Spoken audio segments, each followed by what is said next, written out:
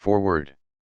It is perhaps well to state at once that the Manual of Classical Erotology is intended only for students of the classics, lawyers, psychologists, and medical men.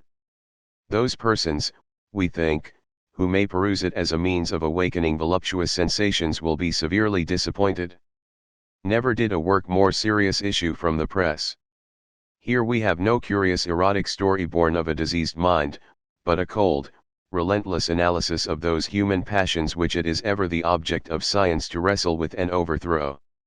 As a basis also for the correct interpretation of the drama of the ancient world, Forberg's studies are most valuable.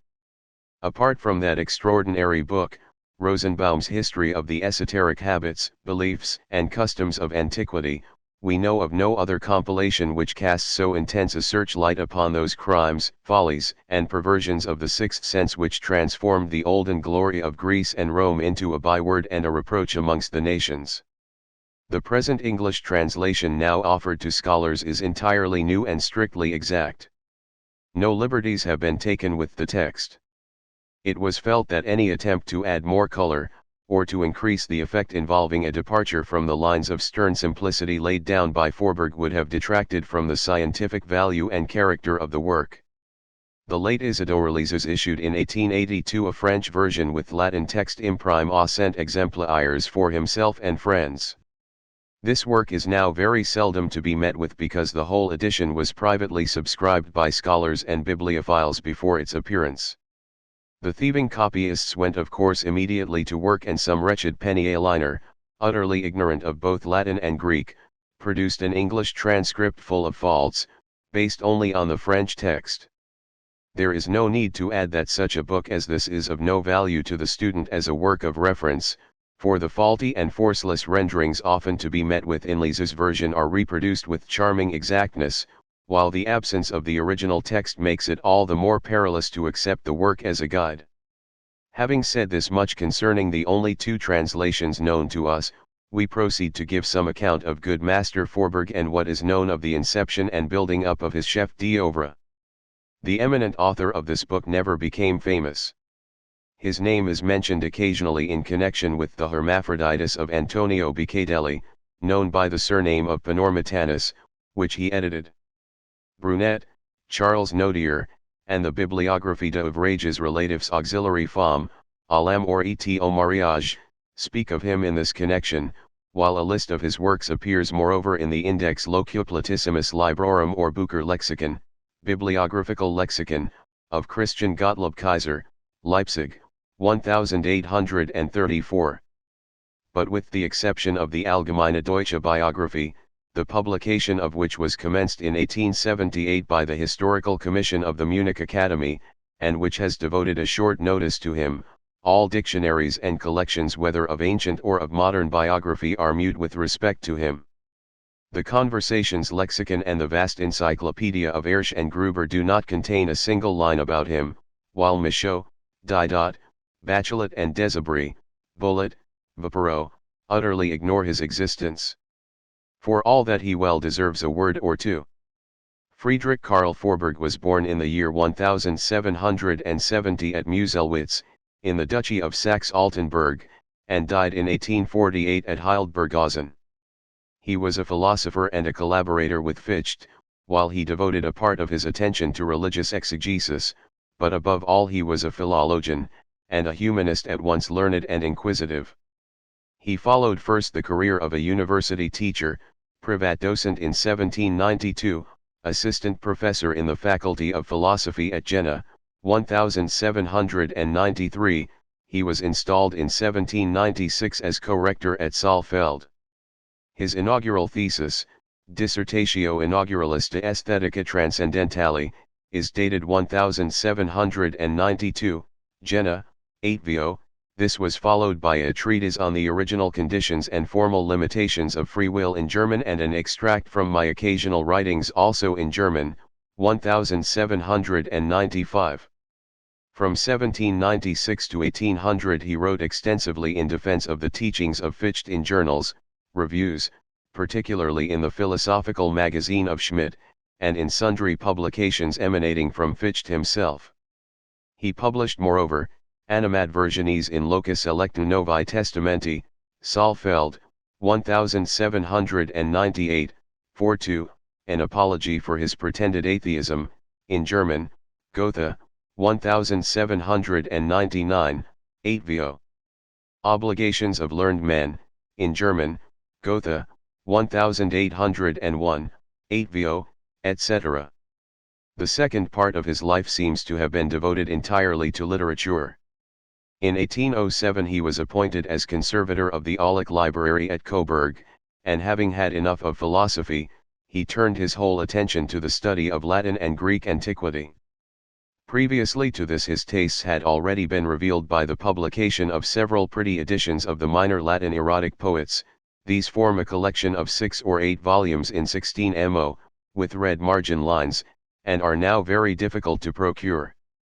The discovery he made in the Coburg Library of a manuscript of the Hermaphroditus of Panormitanus, offering important new readings and variants from the received text, suggested the idea to him of producing a definitive edition of the work, with copious commentaries. The said Hermaphroditus so called, because, says Lamonnoy, all the filth in connection with both sexes forms the theme of the volume, is a collection of Latin epigrams filled out with a patchwork of quotations from Virgil, Ovid, and Martial, in which memory has a much larger share than imagination, and which has never appeared to us to possess any great literary value. But the mishaps the book has had to encounter, its having been publicly burnt in manuscript in the marketplaces of Bologna, Ferrara, and Milan, the anathemas hurled against it by some savants, and the favor with which it was received by others, who were glad to awaken by its perusal old reminiscences, have given it a kind of reputation. The Abbé Mercier de Saint Leger was the first to publish it in Paris, together with the works of 4 other poets of the same sort, Ramusus de Rimini, Pacificus Maximus, Jovianus Pontanus, and Jonas Secundus I. But Forberg, whilst fully appreciating the work and particularly the courage of the learned Frenchman, found much to find fault with. The epigrams of Panormitanus were not numbered, which made citations from them troublesome, a great number of readings were faulty, and, thanks to his manuscript, he could correct them. Lastly, Mercier de Saint Leger had omitted to give any running commentary on his author, to explain his text by means of notes and the comparison of parallel passages, whereas, according to Forberg, a book of this character required notes by tens and hundreds, each verse, each hemistich, each word, offering matter for philosophical reflections and highly interesting comparisons. He therefore took the book in hand and began to collect with inquisitive care everything the ancients had written upon the delicate subjects treated in the Hermaphroditus. But having come to the end of his task, he found that his commentary would drown the book, that hardly would he be able to get in a verse of it every 2 or 3 pages, all the remainder of the book being taken up by his notes, and that the result would be chaos. Dividing his work into 2 parts, he left the smaller one in the shape of annotations, reduced to the merest indispensable explanations, to the Hermaphroditus, while of the second and more copious harvest of his erudite researches he composed a special treatise, which he had printed as a supplement under the title, Apophoreta, or Second Course, this treatise being in his eyes only a kind of dessert, following upon the substantial repast furnished by the Latin poet of the XVth century. The whole forms a volume much sought after by amateurs. Antoni I Panormiti Hermaphroditus, primus in Germania edidit et aphoreta agicit Friedrich. Carol. Forbergius. Coburgi, Sumptibus Mucelliorum, 1824, 8 vo. 2. Forberg, good, simple man, was mistaken, owing to his too great modesty. The true feast, at once substantial, nourishing and savory, is his own work, the work which he elaborated from his own resources, from his inexhaustible memory and from his astonishing knowledge of the Greek and Latin authors down to their minutest details. On reprinting this excellent work, which undoubtedly deserved to be translated, we have given it a new title, one that is much more suitable than the old, the Manual of Classical Erotology. In virtue of the charm, the abundance, the variety of the citations, it is a priceless erotic anthology, in virtue of the methodical classification of the contents Forberg has adopted, it is a didactic work, a veritable manual. He began with collecting from the Greek and Latin writers the largest number possible of scattered notices, which might serve for points of comparison with the epigrams of Beccadelli. Having possessed himself of a large accumulation of these, it occurred to him to set them out in order, arranging them in conformity with the similarity of their contents, deciding finally upon a division into 8 chapters, corresponding with the same number of special manifestations of the amorous fancy and its depravities. I of copulation. 2 of pedication. 3 of irrimation. 4 of masturbation. V of cunnilingues. 6 of tribads. 7 of intercourse with animals. 8 of spintrian postures. He found that he had to make subdivisions in each class according to the nature of the subject, to note particularities, individualities, and the contrast between this scientific apparatus, and the facetious matters subjected to the rigorous laws of deduction and demonstration is not the least amusing feature of the book.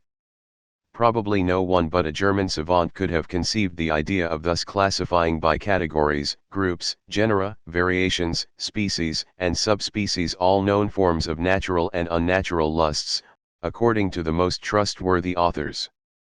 But Forberg pursued another aim besides.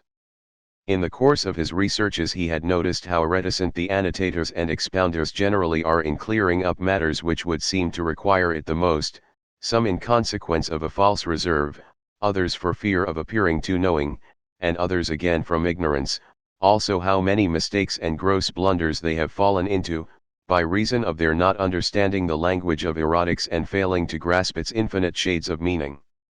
It is precisely on those obscure and difficult passages of the ancient poets, on those expressions purposely chosen for their ambiguity, which have been the torment of the critics and the puzzle of the most erudite commentators, that our learned humanist has concentrated his most convincing observations. The number of authors, Greek, Latin, French, German, English, Dutch, whom he has laid under contribution in order to formulate his exact and judicious classifications, mounts up to a formidable total. There are to be found in the Manual of Erotology something like 500 passages, culled from more than 150 works, all classified, explained, commented upon, and in most cases, enveloped in darkness as they had been, made plain as light itself by the mere fact of juxtaposition. With Forberg for a guide no one need henceforth fear to go astray to believe, for instance, like M. Leconte de Lisle, that the woman of whom Horace says that she changes neither dress nor place, peccat supern has not erred beyond measure, what a mistake, or with M. Nissard to translate Suetonius' expression, illudere caput aliquis to attempt some one's life. 3. Forberg, a philosopher, has treated these delicate subjects like a philosopher, namely, in a purely speculative manner, as a man quite above and beyond terrestrial matters, and particularly so with respect to the lubricities which he has made it his task to examine so closely. He declares he knows nothing of them personally, has never thought of making experimental investigations on them, but derives all his knowledge from books. His candor is beyond suspicion. He has not escaped censure, but having a reply ready for every objection and authorities to quote on every point, he found an answer to his detractors ready-made in the phrase of Justus Lipsius, who had been reproached with taking pleasure in the abominations of Petronius. The wines you set upon the table excite the drunkard and leave the sober man perfectly calm. In the same way, these kinds of reading may very likely inflame an imagination already depraved, but they make no impression upon a mind that is chaste and disciplined. Footnotes, forward. 1 Quinque illustrium poetarum, Antonii Panormidi, Remusii Ariminensis, Pacifici Maximi Asculani, Io. Joviani Pontani, Io. Secundi Hagiensis, Lucis in Venerum, partem ex codicibus manuscriptus, nunc primum editi Parisius, prostat ad Pristrinum, in Vico Suavi, at Paris, at Molinas, Rumignon, 1791, 8 vo. 2 To certain copies are added some 30 engravings representing the principal erotic postures, These engravings are taken from the Monuments de la vie privée de Deux Césars, and from the Monuments du culte secret de Dames Romaines, 2 works, now becoming every day rarer. 3 see below pp. And, respectively, the Metamorphoses of Venus. We propose to pass in review the different metamorphoses of Venus, though truly not all of them. For how is it possible to specify the 1,000 modes for, the 1,000 forms of love, on which the inventive satiety of pleasure ventures? But at any rate such as fall into distinct and definite kinds admit of being easily and methodically classified. Do not, inquisitive reader, hope for more than this. We are not of those who seek after a petty personal glory by unveiling the results of their own experience or by describing novel tours de force in the wrestling school. We are not so much as raw recruits at this game. Nor yet is it our intention to reveal things we have seen or heard in this connection. If we would, we could not to your satisfaction, for books are our only authorities. We are solely and entirely bookmen, and scarce frequent our fellow creatures at all. These trifles engaged our attention first as a mere pastime. We were led to them accidentally, as we roamed from subject to subject for philosophy. The garden we had hoped to set up our tent in for life, lies desolate. How can philosophy flourish in times like ours, when almost every new day sees new systems sprout forth, to die down again tomorrow, when there are as many philosophers as philosophies, when schools have ceased to exist, when instead of groups only individuals are to be met with? Our second motive was to provide some satisfaction, however little, to the claims of those readers who very often find themselves disconcerted by the unconventional raciness of ancient authors and their outspoken witticisms, and justly complain of the prudish brevity or entire silence of the commentators who leave their difficulties unexplained. Of course these latter wrote for the young, and no one can blame them under the circumstances for not having dwelt carefully and curiously on shameful secrets. If we have fallen into any mistakes, lay the fault, we beg, first on our insufficient intellectual furniture, secondly on our ignorance as to the more uncommon forms of lust, an ignorance prevalent in small towns, and lastly, if you please, put it down to the honest simplicity of our Coburg citizens members. We only follow others' example. We have predecessors in Astyanaxa, who according to Suidas 5 first wrote of erotic postures, and in Philanus of Samos 6, or rather, to deprive no one of his due, Polycrates, an Athenian sophist, who brought out under the name of an honorable matron a book on the various postures of love.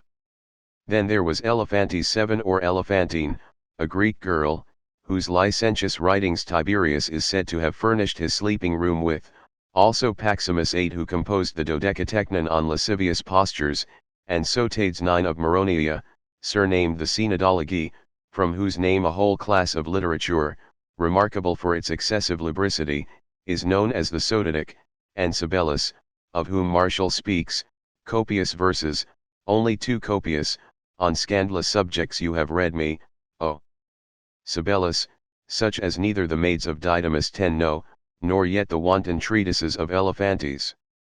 Therein are new postures of love that the desperate fornicator tries, and what debauchees use, but never tell of how grouped in a series 5 copulate at once, how a greater number still can make a chain. It was hardly worth the pains to be erudite. Moreover, amongst our predecessors was the famous Pietro Aretino 11, a man of an almost divine genius, whom ill-natured report represents as having illustrated 16 plates painted by Julio Romano and engraved on copper by Marc Antonio with verses indecent beyond all expression. Lorenzo Vaniero again 12, a Venetian nobleman, author of a little work in Italian, bearing the title La Puttana Errante, the Wandering Whore, in which he has undertaken to specify no less than 35 modes of loving. Lastly there was Nicolas Courier, a French lawyer, who under the name of Aloysia Seguia, a young Spanish lady, has given us the Satiri Sotadici de Arcanis Amoris et Veneris, Sotadic satires on the secret rites of love and Venus, though the book also appears under the name of Jonas Mercius with the title Elegantii Latini Sermones, Graces of Latin Prose. In this book you do not know which to admire most, the style at once elegant, correct, and careful, yet free from pedantry, the wit equally gay and graceful, the brilliant sparks of Latin erudition that glitter everywhere, the rich and copious eloquence graced as with jewels by polished and luminous words and phrases of a pleasant antique flavor, or lastly the preeminent skill displayed in varying with such manifold versatility one simple theme. The others we need not mention further. Our predecessors, whether the more modern, or those of antiquity whom we have cited, and all whose works alas, envious time has robbed us of, did not lack severe critics, nor yet studious readers. And our own treatise will no doubt in its turn meet with both these classes. It is a man's book, we have written it, fearless of censure, for men, not for such as are wont with groaning brow to pitchfork nature out of doors, but rather for such as have once for all dared to live their lives, who neither wish to lurk in darkness nor yet to defy the open day with effrontery, in one word for those who think that in love as in all else the golden mean is the course to choose. Let others go their way, and arrogate to themselves the title of sages. The work of Venus may be accomplished with or without the help of the mentula, virile member. If with the mentula, the friction of this organ, in which friction the whole pleasure consists, can be effected either in the vulva, female organ, in the anus, arsehole, in the mouth, by the hand or in any cavity of the body. If without the mentula, the vulva may be worked either with the tongue, with the clitoris, or with any object resembling the virile organ. Footnotes, the Metamorphoses of Venus. For Ovid, Art of Love, I, 435, 36, to fully expose the ungodly wiles of harlots, 10 mouths and as many tongues to boot would not suffice. Aloysius Sagia, the body in sacrificing to Venus can take as many postures as there are ways in which it can bend and curve. It is equally impossible to enumerate all these, as it is to say which is best fitted to give pleasure. Each acts in this respect according to his own caprice, according to place, time, and so on, choosing the one he prefers. Love is not identical for each and all. Dialogue 6. 5 Suidas under Astyanaxa, maid of Helen the wife of Menelaus, who was the first to invent the different positions in the act of love. She wrote of erotic postures, and was followed and imitated by Philaenis and Elephantine, who carried further the series of such like obscenities. 6 Priapia, Lziath, to her a certain girl, I very nearly gave her name, is wont to come with her paramour, and if she fails to discover as many postures as Philaenis describes, she goes away again still itching with desire. Philaenis has found a champion of her good name in Eschrion, who wrote an epitaph for her that is still extant in Athenaeus, BK 8ch 13, the last lines read, I was not lustful for men nor a gadabout, but Polycrates, by race an Athenian, a mill-clapper of talk, a foul-tongued sophist, wrote what he wrote, I know not of it all. Her works were familiar to Timarchus in Lucian, Epiphras, p. 158 Volume 7, of Works of Lucian, edit. J. P. Schmid, tell me where you find these words and expressions, in what books, is it in the volumes of Philaenis, that are always in your hands? 7 Suetonius, Tiberius, ch. 43, he decorated his various and variously arranged sleeping chambers with pictures and bas-reliefs of the most licentious character, and furnished them with the works of Philaenis, that no one in performing should want a model of the posture required. Priapia, 3, taking pictures from the licentious treatises of Elephantes, Lalage presents them in offering to the stiff-standing god, and begs you prove if she performs agreeably to the pictured postures. It would seem then that artists depicted the postures described by Elephantes, she herself possibly setting the example. Paintings of the sort Lalage dedicates to Priapus, and asks her lover to have her and see if she is a docile pupil in faithfully imitating all the modes of connection depicted in them. No doubt such representations of licentious postures, taken from the works of Elephantes or Philaenis or elsewhere, stimulated the ingenuity of artists to work out in emulation these enticing motifs to the highest degree of finish. Ovid alludes to such works of art in his Art of Love, 2, 680, they unite in love in 1,000 postures, No picture could suggest any fresh ones, as also the author of an ancient epigram quoted by Joseph Scaliger in his commentary on the Priapeia, 3, and when she has thrown herself into every posture in imitation of the seductive pictures, she may go, but let the picture be left hanging over my bed. Nothing was commoner with the Romans than to decorate the wall and partitions of rooms with licentious paintings, as may be gathered from Propertius 2, 6, 27 SQQ, the hand that first painted filthy pictures, and exposed foul sights in an honest home, corrupted the pure eyes of young maids, and chose to make them accomplices of his own lubricity. In old days our walls were not daubed with fancies of this vile sort, when never a partition was adorned with a vicious subject. 8 Suidas, Paximus wrote the Dodecatechnon, the subject is the obscene postures. But I think he has no good reason to connect with this the epithet Dodecamakanos given to a certain Cyrene. The said wanton damsel seems to have practiced rather than described the 12 postures of Venus. Suidas under Dodecamakanon, there was a famous Hetera, Cyrene by name, further known as Dodecamakanos, because she practiced 12 different postures in making love.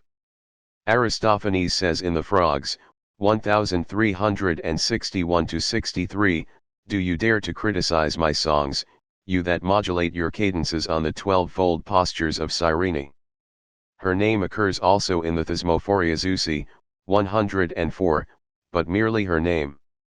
Our invariable rule is to quote from Berman's edition of Aristophanes. I am doubtful as to whether Musaeus should be counted among writers on the erotic postures. Martial, 12, 97 recommends Instantius Rufus to read his, Musaeus, books, as being of the most advanced lasciviousness, vying with those of the Sybarites in obscenity and full of the most suggestive and spicy wit, warning him at the same time to have his girl ready to hand, if he did not want his hands to perform the wedding march and consummate the marriage without a woman at all. 9 Athenaeus, 14, 13, also the Ionic dialect has to show the poems of Sotades and the Ionic poems preceding his, those of Alexander the Aetolian, and Pyres of Miletus and Alexis and others of the same class. The last mentioned is known as the Cynodology. But in this genre the most eminent writer is Sotades, of Maroneia, as is stated by Charisteus of Pergamus in his work on Sotades, and by Apollonius, Sotades' son, who also wrote a work on his father's poems. His end was a miserable one. Having assailed Ptolemy Philadelphus, king of Egypt, with witticisms too independent for the sensitive ears of princes, the king caused him to be enclosed in a leaden casket, and thrown into the sea. 10 Who were these maids of Didymus? Nobody knows. Failing any more plausible supposition, it may very well be conjectured that among the 4,000 works written according to Seneca, letter LXXX-8, by the grammarian Didymus, there was one on the postures of lascivious girls, worthy to be named side by side with the treatises of Elephantes. Undoubtedly a man who devoted himself to such subtle questions as whether Anacreon was more libertine than drunkard, whether Sappho was a public woman or not, was quite likely to discuss the erotic postures. 11 See Bell's Dictionary, article, Pierre Aridin, also Mers Journal zur Kunstgeschichte, Yearbook of the History of Art, Volume 14, pages 1 to 72. 12 Pierre Bell, in his dictionary, under Pierre Aridin, there is a dialogue between Maddalena and Julia, entitled La Putana Errante, the Wandering Whore, in which are exhaustively treated I diversi congiungamenti, the different modes of intercourse, to the number of 35. Aretino, though the book has always been printed under his name, disowns it, declaring it to be the work of one of his pupils named Veneris. Brunet, Manual du Libraire, Book Dealer's Handbook. The Putana Errante, a little book, very rare, quite worthy of Aretino in view of the obscenities it contains, but which has been erroneously attributed to him. Lorenzo Veneris, a Venetian nobleman, is the real author. He published it to avenge himself on a Venetian courtesan named Angela, whom he designates under the insulting name of Zaffetta, that is to say, in the Venetian dialect, daughter of a police spy. Bell, Forberg and many other writers have confused the Puttana Errante, a poem by Lorenzo Veniero and a burlesque parody of the romances of chivalry, with the dialogue between Maddalena and Julia, a prose work to which the Elzevirs gave the title properly belonging to the poem. Neither one nor the other is the work of Pietro Aretino. See note at end of volume. 6 of the dialogues du Divin Pietro Aretino, Dialogues of the Divine Pietro Aretino, Paris, Les 1879, 3 volumes 18 degrees, and London, 1880, 3 volumes 18 degrees. Note of French translation of Forberg, Manuel de Erotology Classique, Paris, Les 1882. Chapter I. Of copulation. And first of all let us consider what is accomplished by means of the mentula introduced into the vulva. This is, properly speaking, to effect copulation, but there are various ways of doing it. As a matter of fact, copulation can be effected the man face downwards with the woman on her back, the man on his back with the woman face down, the man on his back with the woman turning her back to him, the man sitting with the woman turning her face towards him, sitting with the woman turning her back to him, the man standing or kneeling with the woman turning her face towards him, standing or kneeling with the woman turning her back to him. Let us examine each of these methods separately. Coition with the man face down on the woman who lies on her back is the ordinary method, and the most natural. Aloysius Sigia says, "For my own part I like the usual custom and the ordinary method best. The man should lie upon the woman, who is on her back, breast to breast, stomach to stomach, pubis to pubis, piercing her tender cleft with his rigid spear. Indeed, what can be imagined sweeter than for the woman to lie extended on her back, bearing the welcome weight of her lover's body, and exciting him to the tender transports of a restless but delicious voluptuousness? What more pleasant than to feast on her lover's face, his kisses, his sighs, and the fire of his wanton eyes? What better than to press the loved one in her arms and so awake new fires of desire, to participate in amorous sensations unblunted by any taint of age or infirmity?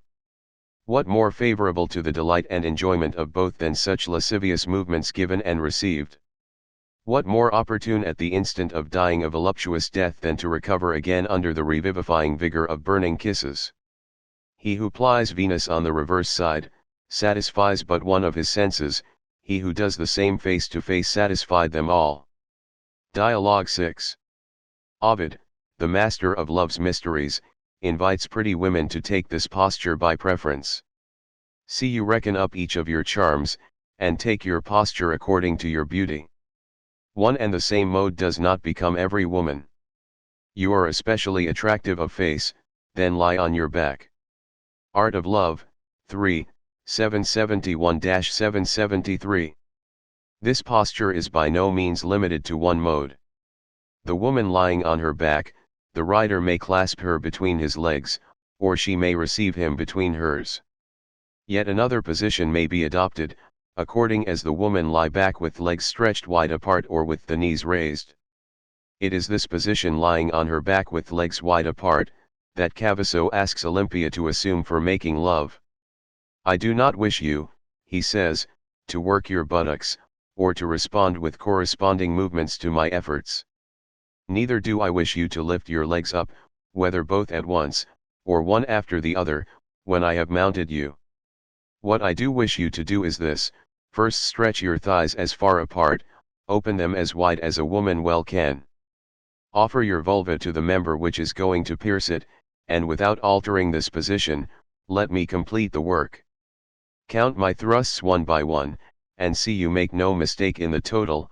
Aloysius Sigia, Dialogue V. Would you see a representation of this? Take the tale Felicia ou mes Fredaines, Part 2, chxxv, and look at the plate facing the text. The other position, in which the woman is lying with her knees raised, is the one which Callias makes Tullia take. "After I am lying upon your dear body," he says, "press me fast in your arms, and hold me thus embraced. Draw your legs back as far as you can, so that your pretty feet touch your buttocks, smooth as marble." Aloysius Sigia, Dialogue 6. If you would enter the woman lying on her back with her legs in the air, it may be done in yet another way than Tullia's mode, and one perhaps still more delicious, by placing your mistress so that she rests her legs crossed over the loins of her rider. A representation of this very pleasant posture, which would rouse the numb tool of a Hippolytus, is to be found in Part 4 of the Felicia mentioned above. There is another similar plate in CHXXI, not without charm. Doris, in the epigram of Sosipater, Volume I of the Analecta of Brunck, p. 584, seems also to have made a trial of this figure. When I stretched Doris with the rosy buttocks on the bed, I felt immortal in my youthful vigor, for she clipped me round the middle with her strong legs, and unswervingly rode out the long course of love. Doris did not best ride him, the expression, when I stretched shows this, she was lying on her back, and with her feet lifted up clasped her rider. But again the feet of the woman lying on her back may also be held up by others. In this way Aloysio enjoyed Tullia with the help of Fabrizio, in the 6th Dialogue of Aloysius Sigia, where Tullia expresses herself as follows. Aloysio and Fabrizio come running towards me. Lift up your legs, says Aloysio to me, threatening me with his cutlass. I lifted them up.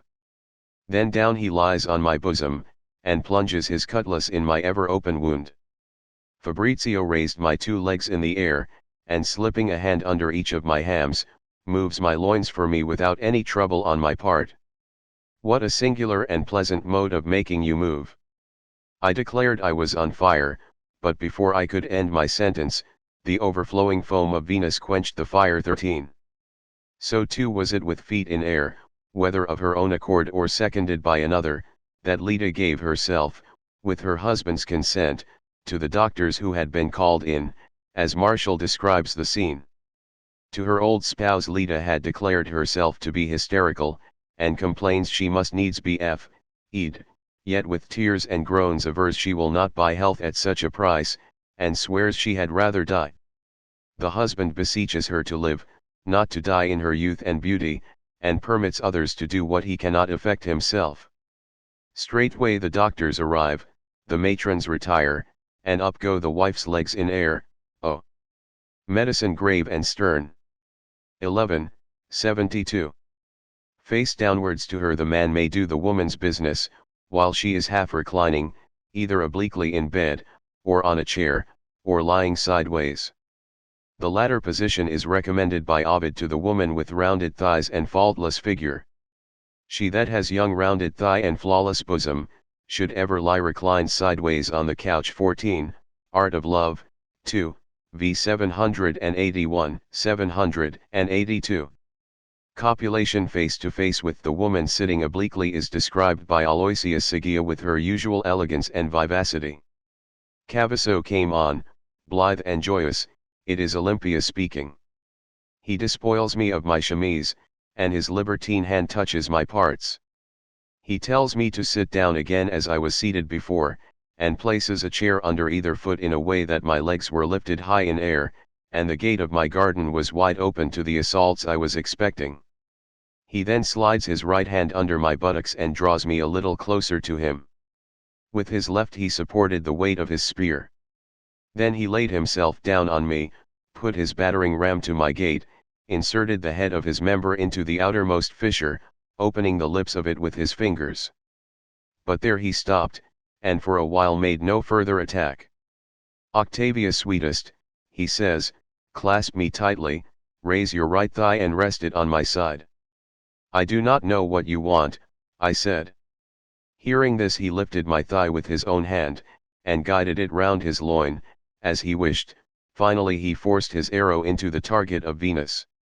In the beginning he pushes in with gentle blows, then quicker, and at last with such force I could not doubt that I was in great danger. His member was hard as horn, and he forced it in so cruelly, that I cried out, "You will tear me to pieces."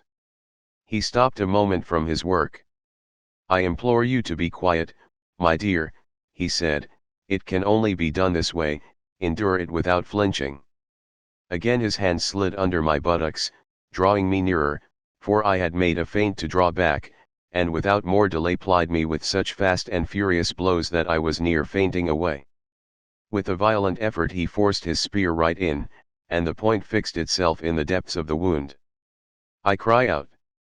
Cavasso spurted out his Venerine exudation, and I felt irrigated by a burning rain.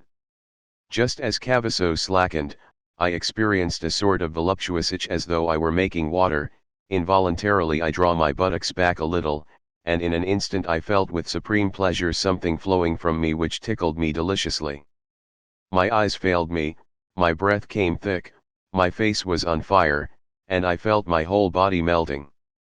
Ah, ah, ah, my Cavasso, I shall faint away, I cried, hold my soul, it is escaping from my body. Dialogue V. Finally the conjunction with the woman lying on her side, particularly on her right side, is deemed by Ovid the most simple, calling for the least effort. 1,000 modes of love are there, the simplest and least laborious of all is when the woman lies reclined on her right side. Art of Love, 3, 787, 88. Above all, this position is the most convenient for tall women. Let her press the bed with her knees, with the neck slightly bowed, she whose chief beauty is her long shapely flank. Art of Love, 3, v 779, 80. It seems that the Phyllis of Martial allowed herself to be done in that way. Two arrived in the morning, who wanted to lie with Phyllis, and each was fain to be first to hold her naked body in his arms. Phyllis promised to satisfy them both together, and she did it. One lifted her leg, the other her tunic. X. 81. She was lying on her side, the F. lifted her leg, the pederast her tunic. We now come to the manner in which the man lying on his back has connection with the woman face downwards. The parts are interchanged, the woman plays the rider and the man the horse. This figure was called the horse of Hector. Martial says, behind the doors the Phrygian slaves would be masturbating, every time Andromache mounted her Hector horse fashion. 11, 105. Ovid, however, with much sagacity denies that this posture could have pleased Andromache. Her figure was too tall, for this to have been agreeable or even possible for her. It is for little women, that it is pleasant to be thus placed. A little woman may very well get astride on her horse, but tall and majestic as she was, the Theban bride never mounted the Hectorine horse. Art of Love, 3, v 777, 778. It is no business of ours to decide the question. At any rate Sempronia takes this posture with Crisogano. He could wait no longer. Are you undressed? Said Crisogano. Now, my Sempronia, take the position, which gives me so much pleasure, you know which. He stretches himself down on his back, she gets upon him astride, with her face towards him, and with her own hand guides his burning arrow between her thighs. Aloysia Sigia, Dial. 7. This is the same attitude, which in Horace is imposed by the slave upon the little harlot, who, naked in the light of the lantern, plied with wanton wiles and moving buttocks the horse beneath her. Saturday. 27, v 50. As to the matron spoken of v 64 of the same satire as never having sinned above, no doubt this posture did not suit her. Women have not all the same taste. Evidently, it was as little to the taste of the girl whom Xanthias in Aristophanes' Wasps, v 499, asked to ride him, for she asks him indignantly, and playing on the double meaning of the word, Hippias and, a horse, if he was for re-establishing Hippias' tyranny. Irritated she asked me if I wanted to revive the tyranny of Hippias. Again in his Lysistrata, v 678, this master of wanton wit points to the same thing, declaring the female sex to be very good at riding and fond of driving. Woman loves to get on horseback and to stick there. Aristophanes mocks similarly those, of whom he says, in verse 60 of the same play, that they are aboard their barks. They are mounted on their chargers. For signifies both a ship and a horse. Plango in Asclepiads, Brunx Analecta, Volume I, 217, affects the same figure. When she in horsemanship vanquished the ardent Philaenis, whilst her Hesperian coursers foamed under her reins. Yet more expert in this kind of amorous riding than Philaenis herself, this ardent votary of pleasure thanks Venus in this epigram, that she has been able so to exhaust certain Hesperian gallants, whom she had mounted, that they had left her with wanton members all drooping, and feeling no desire left in them. To best ride men was also the favourite pastime of Lycidas, who was never tired in the service of Venus, of whom the following epigram of Asclepiades treats. Many a horse has she ridden beneath her, yet never galled her thigh with all her nimble movements. Courtesans consecrated to Venus a whip, a bit, a spur, in order to signify, that with their clients they like best to pose themselves in that way, and that they preferred riding themselves to being ridden nothing more. It is the same when in Apuleius, Phoda satiated her Lucius with the pleasures of the undulating Venus. Saying this she leaped upon the couch and, seated upon me backwards, plying her hips, vibrating her lithe spine lasciviously, she satiated me with the delights of the undulating Venus, till both of us exhausted, powerless and with useless limbs, sunk down, exhaling our souls in mutual embraces, metamorph, 2, ch 2. The next figure, the man lying supine and the woman turning her back to him, is executed by Rangoni with Otavia, under the direction of Tullia. Rangoni, look how stiff I stand. But I want to try the bliss in a new way. Tullia, in a new way? No. I swear by my wanton soul you shall not. You shall not take a new way. Rangoni, it was a slip of the tongue, I meant to say a new posture. Tullia, and what sort of one? I have an idea, what they call the horse of Hector. Lie down on your back, Rangoni, let your puissant spear stand firm to the enemy, who is to be pierced, well done. Otavia, what must I do, Tullia? Tullia, clip Rangoni between your thighs, mounting him a straddle. His cutlass as he lies should meet your sheath poised over it. Why? You've taken the position admirably. Excellent. Rangoni, oh. What a back, worthy of Venus. Oh. The ivory sides. Oh. The inviting buttocks. Tullia, no naughty words. He who praises the buttocks, slanders the vulva. You know better, Otavia. Her greedy vulva has swallowed your bristling member whole, Rangoni. Otavia, quick, Rangoni, it is coming. Quick, quick, help me. Rangoni, I am coming, Otavia I am come. Are you, darling? Tullia, how now? Are you so quickly done up, you too? Aloysius Sigia, Dial. 6. The Pygiasic 15 Mysteries, to which Eumolpus in Petronius, Satires, chcxl, invites a young girl, refer to the posture practiced by the man lying on his back, with the woman upon him, her back turned towards him. Eumolpus did not hesitate to invite the young girl to the Pygiasic Mysteries, but begged of her to seat herself upon the goodness known to her, that being himself, to whose goodness the mother had recommended her daughter, and ordered Corax to get on his stomach under the bed on which he was, so that with his hands pressed against the floor, he might assist with his movements those of his master. Corax obeyed, beginning with slow undulations responding to those of the young girl. When the crisis was approaching, Eumolpus exhorted Corax with a loud voice to quicken up his movements. Thus placed between his servant and his mistress, the old man took his pleasure as in a swing. Would it be surprising, if in these posterior mysteries, Eumolpus' member had perchance gone wrong, and taken by mistake one orifice for the other? You will find this figure represented in a copper plate engraving in the very elegant book of D. Hancarvili, Monuments du Culte Secret de Dames Romaines, chxxv, and you will be glad to know the note, with which the learned annotator accompanies the same.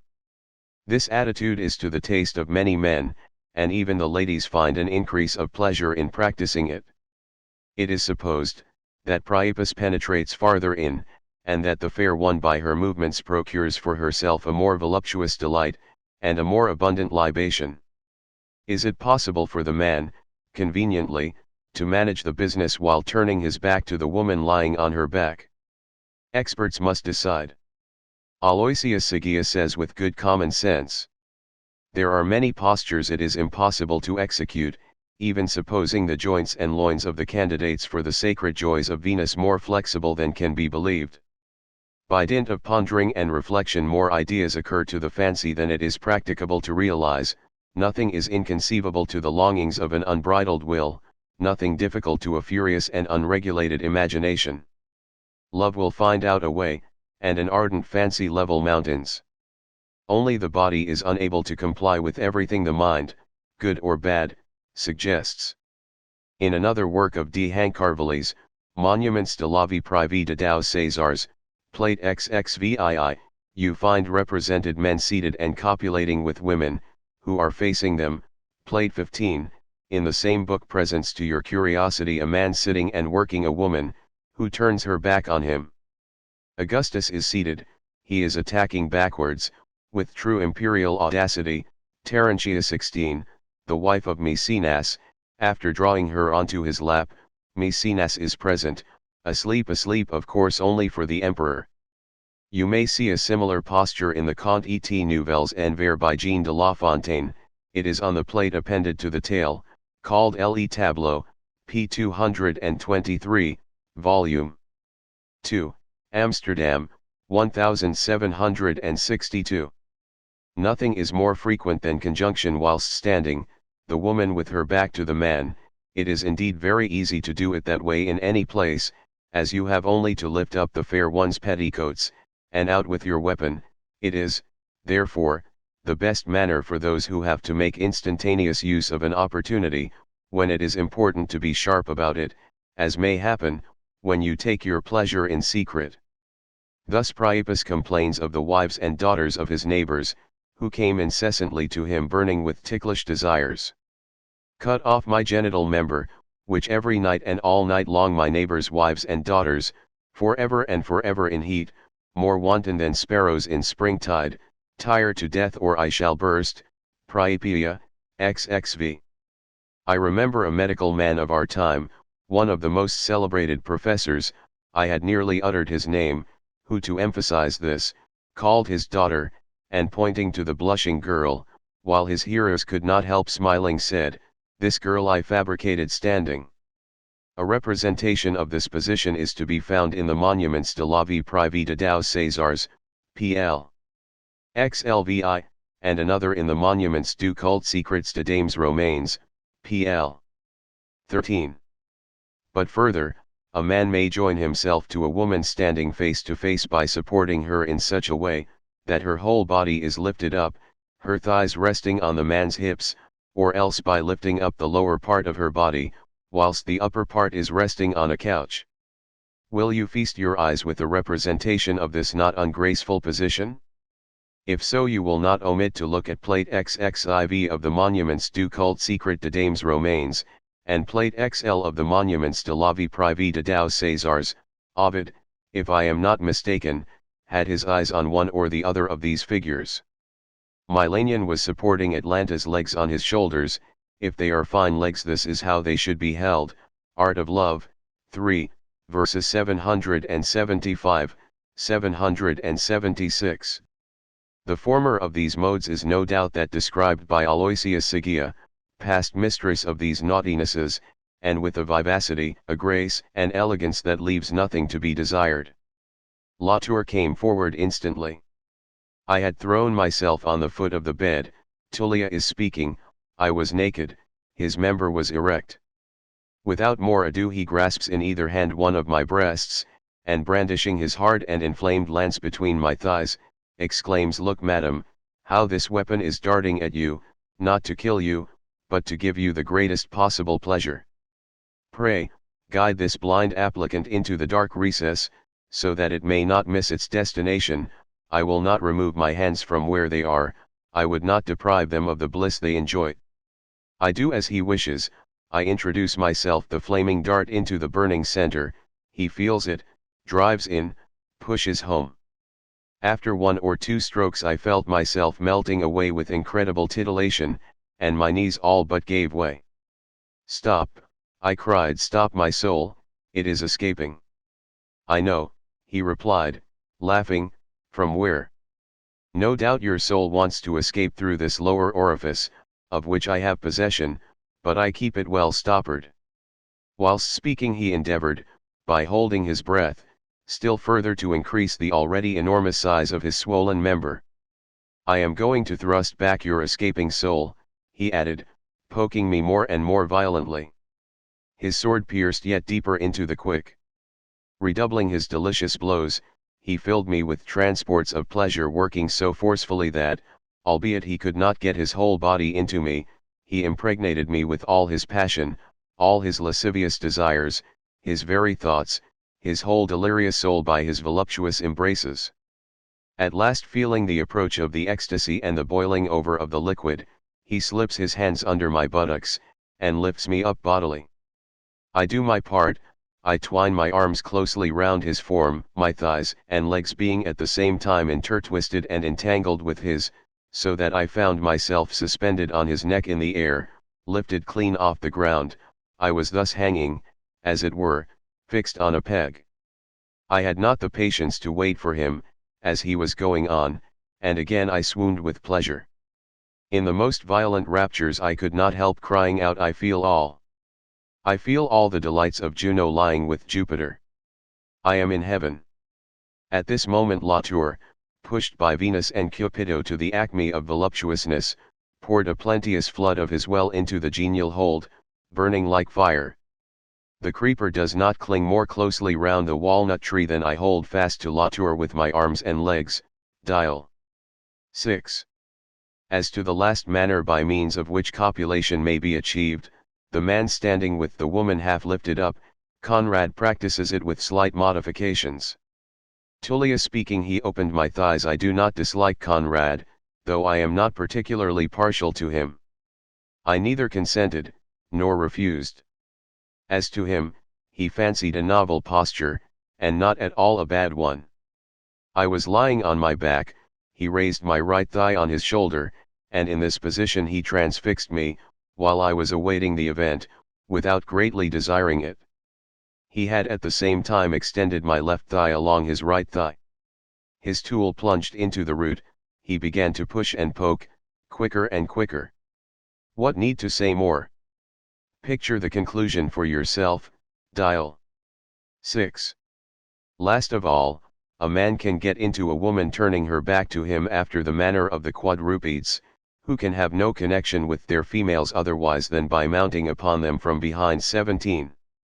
Some authorities have held that a woman conceives easier while on all fours. Lucretius says, "Women are said to conceive more readily when down after the manner of beasts, as the organs can absorb the seed best so, when the bosom is depressed and the loins lifted, of the nature of things." 4, verses 1259 to 1262. Also Aloysius Sigia. Some people pretend that the fashion to make love indicated by nature is that one where the woman offers herself for copulation after the manner of the animals, bent down with the hips raised. The virile plowshare penetrates thus more conveniently into the female furrow, and the seminal flow waters the field of love. The doctors, however, are against this posture. They say it is incompatible with the conformation of the parts destined for generation. Dial 6. However this may be, it happens frequently, that women cannot be managed in any other way. Given an obese man and a woman likewise obese or with child, how are they to do the thing otherwise? This is the reason why, so they say, Augustus, having married Livia Drusilla, divorced wife of Tiberius Nero and already 6 months gone in pregnancy, had connection with her after the manner of animals. Plate 7 of the Monuments de la Vie Privée de Deux Césars will give you an idea of the posture assumed by both of them. But why should we not give you the annotations whereby the learned editor has elucidated the plate? Here they are. This Drusilla was the famous Livia, the wife of Tiberius Nero, who had been one of Antony's friends. Augustus fell violently in love with her, and Tiberius gave her up to him, although she was at the time 6 months with child. A good many jokes were made about the eagerness of the emperor, and one day, while they were all at table, and Livia was reclining by Augustus, one of those naked children, whom matrons used to educate for their pleasures, going up to Livia said, "What are you doing here? Yonder is your husband," pointing to Nero, "there he is 18. Soon afterwards Livia was confined, and the Romans said openly, that lucky people get children 3 months after being married, which passed into a proverb. One historian says that Augustus was obliged to caress his wife after the manner of beasts on account of her pregnancy, and it was to this luxurious attitude that the cameo of Apollonius, the celebrated gem-cutter of the time of Augustus, makes allusion. True that the state in which Livia was may have made this posture necessary, but it seems that it was at all times to the taste of the ancients, either because they considered this attitude favorable for procreation, as Lucretius maintains, or because they found it to be a refinement of voluptuousness. The most extraordinary and least natural postures have always appeared to rakes as enhancing the pleasure of the conjunction. But it must be admitted that imagination still outruns actual possibilities. A singular reason for the necessity of encountering a woman backwards is given by Aloysia Sigia, with her usual sagacity. For pleasure, one likes a vulva which is not placed too far back, so as to be entirely hidden by the thighs. It should not be more than 9 or 10 inches from the navel. With the greater number of girls the pubis goes so far down, that it may easily be taken as the other way of pleasure. With such coition is difficult. Theodora Aspilkea could not be deflowered, till she placed herself prone on her stomach, with her knees drawn up to her sides. Vainly had her husband tried to manage her, while lying on her back, he only lost his oil. Dialogue 7. Ovid recommends this way with women who begin to be wrinkled. Likewise you, whose stomach Lucina has marked with wrinkles, mount from behind, like the flying Parthian with his steed. Art of Love, 3, v 785, 86. The same advice also seems to be given by him a little before. Let them be seen from behind whose backs are sightly, v 774. But besides necessity, it is a fact that women are worked in this way out of mere caprice, variety offering the greatest pleasure. It is simply for this reason that Tullia suffers Fabrizio to do her that way, in Aloysia Sigia. As Aloysio got up, Tullia speaks, Fabrizio makes ready for another attack. His member is swollen up, red and threatening. "I beg of you, madam," he says, "turn over on your face." I did as he wished. When he saw my buttocks, whiter than ivory and snow, "How beautiful you are," he cried. "But raise yourself on your knees and bend your head down." I bow my head and bosom, and lift my buttocks. He thrust his swift-moving and fiery dart to the bottom of my vulva, and took one of my nipples in either hand. Then he began to work in and out, and soon sent a sweet rivulet into the cavity of Venus. I also felt unspeakable delight, and had nearly fainted with lust. A surprising quantity of seed secreted by Fabrizio's loins filled and delighted me, a similar flow of my own exhausted my forces. In that single assault I lost more vigor than in the 3 preceding ones. Dialogue 6. 19. This copulation from the back is practicable in another very pleasant fashion, an excellent reproduction of which can be seen in the monument du culte secret de dames romaines, plate XXVIII. A woman is represented with her hands placed on the ground, while the lower part of the body is lifted up and suspended by cords. She is turning her back to the man who stands. This seems to be much the same position as was taken up by the wife of the artisan Apuleius speaks of in his Metamorphoses, Book 9, whom bending over her, the lover planed with his adze, while she leaned forward over a cask. An engraving showing this ingenious attitude is appended to the story of the tub in the Contes et Nouvelles Envers of Jean de La Fontaine, Volume 2, p. 215. Footnotes, of copulation. 13. This method was not unknown at the time of Aristophanes, as we see from the following passage of the piece. So that you may straightway, lifting up the girl's legs, accomplish high in air the mysteries, v 889, 890. And in the birds he says, for this girl, your first messenger, why? I will lift up her legs and will in between her thighs, v 1254, 55. 14 readers will find another figure given in some of the books, the man should be standing, while the woman reclines sideways on the bed. 15 from buttock. 16 Dio Cassius, live, 19, he was so fond of her, that one day he matched her against Livia, as to which of them was the most beautiful. It was no bad idea to engage them in such a match, but think you he suffered them to fight this out in any costume but that in which the goddesses three presented themselves before the dazed eyes of Paris? 17 Pliny has treated this at great length in his Natural History, Book X, ch. 63. 18 Compare Dio Cassius, B.K. Slay 8th, ch. 44. 19 The thing itself is very old, Aristophanes alludes to it in the piece. To wrestle on the ground, to stand on all fours, v 896. And in the Lysistrata. I will not squat down like a lioness carved on a knife handle, v 231. Chapter 2. On pedication. So much for copulation in the normal way. We will now discuss another mode of pleasure that due to introduction of the member into the anus. A man who exercises his member in the anus, be it of a man or a woman, pedicates, he is called a pederast, pedicon, Drock 20, and the other party, who allows himself to be invaded in that way, is called the patient, sina edues, catamite 21, minion, effeminate, if adult or worn out, he is named exolete.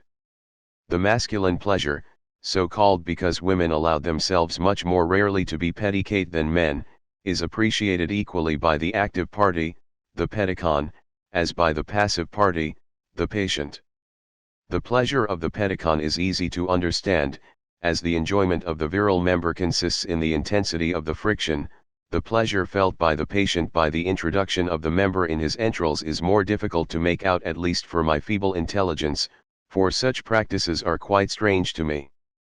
Do not believe, however, that the pleasure of the patient is only secondary, nor yet that he prostitutes himself only in order to do the same afterwards himself, nor that he remedies in this way the sluggishness of his own member by the vigorous working of another man's nerve, causing a pleasurable titillation of the posterior, analogous to that which Antonius Panormitanus, Hermaphroditus, I. 20, tells us may be produced by inserting the fingers in the anus. 22, or still better, by beating the same locality with rods, according to Aloysius Sagia. Amongst the men of our acquaintance, I have heard the Marquis Alfonso say that rods act as spurs to the amorous battle, without them he would be sluggish and impotent. He has his buttocks flogged with rods vigorously, his wife being present lying ready on the bed. During the flagellation his tool begins to stiffen, and the more violent the strokes are, the stronger is the tension. When he feels himself in proper condition, he precipitates himself upon his wife, works her with rapid movement, and inundates her with the heavenly gifts of Venus and wins all the delights a man may find in love. 23, Dialogue v. What else was it but this that so stirred Rousseau, the precocious genius of Geneva, and his boyish member, and brought such ideas into his head, when on one occasion Mlle. Lamercier, cracking the whip upon the buttocks of the child, inflicted that punishment, which he afterwards was longing for all the rest of his life. Hear him relate the circumstance himself in his merry way and with his habitual charm of style. In the first book of the Confessions, we only omit small matters, added by the immortal author for the amplification of the narrative. As Mlle. Lamercier had for us the affection of a mother, so she had the authority of one, and she carried the latter so far as to inflict upon us the punishment of children when we had deserved it. For a long time she only used threats, and such a threat of a novel punishment seemed very dreadful to me, but after the execution I found the experience less terrible than the expectation, and the oddest thing was, the punishment made me more partial to her, who had inflicted it, than I had been previously. I stood in fact in need of all this affection for her and of all my natural mildness, in order to hold back from provoking the same punishment by acting so as to deserve it, for I had found in the pain, and even in the shame, a mixed feeling, in which sensuality predominated, and which left me with more desire than apprehension of experiencing the same treatment over again from the same hand. Who would believe that this chastisement of a child 8 years old by the hand of a maiden of 30 should have influenced my tastes, my longings, my passions for the remainder of my life? Tormented by I know not what, my eye feasted ardently upon good-looking females, they constantly came into my mind doing to me as Mlle. Lammercyre had done. Imagining only what I had experienced, my desires did not pass beyond the sort of voluptuous feeling I had known already. In my foolish fancies, in my erotic fury, in the extravagant acts to which they incited me sometimes, I borrowed in imagination the help of the other sex, without ever dreaming it was good for any other use than that which I wanted to make of it. When in the course of time I had grown up to manhood, my old taste of childhood associated itself so much with the other, that I never could divert the desires which fired my senses, and this absurdity, joined to my natural timidity, made me always anything but enterprising with women, as I dared not say all or could not do all I wanted. The sort of enjoyment, of which the other was for me but the last stage, could neither be initiated by the one who longed for it, nor guessed by the other who might have granted it. Thus I have passed through life coveting, yet not daring to tell the persons I loved most what it was I coveted. Never bold enough to declare my inclination, I amused it as least by ideas in connection with it. One may judge what such avowals must have cost me, considering that all through my life, seized in the presence of those I loved by the fury of a passion which bereft me of voice, hearing, and sense, and made me tremble all over convulsively, I never could venture to tell them my folly, and ask them to add the one familiarity which I wanted to the other ones. I only got to it once in my childhood, with another child of my age, and the proposal came from her. However, to return to our proper subject, from which we have strayed. If pleasure felt by the passive party cannot be conceived to be of a kind, which through the anus is communicated to the medulla, member, we must come to the conclusion that the patient experiences in the anus the same kind of irritation which the other party feels in his genital parts, that, therefore, the patient feels in that place a real pleasure unknown to those who have not tried it. 24. Martial at any rate speaks out without any circumlocution of this rut of the anus. Of his anus, split to the navel, not a vestige is left to Carinus, for all that he is in rut to the very navel. Oh! The scurvy lot of the wretch! Bottom he has none, but he will be a Sinead. 6, 37. An ardour of this strange sort even affected Tullia, as she confesses herself in the pages of Aloysius Sigia. Seeing resistance was in vain, I yielded to the madman. Aloysio bends forward over my buttocks, brings his javelin to the back door, knocks, pushes, finally with a mighty effort bursts in. I gave a groan.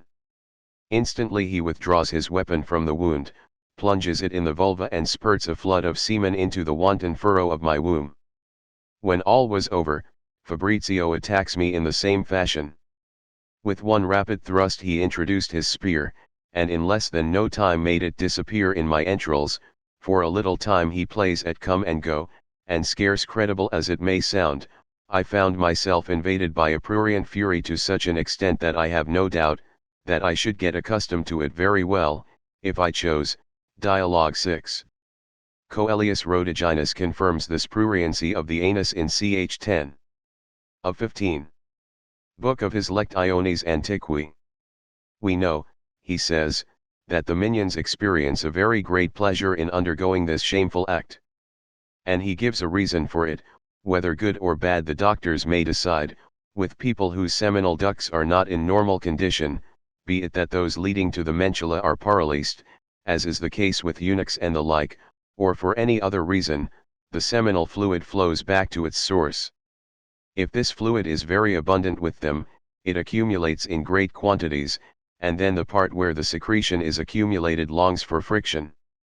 people thus situated like above everything to play the part of patients.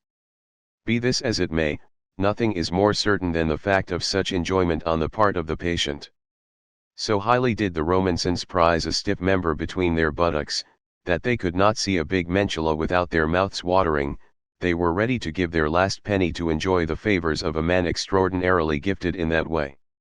Juvenal, 9, v 32-36. Destiny governs man, it influences the parts, which the toga covers. If your star pales, useless will be the length and strength of your member to you, even though Vio shall have seen you naked with lips that water. Martial, I, 97. He wants to know why I think he is a minion. We bathe together, he never raises his eyes, but gazes with devouring looks at the sodomites, and cannot behold their members without his lips trembling. And again, 2, 51. Oftentimes you have no more than a single penny in your box, and that penny more worn than your anus, Hylas, yet neither baker nor wine shop will have it, but some man who sports an enormous member. Your unfortunate belly must starve for your anus, while the latter devours, the former is famished. It is therefore not astonishing that the public baths resounded with plaudits, when men with extraordinary members entered them. Martial, 9, 34. If you hear clapping of hands in the bathing hall, Flaccus, you may be sure some deformed person's enormous member is there. Juvenal, 6, v 373, 374. Far seen, pointed at by all men's fingers, he enters the baths. It was not without some art that the patients performed their functions. But their business was made up of these two chief requirements, depilation and knowing how to use the haunches. Patients took care in the first place to remove the hair carefully from all parts of their body. 25, from the lips, arms, chest, legs, the virile parts, and in particular from the altar of passive lust, the anus. Martial, 2, 62. Pluck out the hair from breast and legs and arms, keep your member cropped and ringed with short hair. All this, we know, you do for your mistress' sake, Labienus. But for whom do you depilate your posteriors? And 9, 28. While you, Crestus, appear thus with your parts all hairless, with a mentula like a vulture's neck, and a head as shining as a prostitute's buttocks, with never a hair appearing on your leg, and with your pallid lips all shorn and bare, you talk of Curius, Camillus, Numa, Ancus, of all the hairy heroes we have ever read of in history, and spout big words and threatenings against theaters and the times. Let but some big-limbed man come into sight, you call him with a nod, and take him off. And he says, 9, 58. Naught is worse worn than heedless rags, save one thing only, he cannot deny it himself, his anus. This is worse worn than his rags. In a similar way he has spoken before of the anus of Hylas as more worn by friction than a poor man's last penny. 2, 51. And Suetonius, Life of Otho, ch. 12, speaks similarly of the body of Otho, given to the habits of a catamite, and Catullus, Carm 33, reproaches the younger Vibanius, you could not sell your hairy buttocks for a doit. For the same reason Galba requested Icelus to get depilated before he was to take him aside. Suetonius, Galba, chxxii. He was very much given to the intercourse between men, and amongst such he preferred men of ripe age, exiles. It is said that when Icelus, one of his old bedfellows, came to Spain, to inform him of Nero's death, he, not content with kissing him closely before everyone present, asked him to get at once depilated, and then took him aside with him quite alone. Moreover, even those depilated their anus, who by dint of a rough head of hair and a bristly beard, tried hard to simulate the gravity of the ancient philosophers. Martial, 9, 48. Democritus and Zeno and ambiguous Plato, all the sages whose portraits we see decked with bristling hair you prate of, you might well be Pythagoras' heir and successor, while from your own chin hangs no less imposing a beard. But as bearded man it is a shame for you to receive a rigid member between your smooth posteriors. Juvenal, 2, v 8-13. Put not your trust in faces, everywhere is debauchery rampant. Thou wouldst whip the vicious, thou, the most notorious of all Socratic minions. Hair-covered limbs and coarse hair along the arms bespeak a fiery soul, but on your smooth anus the surgeon cuts away the swollen tumors, a grin on his face the while. Persius, 4, v 37, 38. Tell me, when you comb a scented beard upon your cheeks, why does a shaven member stand forth from your groin? This is why Martial, 6, 56 advised Charidemus to get his buttocks depilated, so that he might be taken for a patient rather than for a fellator. Because your thighs bristle with coarse hair, and your chest is shaggy, you think, Charidemus, to leave your words to posterity. Take my word, and pluck out the hairs all over your body, and get it certified you depilate your buttocks. What for? You ask. You know they tell many tales about you, make them believe, Charidemus, that you are acting the patient. It was not patients only that had themselves depilated, men leading an idle, careless life followed the same practice. 26. To be depilated, to have the hair dressed in tiers of ringlets, to tipple to excess in the baths, these practices prevail in the city, still they cannot be said to be customary, for nothing of all this is exempt from blame. Quintilian, Instit Orat, I, 6. It is rather surprising that the same Quintilian, whose bile is stirred by curled hair, has let it pass by patiently, that women should bathe together with men.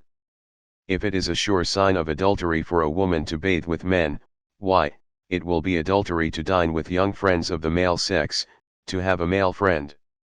You might as reasonably say a depilated body, a languid gait, a womanish robe, are certain signs of effeminacy, of want of virility, for such will seem to many to reveal immorality of character. Ibid. v. 9. Martial, 2, 39 has also noticed, and not once only, the habits of those men who practiced feminine arts of the toilette, and looked just as if they had come out of a bandbox. Rufus, see you that man there on the first benches, whose oiled curls exhale the whole shop of Marcellianus, and whose polished arms shine without a hair to be seen. Again, he says, v. 62. Who is this Crispulus, who has legs disfigured by a single hair? Even the great Caesar did not disdain this coquetry. Suetonius, ch. 45. He took too much care of his appearance, to the point of not only having his beard removed with nippers, and shaved with a razor, but even of being depilated, for which things he was blamed. This custom is connected with those samnite vases, filled with rosin and pitch to be heated for depilation, and for softening the pitch, found amongst the properties of Commodus, and which by the orders of Pertinax were sold by public auction. Julius Capitolinus speaks of them, Pertinax, 8. For removing the hair there were used in fact either tweezers or an unguent called dropax or silicrum. Martial mentions the use of tweezers in the epigram, 9, 28, quoted before. Of dropax or silicrum he speaks in Book 3, 74. You depilate your face with silicrum and your head with dropax. And again 6, 93. She revives her youth with silicrum. And x, 65. You rub yourself every day with dropax. The dropax or silicrum was obtained by melting rosin in oil. Pliny, Natural History, 1420. Rosin dissolves in oil, and I am ashamed to say, that the most honest use made of this mixture is to serve people as a depilatory. Aetius also mentions it in Book 3, chcxc, of his Opus Medicum. The simplest dropax is the one called pitch plaster. Dry pitch is diluted with oil, it is applied hot to the skin, which must first be cleanly shaved, under which circumstances it adheres closely. Before the plaster is quite cold, it is taken off, warmed again, and put on afresh. Again it is removed before being cold, and this process is repeated several times. Hence Juvenal's, Youthfulness by Pitch, 8, 114, and the thighs neglected and dirty with tufts of hair of Nivalis, to whom he says, your skin has none of the gloss, that of old the well-smeared plaster of hot pitch gave it, Saturday. 9, 13-15. What else does Martial mean when, 3, 74, he speaks of gargantuous nails that cannot be trimmed with pitch? Persius, 4, 37-41, has, I presume, joined together both modes of depilation. Tell me, when you comb a scented beard upon your cheeks, why does a shaven member stand forth from your groin? Though 5 strong men weed your plantation and work your parboiled buttocks with the hooked tweezers, I tell you there is no plough will tame that stubborn field. Here forceps is the same thing as vals ella, tweezers, while the parboiled buttocks would seem to refer to the hot dropax. After the application of such a plaster the skin could not but have a boiled look. Ausonius, Epigr. 30, alludes to this passage of Persius. The reason you smooth your groin with hot dropax is that a skin soft and smooth entices the whores, pluck smooth themselves. But that you pluck out the herbage from your parboiled bottom, and polish up with pumice your battered clazomeny, what means this if not that the vice of man with man works in you, and you are a woman behind, a man in front?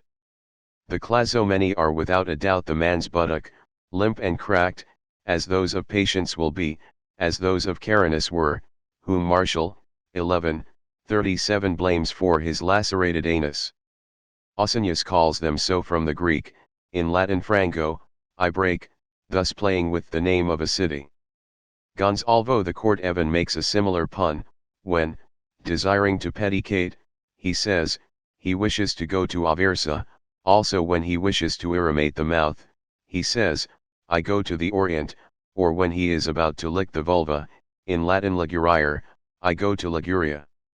By calling the clazomeny hammered, battered, Ausonius means to imply that they were as if polished with a hammer, by having served as an anvil. It is as if my fellow countrymen were to say in joke of a bald man, in German Kahl, he scratches his polished Kell. What could be clearer or wittier? Forcellini is therefore wrong in saying this passage of Ausonius has no sense. Other editors have incluses instead of incuses, indicating the fissure which separates the buttocks, by the rotundities of which it is on both sides closed in. But in the first place the clazomeny may well be the buttocks, they being cleft, though not indeed themselves a cleft. In the second place, who could imagine this miserable man depilated the cleft of the buttocks rather than the buttocks themselves? Some persons, by a refinement of luxury, employed women to depilate them. Such women called themselves ostriculi, from ura, to burn, as they made use of a sticky plaster of boiling dropax to burn the hair on the legs and other parts of the body. Tertullian, De Paleo, ch. 4, says, so effeminate as to employ ostriculi, while Salmasius, commenting playfully on the passage, p. 284, declares, once upon a time ostriculi served to depilate the legs, now they serve to harass our minds. Augustus, who according to Suetonius, was in the habit of singeing his legs with burning nutshells, to make the hair grow more silky, Augustus, ch. 68, no doubt made use of the nimble hands of these ostriculi. Women likewise resorted to depilation. 27, looking upon the fleece of the pubis as something disgusting. Martial. Nor yet one of your mother's pots full of foul rosin, such as the women of the outer suburbs used to depilate themselves withal. 12, 32. As men employed women to free them of hair, so women offered their pubis without shame to men for the same office. Pliny's bile rises at this, Nat History, XXIX, 8 women are not afraid to show their pubis. It is but too true, nothing corrupts manners more than the art of the medical man. The emperors themselves condescended to undertake this office for their concubines. Suetonius, Domitian, ch. 22. It was rumored, that he was fond of depilating his concubines himself, and would bathe amid a crowd of the most infamous courtesans. Lampridius, Heliogabalus, ch. 31. In his baths he was always together with the women, and he made their toilets with silicrum. He used silicrum likewise for his beard, and, disgusting to relate, the same which the women had just been using. With his own hand he shaved off the fleece from the virile part of his pedicons, and then shaved his own beard. What Lampridius finds so repugnant, is that the emperor did not hesitate to use upon his beard the same ointment, which the women had just been applying as a plaster upon the pubis, and which he used at once and before the bad smell had evaporated. But to return to our patients, they also were not in want of illustrious lovers, who took care to depilate them. An example of this we find in the Emperor Hadrian, according to Spartianus, who says, ch. 4, that he corrupted the freedmen of Trajan, made the toilet of his minions, and often depilated them, while he was attached to the court, is generally believed. In what other way can we believe Hadrian to have made the toilet of these minions, if not in the same way in which Heliogabalus made the toilet of his females, with silicerium, particularly as it is added that he depilated them frequently? We may take it for granted that he used that ointment, or that he rubbed their faces with moistened bread, either to improve their skin or to hinder the beard growing too soon. Suetonius, Otho, ch. 12. He shaved his face every day, and rubbed it with damp bread, a habit which he had contracted when the first down began to appear, so as not to get bearded. Juvenal, 2, 107 has aimed an arrow of the same sort at Otho. It surely is the duty of a mighty captain, to keep his skin right smooth, and knead bread with his fingers to make a plaster for his face. What wonder then if the women cherished similar artifices? Who can help thinking of the woman depicted with such marvelous art by Juvenal, from verse 460 to verse 472 of that sixth satire, to which Salmasius gave the epithet of divine? Her face is all puffy with bread crumbs, where the lips of the poor husband keep sticking, to such an extent, that one doubts whether her countenance, plastered and massaged with so many preparations, overlaid with poultices of boiled and moistened flour, should be called a face at all or a sore. At last she peels her face, removes the outermost layers. For the first time she may be recognized for herself. Then she treats her skin with ass's milk, for which she drags about in her train a herd of asses and would take them with her, if she were exiled to the North Pole. For painting the face it seems that a coating of chalk was used, as in the case of the pederast mentioned in Petronius, who perspired so violently in working vainly the groin of Eucolpus. From his perspiring forehead flowed rivulets of acacia juice, and in the wrinkles of his cheeks there was such a mass of chalk that you might have believed you saw a wall exposed to the wind and washed by the rain. Satyricon, ch. 23. But let us leave all these nasty preparations, before we find ourselves stuck fast in them. We have said that another branch of this business, on the part of the patient, consists in severa. A patient seves, who during the action wriggles and moves his haunches up and down, so as to enjoy more pleasure himself and give more pleasure to the pedicon. Women, doing the same in copulation, are said to criscere. Martial, 3, 95. Nay, you pedicate finely, Nivalis, you ply your haunches right well. Juvenal, 2, 20-23. Virtue on their lips, they ply their buttocks. Shall I honor you, in the act of your back play, Sextus, says the infamous Verilus. The same author, 9, 40. With calculated art moves his haunches. Plautus, in the Pseudolus, 3, 75. Soon as ever the fellow cowers down, ply your haunches in time to him. For this reason some authorities hold, I do not know whether rightly or wrongly, the word sneed to come from the fact that the wretches known by that name are in the habit of wriggling the private parts. Undoubtedly the suppleness of the thighs, the agility of the buttocks are counted amongst the particular talents of since in Petronius, ch. 23. Enter a Sneed reciting these verses. Hither, come hither, Sneed wantons, stretch the foot and take your course, fly with solace in the air, with supple thighs, and nimble buttocks, and libertine hands, all ye old, emasculated minions of Delos, come. To this subject also refers Epigram 30 of the first book of the Hermaphroditus, edited by us, which consult, reader, if worth your while. as he who wriggles with his haunches does it to please somebody. People use the word severa also to convey the meaning of sycophancy or adulation. Thus, in Romuald, Sevs, what Romulus, you fawn to, in Perseus, I, 87, in the same way iromate is used in the sense of an outrage, affront. That women can be petty-caped, exactly the same as men, is indicated by nature.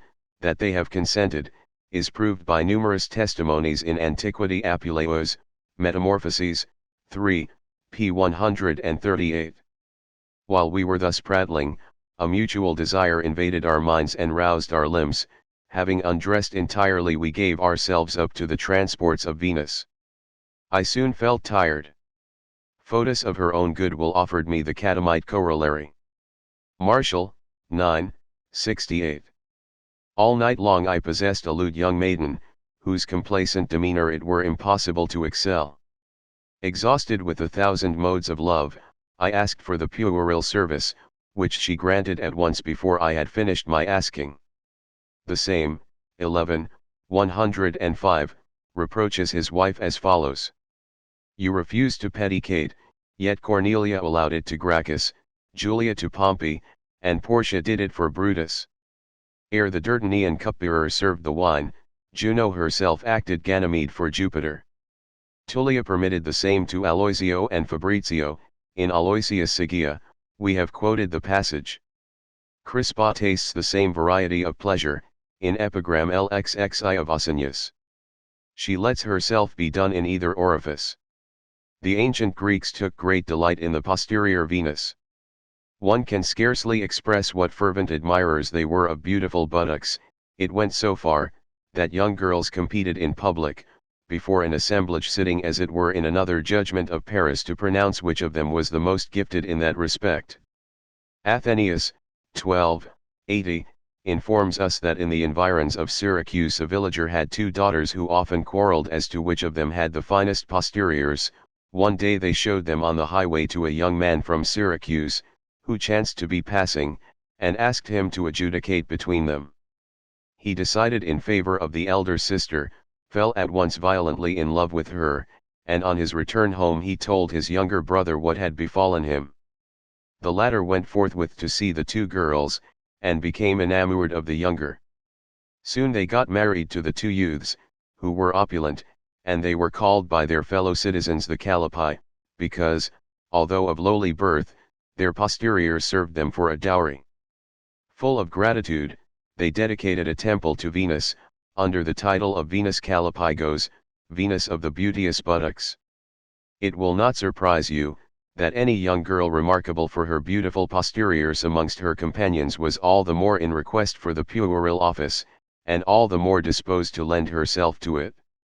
Mania consented to it in favor of Demetrius, as testified by Muchon, in Athenaeus, 13, 42, when the king wanting to enjoy her buttocks, she accepts his gift, and says, Son of Agamemnon, it is now your turn to have them. 28.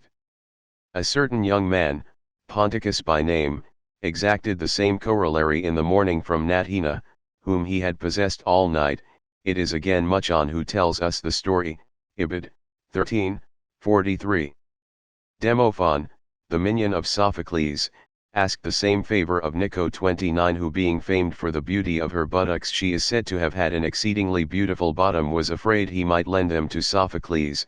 Ibid, 12, 45.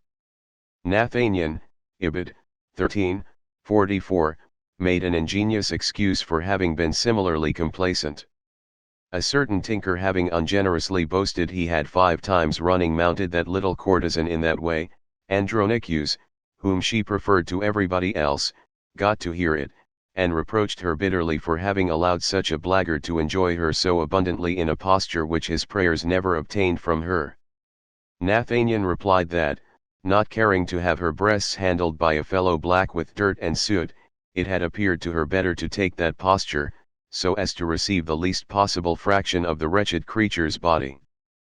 Plate XXVII of the Monuments du Culte Secret de Dames Romaines presents the picture of a man pedicating a woman. It is, however, not without some inconvenience, or even danger, that one lends oneself to the passive part. Aloysia Sigia, past mistress in the sciences of love, enlightens us on this point. In the first place, intolerable sufferings are inflicted upon the patient, for in most cases he is invaded by too large a stake, hence frightful infirmities, incurable by all the art of Aesculapius. The confining muscles are ruptured, and consequently the excrements cannot be held back and escape. What could be more disgusting? I have known noble ladies afflicted with cruel maladies to such a degree by eruptions and ulcers, that it took them 2 or 3 years to recover their health. I myself, Tullia, have not escaped scot-free from the accursed embraces of Aloysio and Fabrizio. When they first forced their darts in, I endured atrocious pain, but soon the feeling of slight titillation consoled me. When however I reached home again, I felt a burning pain at the place they had lacerated. I felt myself consumed by an itching as if I were on fire, and in spite of the nursing of Donna Orsini, it cost much trouble to extinguish that confounded fire. If my lacerations had been neglected, I should have died a miserable death. Dial 6. You understand now why the young slave of Nivalis, Martial, 3:71, had pain at the anus, why the same Martial, 6:37 says Carinus posteriors had to be cut, and where the sting lies in the following distich. You, who know all the reasons and weighty arguments of the sex, come tell me, what dogma is it bids you be perforated? 9:48. This effeminate philosopher, who affected to speak as though he had been the successor and heir of Pythagoras, was indeed bound, if anyone was, to know the reasons of lacerations 30 of the anus, and the weights of men's members. He was accustomed to the passive part, of whom Ausonius says in mockery, as we saw a little above, that his Clazomene served as an anvil. Men preferred to be supposed pedicators rather than patients, hence Martial's witty epigram. It is now many a long day, Lupus, that Corigenus has been saying he cannot pedicate. But whenever his friends asked him why, he said his bowels were relaxed. 11:89. Would you see the picture of a man engaged in pedication? He is being interrupted in the midst of his business, but the drawing is not the less pleasant for that. The engraving belonging to chapter 3 of the third part of Felicia, presents this position. Who does not know that the Greeks and Roman were intrepid pedicons and determinants? In the Greek and Latin authors, to the indignation of the pedagogues, the male Venus parades on every page. All burnt with the same fire. We are quoting Aloysia Sigia, and we could not express ourselves better or more elegantly. We are, however, going to make annotation to this extract. All burnt with the same fire, the common people, the higher classes, the king. This depravity cost Philip, king of Macedon, his life. 31, he died by the hand of Pausanias, whom he had outraged. It subjected Julius Caesar to the passion of King Nicomedes. 32, Caesar, wife of all men, and husband of all women. 33. Augustus did not escape this shame. 34, Tiberius. 35, and Nero gloried in it. Nero married Tigellinus. 36, and was himself espoused by Sporus. 37, Trajan. 38, the best of rulers, was accompanied by a pedagogium, while he marched from victory through the Orient. What he named his pedagogium, while he marched from victory to victory through the Orient. What he named his pedagogium was a troop of pretty lads, well developed, whom he called day and night to come to his arms. Antinous served as mistress to Hadrian, a rival to Plotina, but more fortunate than she was. 39. The emperor mourned over his death, and placing the dead man amongst the gods, he raised altars and temples in his honor. Antonius Heliogabalus, nephew of Severus, was accustomed, an old author says 40, to have pleasures administered to him through all the orifices in his body. His contemporaries looked upon him as a monster. Before this Venus grave philosophers danced in company with pederasts. Alcibiades and Phaedo slept with Socrates. 41, when they wanted to get their tutor into good humor. It is from this kind of amours practiced by the venerable man, that is derived the erotic phrase, to love Socratically. Every action and every word of Socrates were held as sacred by all sects of philosophers. They built a temple and erected an altar in his honor. All his actions had legal force, and his words the authority of an oracle. The philosophers did not turn away from the example set by their hero, for Socrates took rank with the heroes, and knew national divinity.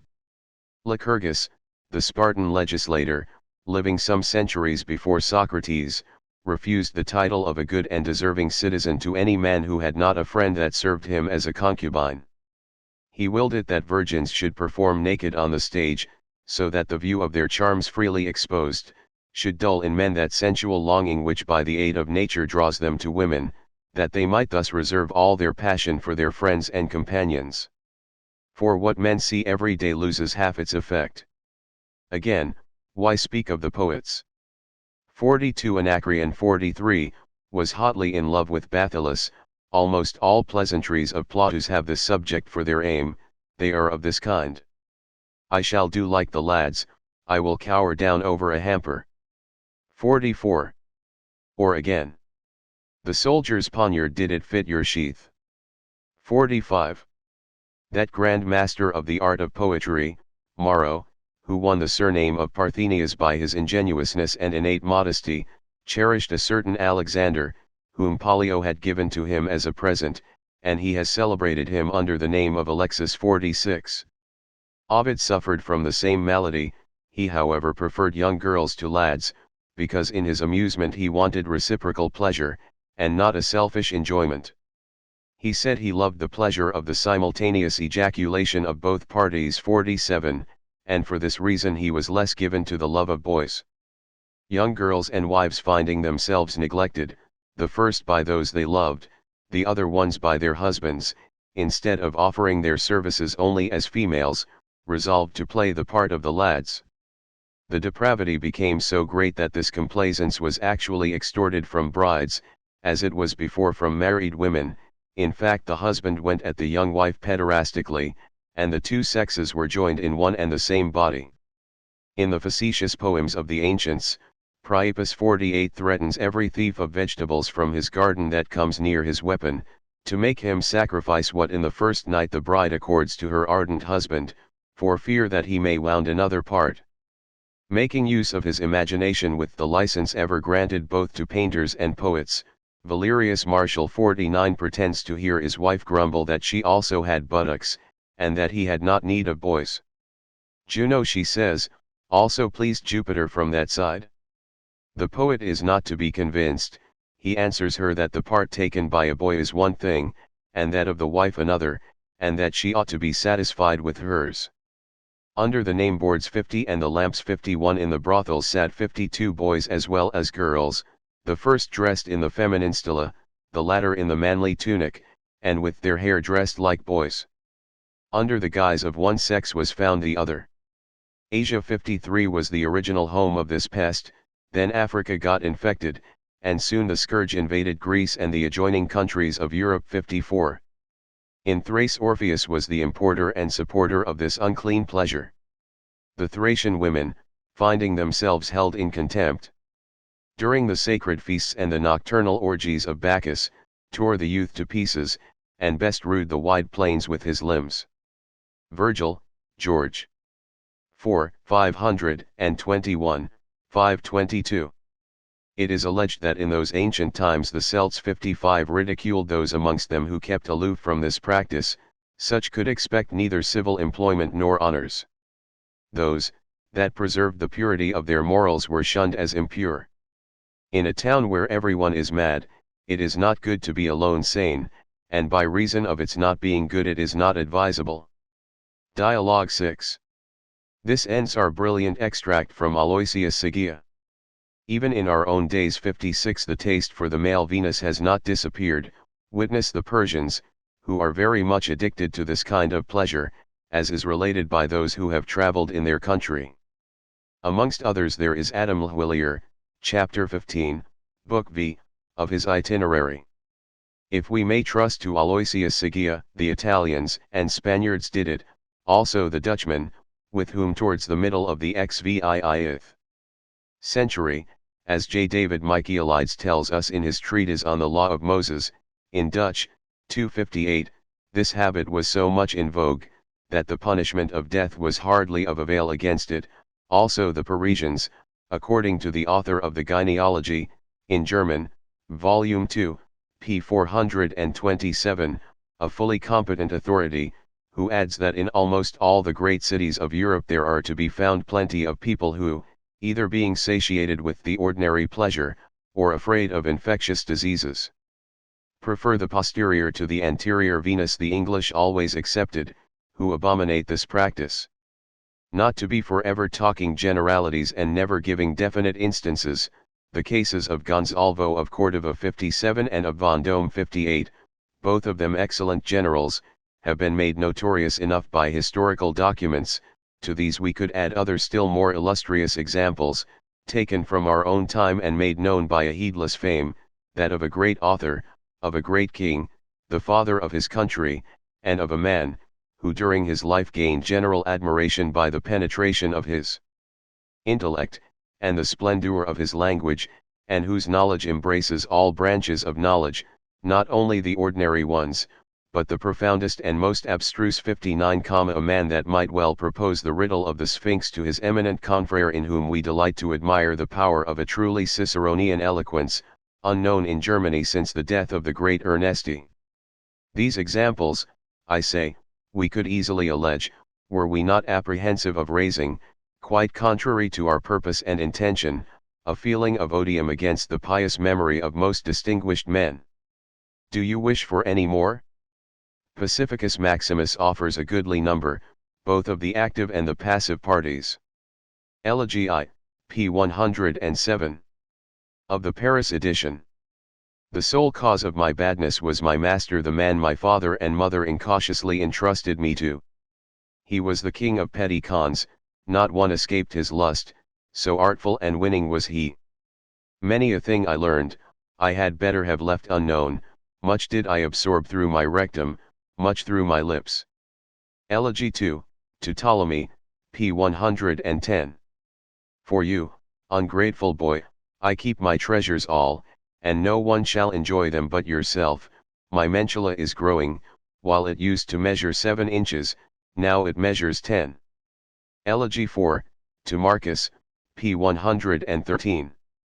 You could not, Marcus, find a better, a more convenient, place, in which to meet me. Not a spy is here nor witness, neither man nor woman can tell tales. Let's do it under the willows in this verdant meadow, the drooping boughs will hide us with their foliage.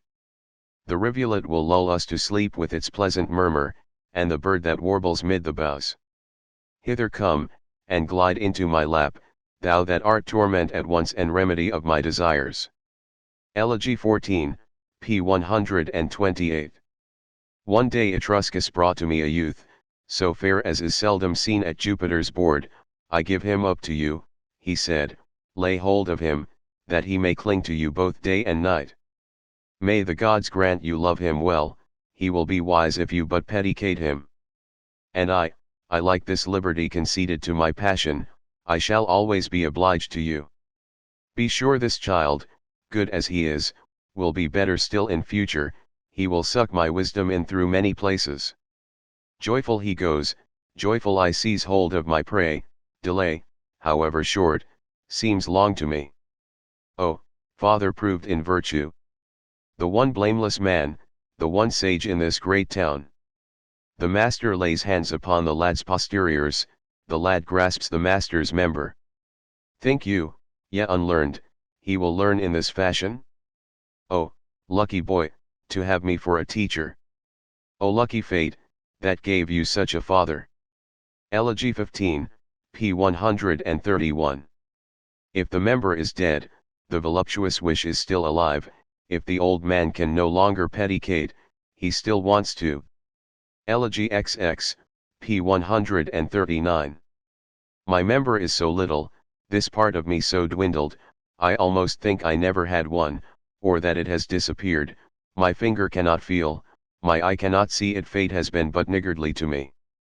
I could be your attendant, Sahib, without operation. I need no shard of glass, I am a castrated priest already. And still it is a shame, but must be confessed, there is no worser lad than I in all the world. As soon as ever I could, I served the filthy Venus, for the hand of Figuris had drawn me to it, 1,000 members and big ones, churned in my inside, and day and night my anus was in quest. If only my passive action could have profited my member, when erect it would have touched my head, when limp my feet, but nothing did it good, it never grew. And what I did, perhaps only made it worse. Every boy likes to see his member grow, get big enough to amply fill his hand. But enough of pedication, eremation is our next business. Footnotes, on pedication. 20 Drach, from, I work, execute, for Dravicus, as cautus for cavitus, lautus for levitus. 21 Catamite according to Festus, is the same thing as Ganymede, the minion of Jupiter.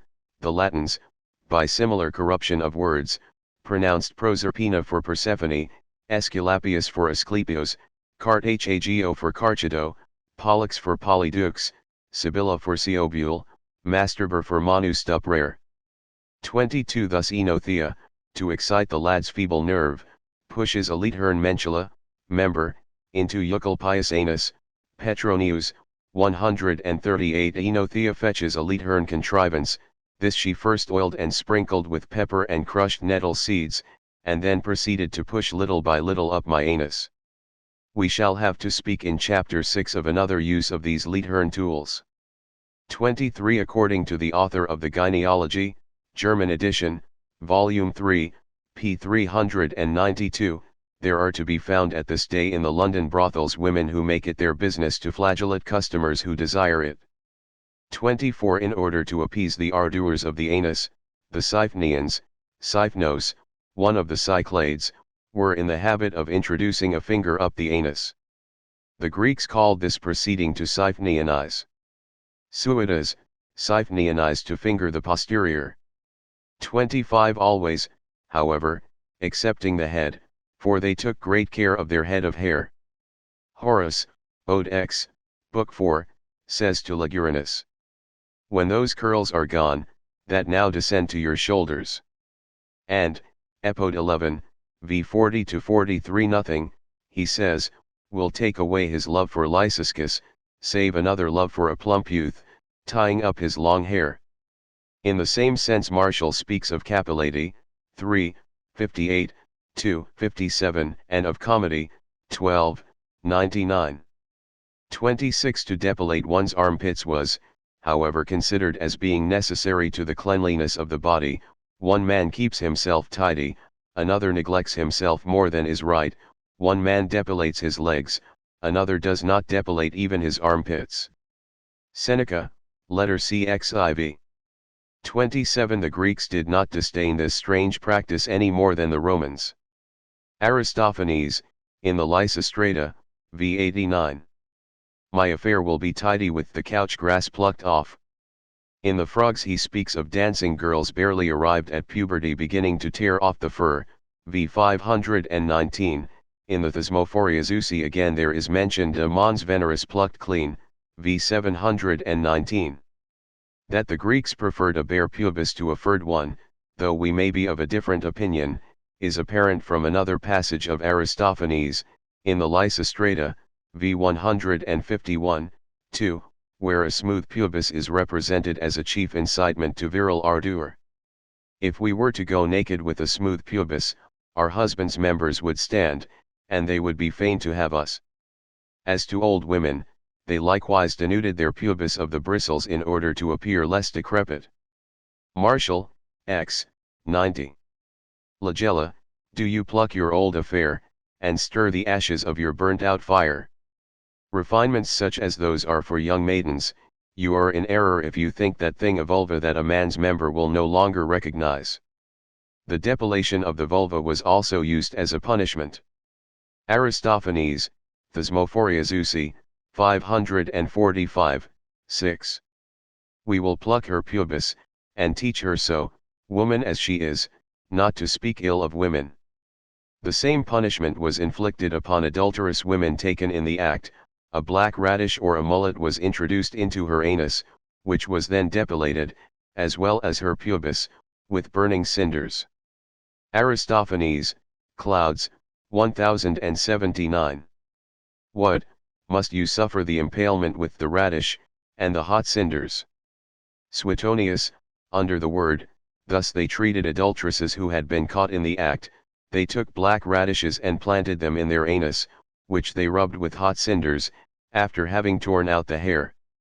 28. To understand this, the sentence must be complete. The worthy Forberg takes his readers far too learned.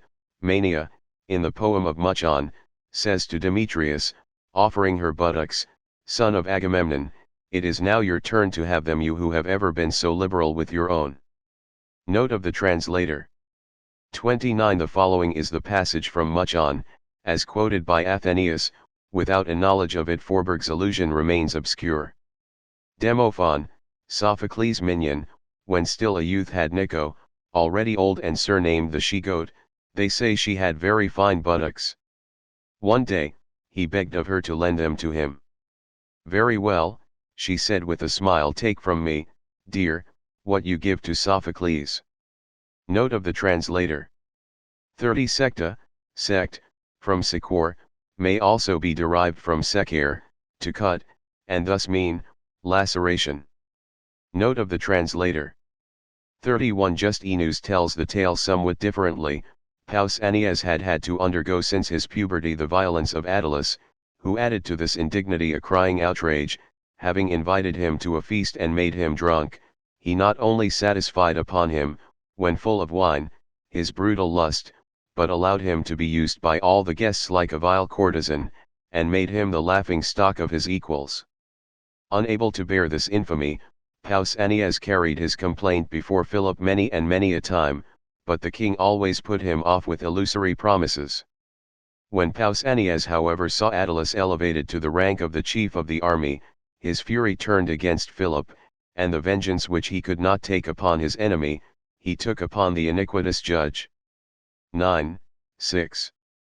32. Suetonius, Julius Caesar, ch. 48, not content with having written in some of his letters that Caesar was conducted by the guards to the bedchamber of the king, slept there in a golden bed hung with purple, and that he allowed the bloom of his youth to be blighted in Bithynia, Cicero said to him one day in the midst of the Senate, where Caesar was defending the case of Nyssa, the daughter of King Nicomedes, and spoke of his obligations to that king, pray, let us pass over all this, it is only too well known what you have received, and what you have given. On the day of his triumph over the Gauls, the soldiers sung the following verses, amongst those which are usually sung behind the triumphal car, and they are well known. Caesar has subdued the Gauls, and Nicomedes Caesar, this day is Caesar triumphant for having subdued the Gauls, and Nicomedes, who subdued Caesar, has no triumph. Catullus, Carm 57. How well they go together, those shamelessons, Mamur the patient, and Caesar. 33. Suetonius, Julius Caesar, ch. 51, nor yet did he respect the conjugal bed in the provinces. This appears from the distich, also sung by the soldiers at the triumphal entry. Citizens, mind your wives, we bring you the bald-headed adulterer. You expended gold in Gaul, here you are taking your change. The same author, Julius Caesar, ch. 52, says, Helvia Cinna, tribune of the people, admitted to many people, that he had drawn up and kept ready a law by the instructions of Caesar, to bring it forward during his absence, by which he would be at liberty, with a view to leaving offspring, to marry whom he would and as many wives as he wished. So that nobody should be in any doubt about the notoriety of his lewdness and infamy, Curio, the elder, in one of his pleadings, calls him the husband of all women, and the wife of all husbands. 34. Sextus Pompeius reproached him for being effeminate, and Mark Antony says he bought his adoption from his uncle, or rather his great-uncle, by prostituting himself to him. On a day of public games all the world understood and applied to him very demonstratively the following verses, spoken of a priest of Cybe, mother of the gods, playing the tambourine. See you how a Aeneid governs the world with a finger. Suetonius, Augustus, ch. 68. A picture representing Augustus playing the part of a patient, is in the Monuments de la Vie Privée de Deux Césars, pl. 6, and another of Caesar and Nicomedes, pl. 35. It is even said, that during a sacrifice, he could not restrain himself, smitten with the pretty face of the incense-bearer, the divine service barely finished, he took the youth aside, and debauched him, and then did as much for his brother, who played the flute.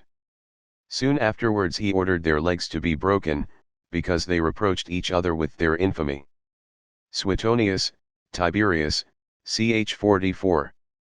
The act of this madman is represented on pl. XX in the work of D. Hancarvili, cited on a previous page. 36 and also Pythagoras. One would have thought that nothing was left for him in the way of debauchery, and that he had reached the limits of depravity, if he had not a few days later chosen out of this infamous herd a certain Pythagoras, whom he took for his husband with all the solemnity of a marriage.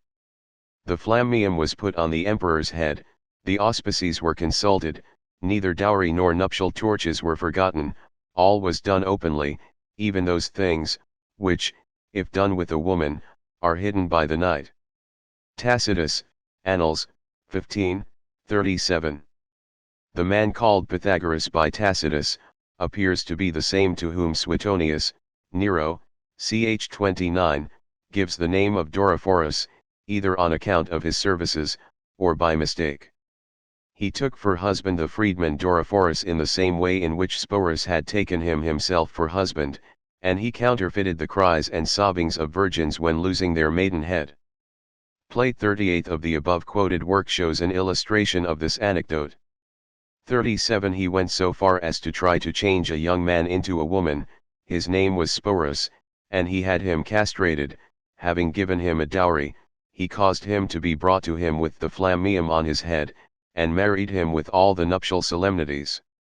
There has come down to us an appropriate saying on somebody's part, namely, whether it might not have been better for humankind if Domitian, his father, had married a woman of that sort. He made Sporus dress himself in the costume of the empresses, and had him carried in his litter, he travelled with him in that way, taking him through the meetings and markets in Greece, and soon after in Rome, about the time of the Sigillarian festivities, kissing him from time to time. Suetonius, Nero, ch. 28. Plate 30 in the repeatedly quoted French work, gives a representation of the abominable wedding. 38. He, Hadrian, enjoyed the affection of Trajan, but this did not save him from the malevolence of the pedagogues of the young boys Trajan loved so ardently, Spartianus, Hadrian, ch. 2. 39. He lost, during his navigation of the Nile, his dear Antinous, and wept for him like a woman. There are sundry allegations about this Antinous, some say he was devoted to Hadrian, others point to the beauty of his shape, and to the pleasure Hadrian experienced with him. At the instance of Hadrian the Greeks placed him in the ranks of the gods, and affirmed that he gave oracular decisions. Those oracles, it is said, were composed by Hadrian himself. Spartianus, Hadrian, ch. 14. St. Jerome says in the Hegesippus, Antinous, a slave of the Emperor Hadrian, after whom a circus was named the Antinoian, founded also a town bearing his name, Antinoia, and established an oracle in the temple. 40. Who, indeed, could put up with a ruler who imbibed pleasure through all the cavities in his body? Not even a beast would be suffered to do so. At Rome his only care was to send out emissaries, who had to look out for and to bring to the court the best-shaped men for his enjoyment. He had a performance of the Comedy of Paris in his palace, played the part of Venus himself, and suddenly dropping his clothes, he appeared naked with one hand on his chest and the other covering his pudenda. He then knelt down and offered his raised buttocks to his pedicon, Lampridius, Heliogabalus, ch. 5. And a little farther on, he loved Hierocles to such a degree as to kiss his virile parts, a thing I blush to report. He said that he thus celebrated the Floralia, Ibid, ch. 6. He did not hesitate to repeat the infamous wedding of Nero with Pythagoras.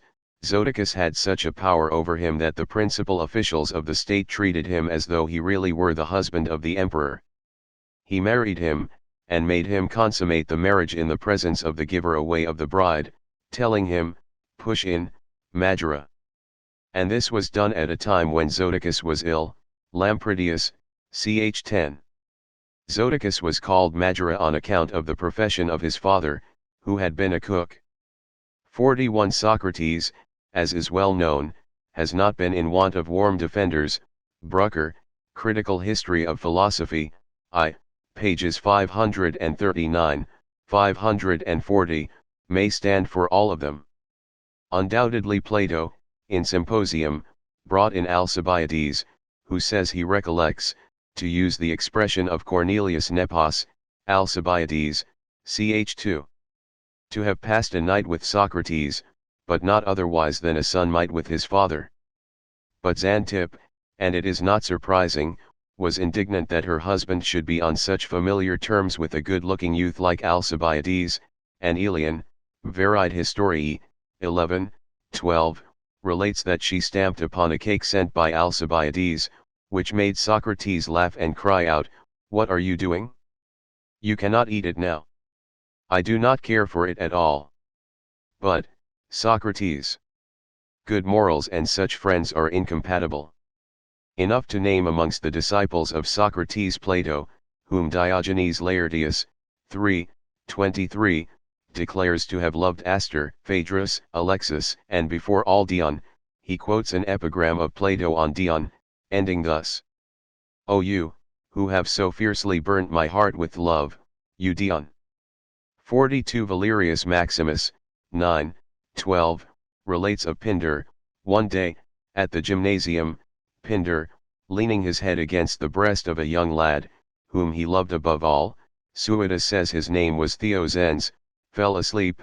No sooner had the head of the establishment seen him asleep than he ordered all the doors to be closed, for fear of the poet being awakened. Athenaeus on his part, 1381, tells us of Sophocles. Sophocles loved boys to the same degree as Euripides loved women, and a little farther on, ch. 82, he relates the story of a youth whom Sophocles enjoyed, but at the price of his mantle, which the rogue abstracted. Euripides, having been informed of this adventure, mocked the poet for having been thus done.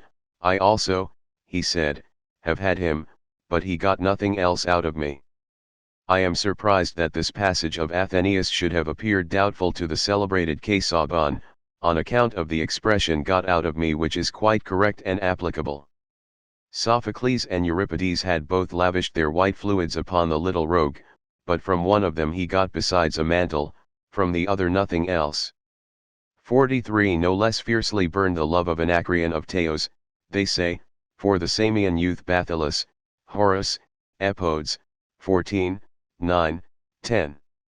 44 The actual words of Plautus are: "I must do the puerile service, I will cower down over a hamper," Systellaria 4, sci. v5, which means, "I will bend down to the hamper, raising the buttocks, and thus present them to the pedicon." This is, in fact, what is called, the puerile office, and which Apuleius, Metam. 3, ch. 2, calls the puerile corollary. Martial, 9:68 says simply, illud puerile. Conchinescere is, according to Nonius, p. 531, Gottfried's edition, to curve the spine, an expression designating in particular the passive posture as we have seen in the Pseudolus. When he curves the spine, then simultaneously wriggle your buttocks. Some authors have also used a still more forcible expression, achinescere, Viscount, to cower low down, Nonius, p. 567. Pomponius, on word prostabulum, "I have never forced pedication upon any citizen, I have always abstained, unless the patient had asked me and cowered down of his own free will." And on word pister, "unless somebody anticipated my desires, willingly crouching down so that I could do the thing securely." This position of the patient cowering down is very rarely alluded to, the question generally turns upon his kneeling. Thus, says Lampridius of Heliogabalus, he offered himself with the buttocks raised to the pedicon, ch. 5. Heliogabalus was kneeling, and not crouching. The same is the case with Timarchus in Lucian, all that were near you remember it, they have seen you on your knees, while your accomplice did you know what, Epiphras, p. 152, Volume 7 Works of Lucian edited by J.P. Schmid. If you would like to see these two postures, you will find them in the Monuments de la Vie Privée de Deux Césars, pl. XXVII, a patient crouching, and pl. 38th, a patient kneeling. From the fact that men wanting to void their excrement when out of doors cower down, it has come about that passive pederasts were said to sh. T in fact to sh. T the active party's member as it goes in and out of the anus. Hence in the Priapeia, LXX. Look at me, thief, and realize the weight of the member you will have to sht. Martial, 9:70 also plays on the word. When you love a woman, Polycarmus, you always sht before you have done. Tell me, Polycarmus, what you do, when you pedicate. 45 Pseudolus, 4, sc. 7, 85. 46 You might very well, Aloysia, have quoted Horace too, Epodes, 11. Now Lyciscus holds me in love bonds, from which neither friendly advice, nor humiliating affronts avail to liberate me. And Satires, I, 2, v 116 to 119. When your privates are swelling, if some maidservant or slave boy is at hand for you to assail forthwith, do you choose rather to burst with desire? Nay. Not I. 47 Art of Love, 2, 683, 684. 48 Priapeia, 2. 49 Epigraph. 44, Book 9.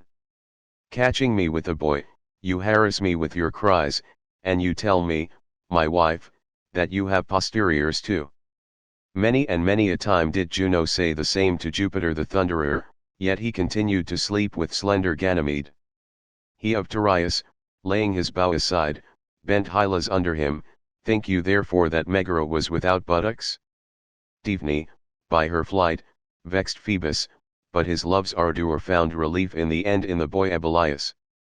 Although Briseis slept, often with her backs turned upon him, his smooth-skinned friend Patroclus was more to the taste of the son of Aeacus. Cease then, wife, to call your affairs by masculine names, better consider you have two vulvas. His epigram 12:98, treats of the same matter. Knowing as you do the honest walk and fidelity of your husband, and that he never misuses your bed with concubines, why, foolish woman, torment yourself about those venal boy lovers. Brief and fugitive is the pleasure from their complaisance. They are more useful to you than to their master, I tell you, for they make him think that one wife is better than they all. They give what you will not give, but I will, you say, so that the volatile husband stray not from the conjugal bed. But it is not the same thing. I want a fig not an orange, and you must know theirs is a fig, yours an orange. Look. A matron, a woman like you, must know what belongs to her. Leave to boys what is theirs, and do you make the best of what is yours. 50 Some prostitutes sat, Plautus, Ponulus, I, 2, v 54, others stood. Another man will only have the harlot that stands upright in the unclean brothel. Horace, Saturday. I, 2, v 30. 51 Juvenal's Messalina, 6, v 123, prostitutes herself under the fictitious name-board of Lycisca. Petronius, I see men gliding in stealthily between the name-boards and the naked prostitutes. I understood, alas, too late, that I had been introduced into a bad place. Satyr ch. 7. Martial, 11:46. When you pass the threshold of a chamber with name-board over the door, whether it be a boy or a girl that greeted you with a smile, That the prostitutes changed their names is apparent from a passage in Plautus, Ponulus, v. 3, 20, 21. For today they were to change their names, and will lend their bodies for infamous traffic. 52 Horace, Saturday. 2, 7, 48, 49. Every woman that naked beneath the bright lamplight endured the thrusts of a swollen member. Juvenal, 6, 130, 131. Foul with the reek of the lamp, she bore to the imperial couch the stink of the brothel. 53 authors vary on this point. Herodotus, the Persians pollute young boys, they have learned it from the Greeks, I. 135. Plutarch refutes the assertion, how can the Persians be indebted to the Greeks for these impurities, when all historians are agreed upon the fact that they had eunuchs before they had ever come near to the Grecian seas. Of the maliciousness of Herodotus, p. 857, Volume 2 of Frankfurt edition of 1620. Athenaeus, pederastia was first introduced in Greece by the Cretans, as is related by Timaeus. Other authors however have asserted that the man who first imported that sort of love was Leus, who, having been hospitably received by Pelops, fell in love with Chrysippus, the son of his host, carried him off in his chariot, and fled to Thebes. 13, 79. And who has not heard of the incontinence of the inhabitants of Sodom? 54 particularly in Euboea, whence the expression, chalcides, meaning, according to Hesychus, to pedicate, because masculine loves flourished among the Chalcidians. Phacides is another expression for the same thing from the name of a town now unknown, Suidas, Phacides, to be a pederast, and similarly, Siphnionis from Sipnos, an island in the Aegean. Hesychus says, Siphnionis, that is to finger the anus. The inhabitants of Sipnos are, in fact, given to the practice of pederastia. We have seen above that the meaning of Siphnionis has been perverted. 55 Athenaeus, 13, 79, of all the barbarians the Celts, although their women are most beautiful, it is, therefore, not surprising that an ardent amateur of fine women, such as Julius Caesar is described to us, should in the Gallic provinces have been not over respectful to the conjugal bed. The Celts take more pleasure in pederastia than any other nation, to such a degree that amongst them it is no rarity to find a man lying between two minions. 56 Pardon me, illustrious Marcus Polarius, for having almost forgotten you. Ausonius, Epigr. LXX. Which Marcus? The one they call the cat that catches boys, he who tarnishes all the purity of childhood, who plies with his backdoor tool the rearward Venus, the poet Lucilius Subulo, his Pula Prima. Ausonius calls him the Polarian cat, because he hunted after young lads, puli, as the cat gives chase to birds. He calls him, applying to him the same epithets as Lucilius, whose satires he had the opportunity of reading, more fortunate in this than we, a Subulo, from Subula, and all, wanting to make it understood that with his member he transfixed, like a cobbler with his awl, the anus of sins, and Pula Prima, from his compressing in his work young lads. 57 Menacing with his couched lance some youth, he was a determined pedicon. He would say he intended to go to Aversa, a famous town, Aloysius Sagia, Dialogue 7. 58 See the history of the 18th century, by Christ. Den. Was, in German, Part V, p. 364. As to pedicons of less exalted position, of whom mention is made by the widow of Philip, 1st Duke of Orleans, in her amusing letters, pages 74, 284, 350, which appeared about 30 years ago, there are, the Cardinal de Bouillon, the Chevalier de Lorraine, the Comte de Marsin, François Louis, Prince de Conti. These together with the Comte de Varmandois, a Sanide this last, must rest content to appear in a mere footnote. 59 Do not misunderstand what I say. It is not for an honest man to sharpen his wits at the expense of another's book. Chapter 3. Of Irrimation 60. To put the member in erection into another's mouth is called to eromate, a word, which in its proper sense means to give the breast. In fact, according to Nonius, p. 579, Gottfried's edition, the ancients called the bosom ruma. The verge, introduced into the mouth, wants to be tickled either by the lips or the tongue, and sucked. The party who does the service to the penis is a fellator or sucker, for with the ancients fellere meant to suck, also according to Nonius, p. 547. The equivalent to fellere in Greek is. The lesbians are believed to be the inventors of this particular nastiness. The scholiast, in verse 1337 of the Wasps of Aristophanes, cites Theopompus as vouching for the fact.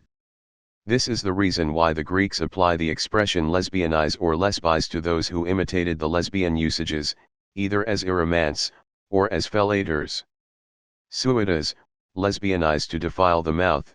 The lesbians are in fact believed to give themselves to these shameful acts. The same author says under the word, siphneianize to lesbianize, that is to use the mouth abominably.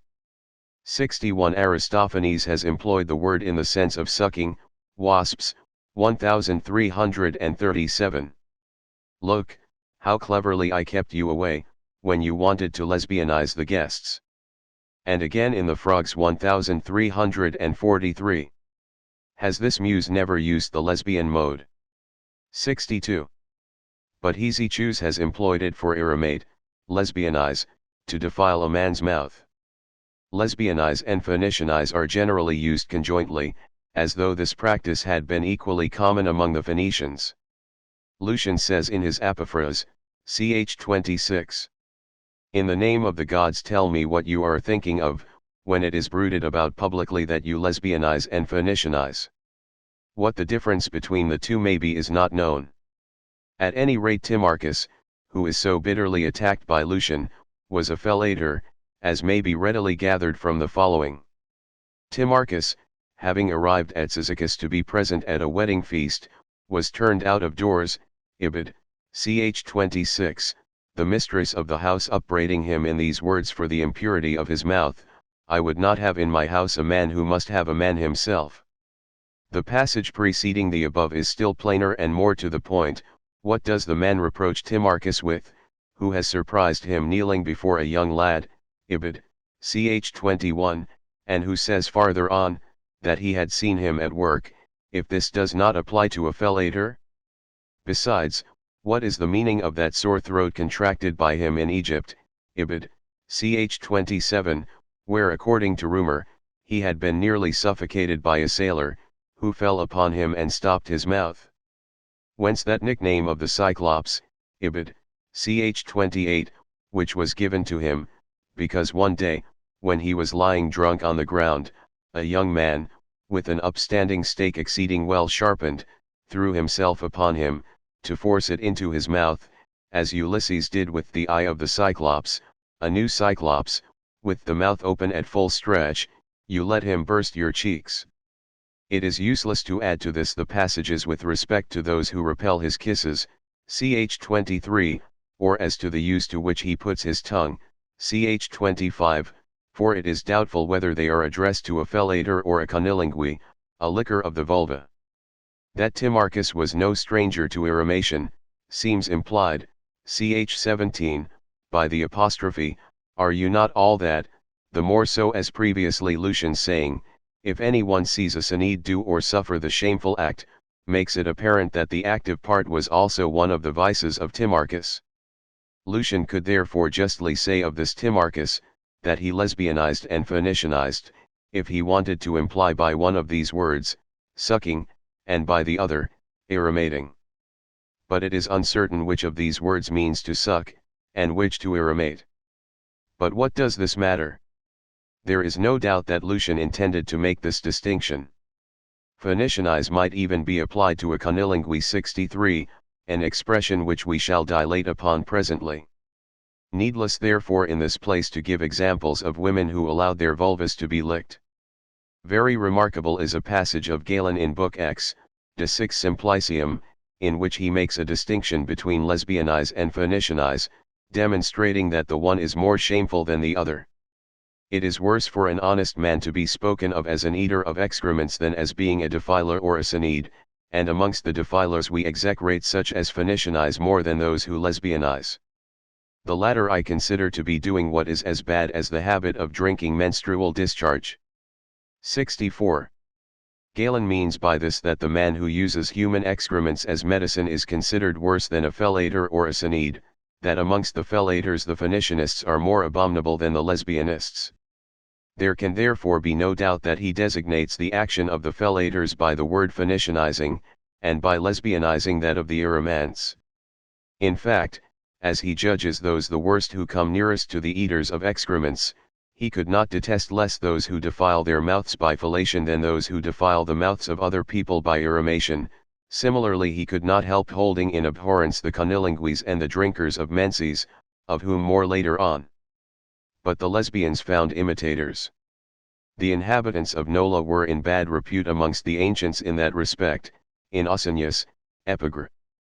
Lxxi, Crispa, a fellatrix, is said to practice the business with which an unprecedented effeminacy inspired the people of Nola.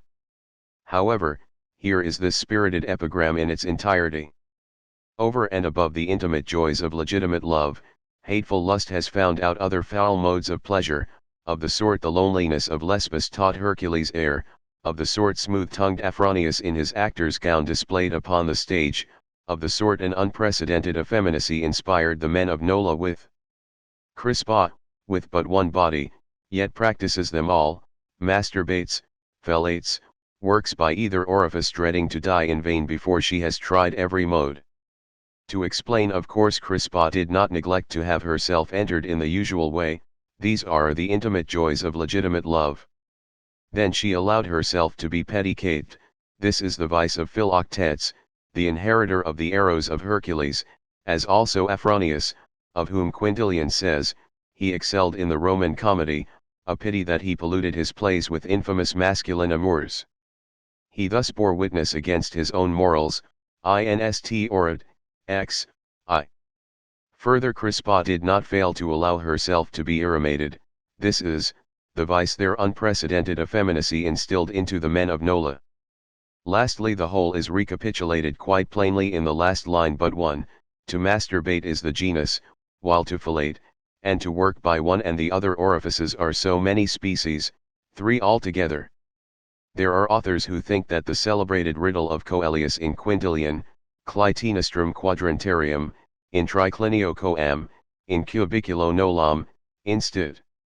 Orat, 8, 6p 747, refers to a woman of the name of Nola, she being a fellatrix after the fashion of the Nolans. But I prefer the interpretation of Alciatus. He believes that the woman in question was Clodia, the notorious sister of Clodius, and wife of Metellus, called Coa, because she liked coitus on the open triclinium, and Nola because she refused the same in bed. Spalding evinces surprise at the want of exactitude, which the word quadrantaria would have in that case. To me that appears like looking for knots in a rush. Why should we not suppose Clodia, disgusted, like Messalina, by the facility of her adulteries, to have been drawn into extraordinary excesses 65 to such a point that she would no longer have commerce with men in the dark, but only in the glare of lighted torches, as Martial confesses in speaking of himself, 11:104. You love the game in the dark, I like it by lamplight, my delight is to make my entry with light to see by, and in the presence of living witness, that she might be seen, if not actually on her back, at any rate going away for it or just coming back afterwards. Do you think that indecency could not possibly go so far? What did Augustus do, whom Mark Antony, according to Suetonius, reproached for having at a festival taken the wife of a consular from the triclinium to a bedroom, in the presence of her husband, and afterwards conducted her back to the table with her face all on fire and her hair in disorder? Augustus, ch. 69. And Caligula, according to the same Suetonius, when a guest at a wedding feast said to Piso, who was sitting close by him, "Do not push up so close to my wife," and immediately after made her rise from the table and took her away with him, colleague, ch. 25. The same author, colleague, ch. 36, speaking of the most illustrious Roman ladies, tells us that Caligula invited them to dinner with their husbands. Passing them in review before him, he examined them with the minute attention of a slave dealer, lifting their heads up if any of them bowed them down with shame. As often as he felt inclined, he left the triclinium and took the chosen fair one aside with him. Then, after returning to the room with the traces of his doing still upon him, he would praise or criticize these ladies openly, speaking of the beauties or blemishes of their bodies, and even how often he had repeated the enjoyment. Horace again speaks of an adulterous woman, Odes 3, 6, 25-32. Soon she looks out for fresher adulterous pleasures, while the husband is drunk, and does not care to whom she grants the furtive forbidden pleasures, which with the torches extinguished, she is ready to give and take. Nay, she does not care for her very husband's presence, and with his knowledge she rises to meet whosoever may call, say a merchant, say the commander of a Spanish ship in harbor, who buys her favors by tariff. Again, look at the feast of the Pope, Alexander VI, whom we have already mentioned for your profit and amusement in our Hermaphrodita 66. Is this evidence enough to satisfy you as to these coi of the triclinium? Well, it was after this fashion Clodia preferred to be had. Alone with a solitary lover in bed and no one by, she refused, nolle bat, in public on the triclinium, she was willing enough for coition, vol batcoir. Hence the jest, she was coa and nolle. Coelius might have put it still more plainly, on the triclinium she was vola, in bed nolle.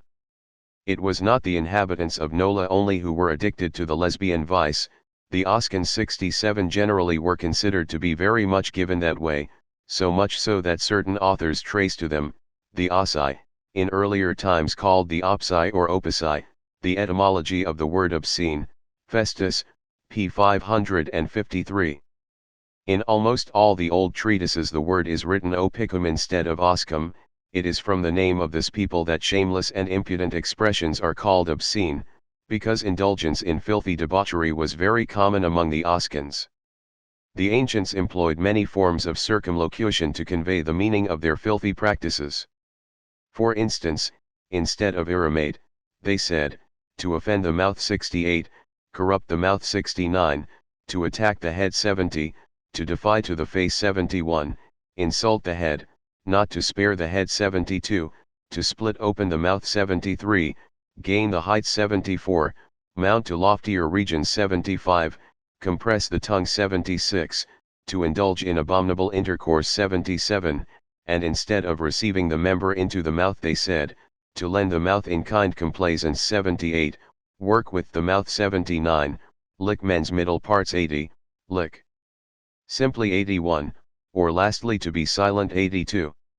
Just as Persius has employed the word severa, to wriggle in the sense of flattering, so Catullus uses irrimate as meaning to treat ignominiously 83. It is thus he complains of having been irrimated by Memmius XXVIII, 9, 10. Oh, Memmius, well and long and leisurely, laid on my back all the length of that beam, you irrimated me. He had, in fact, experienced in Bithynia the meanness and avarice of this praetor, Memmius, who had not cared a rap for his comrade's honor, and who is alluded to in Epigram. X. 12, Praetor and Irrimator. In Epigram. XXXVII, he threatens his boon companions in debauchery, with whom his mistress has taken refuge. Do you think I dare not irrimate alone, as I stand here, 200 pothouse heroes? And he adds that he would write on the front of the tavern the infamy of these blackguards. Your names I shall chalk up all over the tavern's front. Other passages of Catullus, XXI, 12, and Lziv, 5, are also quoted to prove the various employment of the word irrimate, but they do not seem to me to bear upon the question. The epithet shameless was especially given to the man who allowed himself to be petticated or irrimated. Priapia lix. If you come to steal, you will return shameless. Cicero, De Orator, 2, 257. if you are shameless before and behind. Horace, Epistle, I, 16:36. If he calls me a thief, he denies that I am chaste. Lampridius, Commodus, ch. 10. Already as a child he was a glutton and shameless, which is explained by what he says in ch. 5, he gave himself up to the infamous abuses of young men and to their assaults, and ch. From his tenderest age he was depraved, mischievous, cruel, a libertine, he allowed his mouth to be soiled and defiled. On the other hand, a woman who had never submitted to a man, was called chaste, Priapia XXXI. You are allowed to be as chaste as Vesta, the same epithet was given to a wife that was faithful to her husband, such a one as is praised by Martial in Epigram. X. 63. My couch is lighted by the rarest glory, one member, one mentula alone has known my chastity. To the preceding examples of fellators and fellatrices we will now add, from Aloysius Sigia's book, that of Chrysogano, who cleverly persuades Sempronia to lend him her mouth. The day before yesterday, it is Otavia speaking, Chrysogano came to see my mother in the afternoon. All was quiet and silent. He had scarcely begun to wanton a little with her, when he became very importunate. Yesterday morning, he said, I learned a new kind of pleasure. One of our grand personages, who had certainly tasted it, says that there is nothing so disgusting and repulsive as those parts of his wife which stamp her as a woman, and he has a very pretty wife, mind. In that sink everything is foul, while in this, kissing my mother on the mouth, dwells the true Venus. He therefore abominates that ill-favoured cavern, and adores that pure mouth, that charming head. He looks to nothing else, his member rises for nothing else. His wife is as spirited as she is beautiful, and even more obliging. She knows no other pleasure than her husband's, what he thinks right she thinks proper, and abets all the caprices of her husband, so she lends him the service of her mouth. What would you do, Sempronia, if I asked you? If you were to refuse, I should say that you have forgotten all your promises and your pledged faith. You know that Socrates said, the beautiful body of a pretty woman is nothing but a living treasure chamber of voluptuousness, the storehouse whereto men resort to find their pleasures, whereto they direct the burning floods of their lubricity. What matter whether you fulfill your duty through that pure canal, kissing her mouth, or through that other, touching below, which is infect? He persuaded her to what she was willing to do without persuasion. Oh, she said, smiling, what an air you want me to play, and upon what a flute, in our concert, taking in her hand his member, which began to rise. She seized the point of his dart between her lips, and turning her tongue around it, caused novel transports of delight to the member that slid into its new receptacle. But feeling that the fountains of the brine of Venus were on the point of bursting forth, she recoiled with horror. You would not degrade me so far, said my mother, as to make me drink a man in a liquid form. She had scarcely spoken, when an abundant shower fell upon her robe. He showed some anger. How could you be so foolish, he cried, as to spoil such good work? She replied, forgive me, the next time you will find me more obedient. She kept her word, and actually drank men in a liquid state, a spicy thing, for indeed the seed is spicy with salt. Dial. 7. Mancia also proved complacent in that way to Marino. Eleanor tells it in Aloysius Sigia. My cousin, Mancia, has married a Neapolitan of the name of Marino. Marino is burning all over with debauchery. The libertine looks for the woman in Mancia even above the breasts, he wants her mouth, as though the vulva of the young wife had taken refuge there, or as if the mouth had made a bargain with the vulva to participate in the games of Venus. I blamed her for allowing so unnatural an act. What would you have, she said. Marino's instrument occupies my mouth, so I cannot complain. We please our husbands only by reason of being women. Never mind where she is taken, if a woman only proves that she is a woman, she will please. Dial. 7. So too Alfonso tries to engage Eleanor herself in the same fashion. Look you, Otavia, added Eleanor, how passionately loving Alfonso is. Some days ago, after having several times plied his javelin in the legitimate way, he presented it to my mouth. Your catapult, my Alfonso, said I, is not made for breaching this door. You are mad, and you want to make me the same. No. I would fain have you mad, not myself, for that you love me, I owe to your madness, not to any merits of my own. If I get delirious, I may forget the respect which I owe you, and I would rather die than cease to live for you alone. These words softened my heart, and decided me to assist him in that game. I seized his inflamed dart with a good heart between my lips. But that was all. His member returned voluntarily to the place it had left, and finished its exploits, which it had impudently begun above, properly in the region of the middle. Dial 7. Gonzalvo of Cordova was another amateur of this mode. Aloysius Seguia.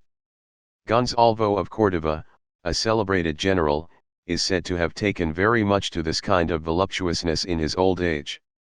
Dial 7. The prurient ingenuity of Tiberius invented a new species of fellation. His turpitude went still farther, to such infamous excesses, that it is as difficult to relate them as to listen to them, they are scarcely credible. He caused little children, of the tenderest age to be taught to play between his legs, while he was swimming in his bath, calling them his little fishes, to touch him lightly with tongue and teeth, and like babies of some little strength and growth, though not yet weaned, to suck his privates as they would their mother's breast. His age and his inclination predisposed him for this sort of pleasure before all others. Suetonius, Tiberius, ch. 44. A representation of this ingenious libertine while tickled by what he called his little fishes, is to be seen on plate 18. Of the Monuments de la Vie Privée de Deux Césars. Men advanced in age, whose member will no longer obey their will, are more inclined to irrimate than others. To this circumstance the passage in Martial, 4, 50, refers. No man is too old to irrimate. 11, 47. Gain the heights, there your old member will revive. And 3, 75. Your mentula, Lupercus, has long ceased to stiffen, nevertheless, in your folly you strive to make it rise. You are fain now to corrupt pure lips for gold, but even so your Venus is stimulated in vain. For this reason irrimators are less feared by married men. Thus Martial dealt more lightly with Lupus, whom he had surprised while irrimating his Paula, in the passage, X, 40, quoted previously. The husband of Glycera, if so be that she had one, also need not have feared that Lupercus would do duty for him, Martial, 11, 41. Lupercus loves the beautiful Glycera, he is her lord and master, and he alone. He was complaining bitterly he had not loved her for a month. Aelianus asked the reason. He replied Glycera had the toothache. Lepidinius, in the Hermaphroditus, I, 13, is of opinion, that anyone who has once irrimated can never get rid or renounce the habit. I must leave it to experts to decide upon this. So also thinks Aloysius Seguia, such as have once tasted it, are mad after this pleasure. Dial 7. No wonder that after fellation, the mouth has to be washed out with water. Martial alludes to this, 2, 50. You lend your mouth, and then drink water, Lesbia, quite right where your work is, there you take water. Priapia, XXX, says. Walk in the vineyards, and if you steal any of the grapes, you shall have water, stranger, to take in another way. Priapus means, you came to get water to drink, but if you pluck any grapes, I shall irrimate you, and then you will want water to rinse your mouth rather than to drink. Martial says as much to Chion in Epigram 3, 87, quoted before. To ask for the loan of the mouth is to demand a thing much more shameful than the other two orifices. Martial, 9, 68. All the night long I possessed a lewd young girl, I never knew anyone more naughty.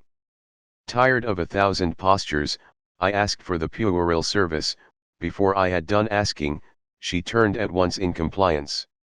Laughing and blushing, I asked something worse than that. The wanton consented instantly. 84. Those that found themselves thus situated took good care not to be surprised. Martial, 11:46. When you have crossed the threshold of a chamber with name on signboard, whether it be boy or girl that smiled on you in welcome, doors and hangings and locks do not content you, and you want to be yet more certain you are not watched. Mystery is what you want.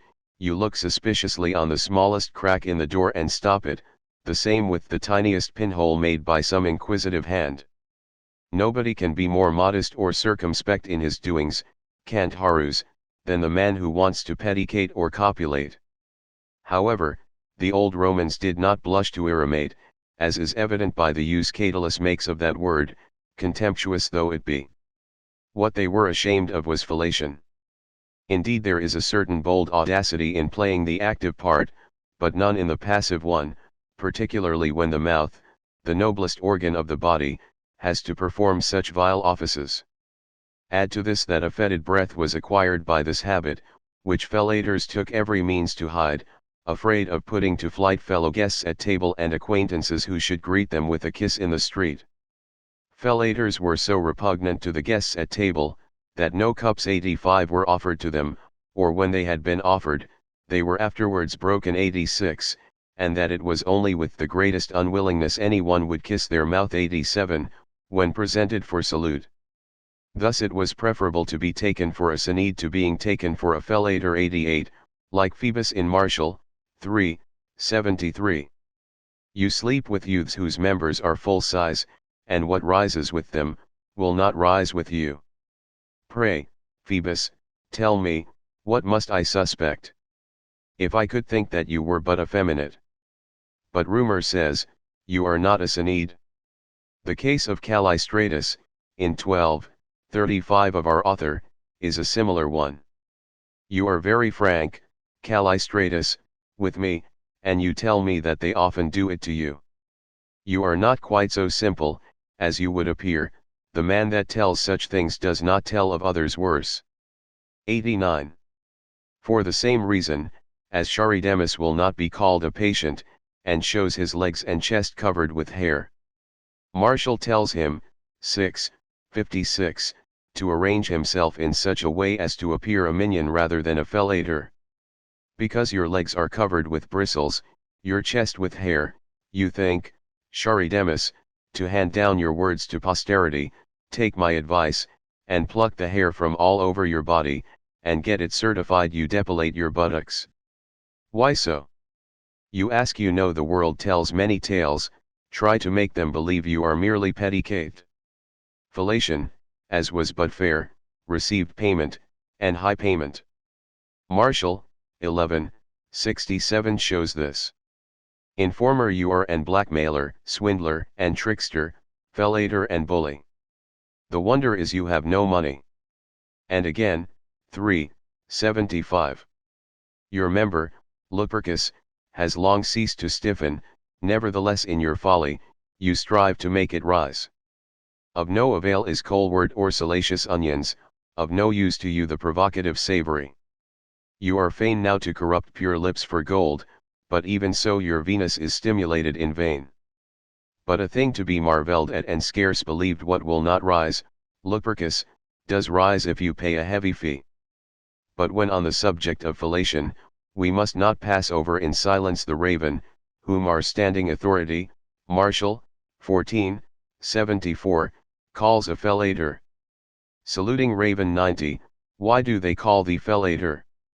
Never a mentula entered your beak. The fact is, ignorant people believed the raven fulfilled the coitus with his beak. Pliny says, the vulgar herd believes that it operates the coitus and procreates with its beak. Aristotle denied this, saying that ravens merely exchange kisses in the same way, familiar to everybody, that pigeons do. Natural History, X, 12. Erasmus denies in his Adiga, under the word lesbiary, p. 409 of the Frankfurt edition, 1670, that in his time the obscene practice of irrimation was still known. A. To lick, if I am not mistaken, is with the Greeks the same thing as philer with the Latins. The word indeed remains, but the thing itself has been, I think, long done away with. I fear this is not really the case. At any rate, I am informed that this practice is not entirely opposed to the habits of libertines of the present day. Those must decide whose opportunities take them to great cities. Plate XXI, in the Monuments de la Vie Privée de Deux Césars represents a fellator. However, the graceful picture in question really belongs more properly to the category of Spintrian postures, of which more anon, than to the present chapter. Footnotes, of Eremation. 60. You see, we follow the same general order as in the Priapeia. 7. I warn you, boy, I mean to pedicate you, with you, my girl, I will copulate. The third penalty is kept for the bearded ruffian. 61. Eustathius, p. 741, is very ambiguous, lesbianized to commit a shameful action. 62. I do not quite know whether the following passage from the Thesmophoria Zeusi, 915 to 917, refers to this or no. Now, unhappy girl, you long for pleasure after the Ionian mode. Besides, I think you are a labda, as is the way of the lesbians. A fellatrix seems to have borne the name of labda, by reason of the first letter of the word lesbianize, but the passage stands quite isolated, for in that of Varro, preserved by Nonius, and referring to the annotation of Scaliger on the Priapials Xiath, where we find Dipsistus, Decide. Labdi. The reading is doubtful, and the sense not clear. The verse of Ausonius, Epigr. 128. When he puts his tongue in, then he is a labda, has nothing to do with this question, as we shall show later on. 63. I do not know whether the nickname of Rhododaphne, Rose Laurel, given to Timarchus in Syria, Ibid, ch. 27, does not mean cunnilingue, as by rose is understood the female parts, while the laurel leaves means the licking tongue. This surname had no doubt for Lucian an obscene sense which he would not disclose. In Syria they call you Rhododaphne. Why? I should blush to say it. 64. Here is the preceding sentence, which will better elucidate Galen's meaning. To drink sweat, urine, or menses is an abominable and detestable practice, human excrements still more so, in spite of what Xenocrates has written about their beneficial action when applied in lieu of ointment about the mouth or throat, or when swallowed. He has also spoken of the absorption through the mouth of earwax. I myself could not make up my mind to eat of them, though it were to cure my sickness right off. Of all abominable things the most abominable, I think, are human excrements. 65. Tacitus, Annals, 11, 26. 66. We will here reproduce the curious passage of Jean Burchard, to whom we owe this story. It is taken from his Diarium, edited by Leibniz, in 1696, p. 77. On the last Sunday in October the Duke of Valentinois had invited to supper in his chamber, the chamber of Alexander VI, in the Apostolical Palace, 50 beautiful prostitutes, called courtesans, who, after supper danced with the valets and other persons present, first in their clothes, and then naked. After this the table, chandeliers were placed on the floor here and there, with lighted candles, and chestnuts were thrown about, which the courtesans collected moving on their hands and knees quite naked among the chandeliers, the Pope, the Duke, and his sister Lucrezia being present and looking on. Finally presents were brought in, silk mantles, pairs of shoes, head-dresses, and other objects, to be given to those who had copulated with the greatest number of these courtesans. They were publicly enjoyed in the room there, the lookers on acting as umpires, and awarding the prizes to the victors. 67. Nola was a city in the territory of the Campanians. It is for this reason that the Campanian malady, mentioned by Horace, Saturday, I.v. 62, has been connected with debauchery, but without sufficient reason. 68. Varro, is his marsiper, according to Nonius, he introduced afterwards into his gullet the virile verge, he offends the mouth of Volumnus. 69. Martial, 3, 75. You make it your work to corrupt pure lips for gold. And again 2, 28. Not even Vetistila's warm mouth give you more pleasure. 70. How accustomed he was to assault the heads of the most illustrious women, is plainly evidenced by the adventure of Maulonia, who, debauched by him, refused to submit to him again. He caused her to be accused by his informers, and kept asking her during her trial, whether she had anything to reproach herself with. Without waiting for the verdict, she ran home and transfixed herself with a poniard, upbraiding loudly the foul, hairy dotard for having wanted to abuse her mouth. Suetonius, Tiberius, ch. 45. 71. He was so glad to have won Transalpine Gaul that he could not help announcing some days after in the Senate, that he had reached the fulfillment of his wishes, in spite of the hatred and malice of his enemies, and that he defied them to their face. Somebody having said to him offensively that this could not so easily be done with a woman, he replied jokingly, that Semiramis had gained a kingdom, and the Amazons had occupied a great part of Asia. Suetonius, Caesar, ch. 22. Caesar employed the expression, defying to the face in the honest sense, while his adversary invested it with an obscene signification, in allusion to his infamous acts in Bithynia. 72. I speak of those whose abominable lasciviousness and execrable lust do not even spare the head. Lactantius, Instead. Div 6, 23. Similarly Juvenal, 6, v 299, 300.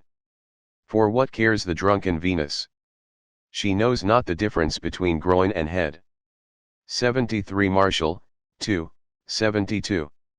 They say Posthumus, that they did to you last night, at supper, what I would not have let them do, who could approve such doings.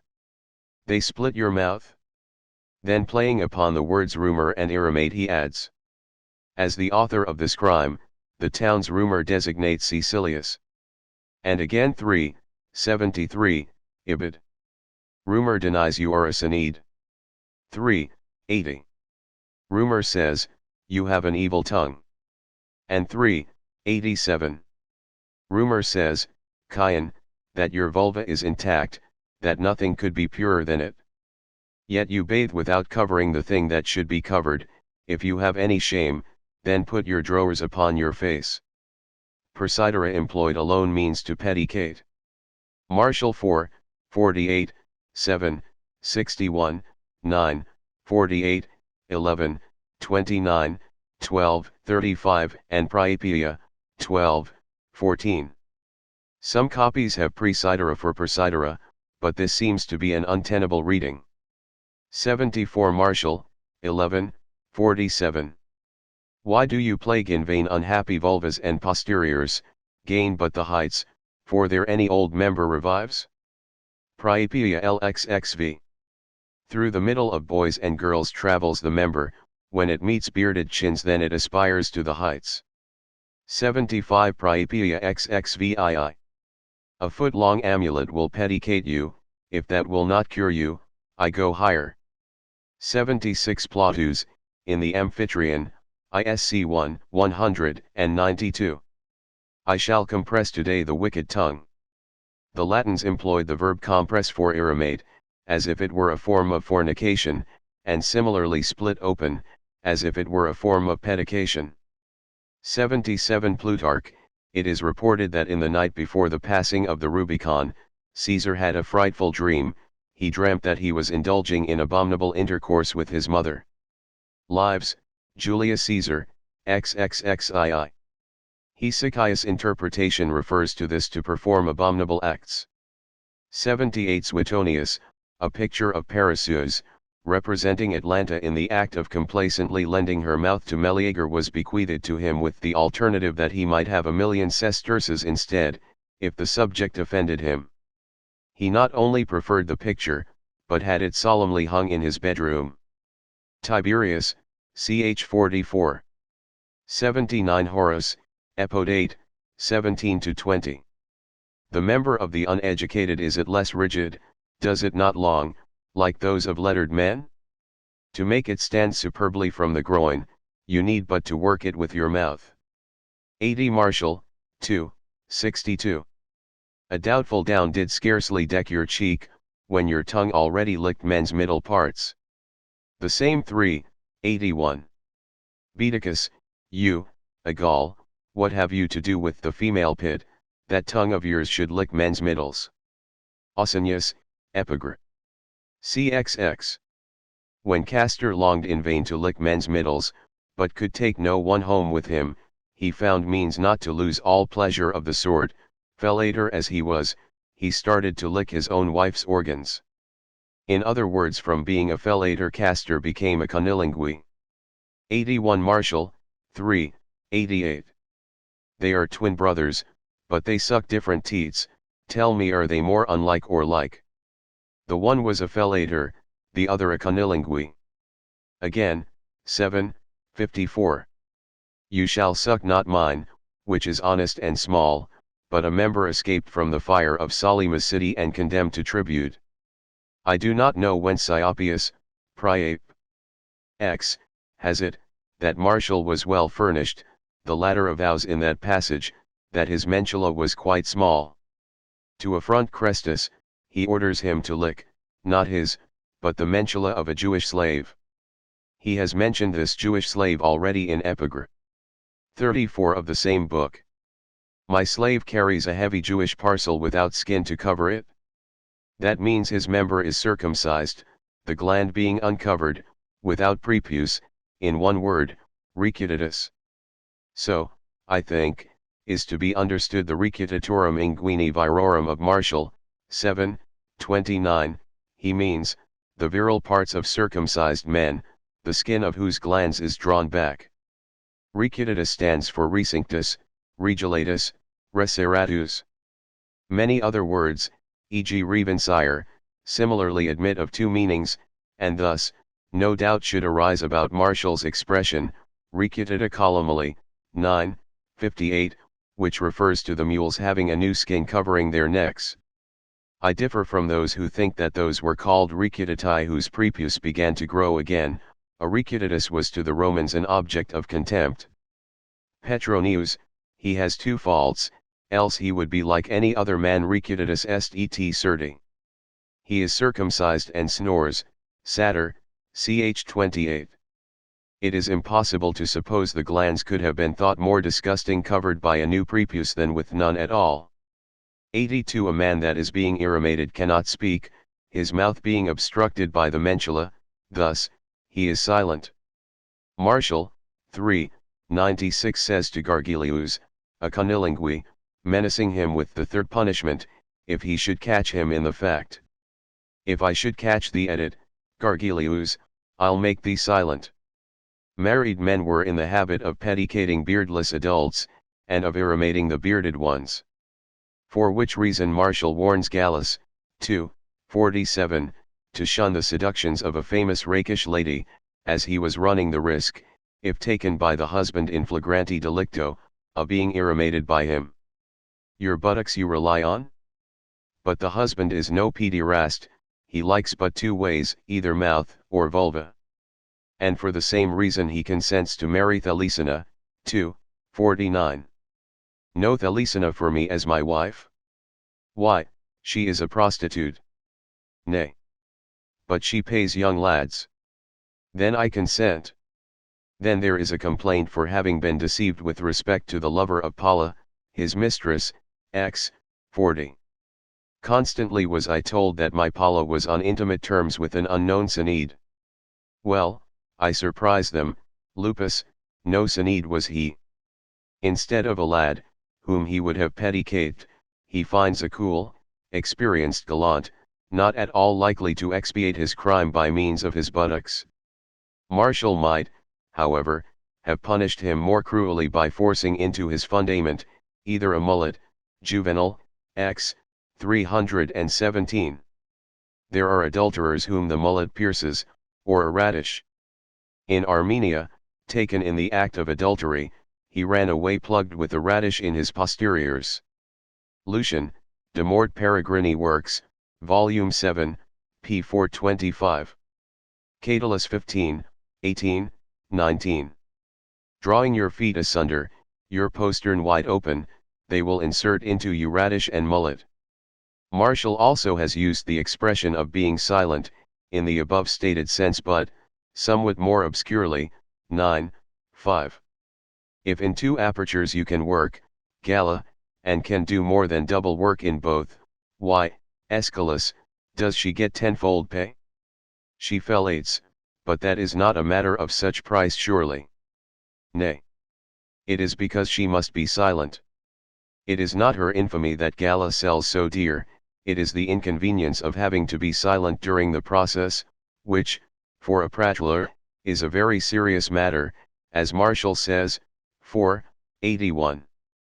Book 12, Epigram 35, quoted later on, also refers to this. 83. It is the same with the word stuprum. Festus, the ancients employed the word stuprum for turpitude, as appears in the Song of Neleus. Feed stupric cast Igor kotide. I am foully and disgracefully beaten every day. Navius, they would rather die than return to their co-citizens cum stupro. 84. First the rogue lends her vulva, then her buttocks, and lastly her mouth. Some suppose the full-bosomed Spitalet of Martial, 2, 52 was just as prodigal. Dacius was astute at counting the bathers, he asked full-bosomed Spitalet the fee of 3 women, and she paid. But I believe they wrong the good Spitalet.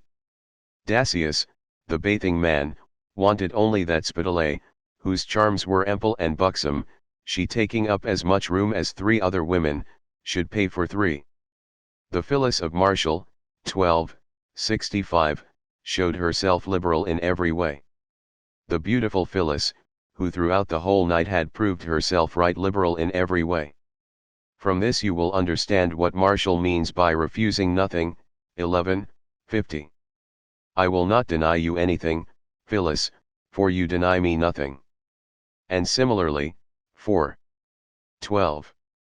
You refuse no one, Tis. If you know no shame for this, blush at least that you refuse nothing, Tis. And again, 12, 72. There is nothing, like dues, that you do not now deny me, there was a time when there was nothing you did deny. And he says, 12, 81, right out. Whoso refuses nothing, Atticilla, sucks. It is in this sense that Maulonia refused to be entirely at the mercy of Tiberius, she had already admitted him to her vulva and anus, but when it came to the mouth the poor girl could not overcome her disgust. We have before quoted the passage of Suetonius. Of a woman who refuses nothing, Arnobius, 2, 42, says, that she is ready to undergo anything, and of a woman that is drunk, so much so as not to able to refuse anything.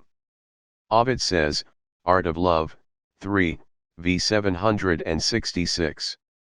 She is meet to undergo all kinds of assaults. 85. Martial, 2, 15. You do not offer your cup to any man, it is discretion, Hermes, forbids, not pride. And 6, 44. No one, Calliodorus may drink from your cup.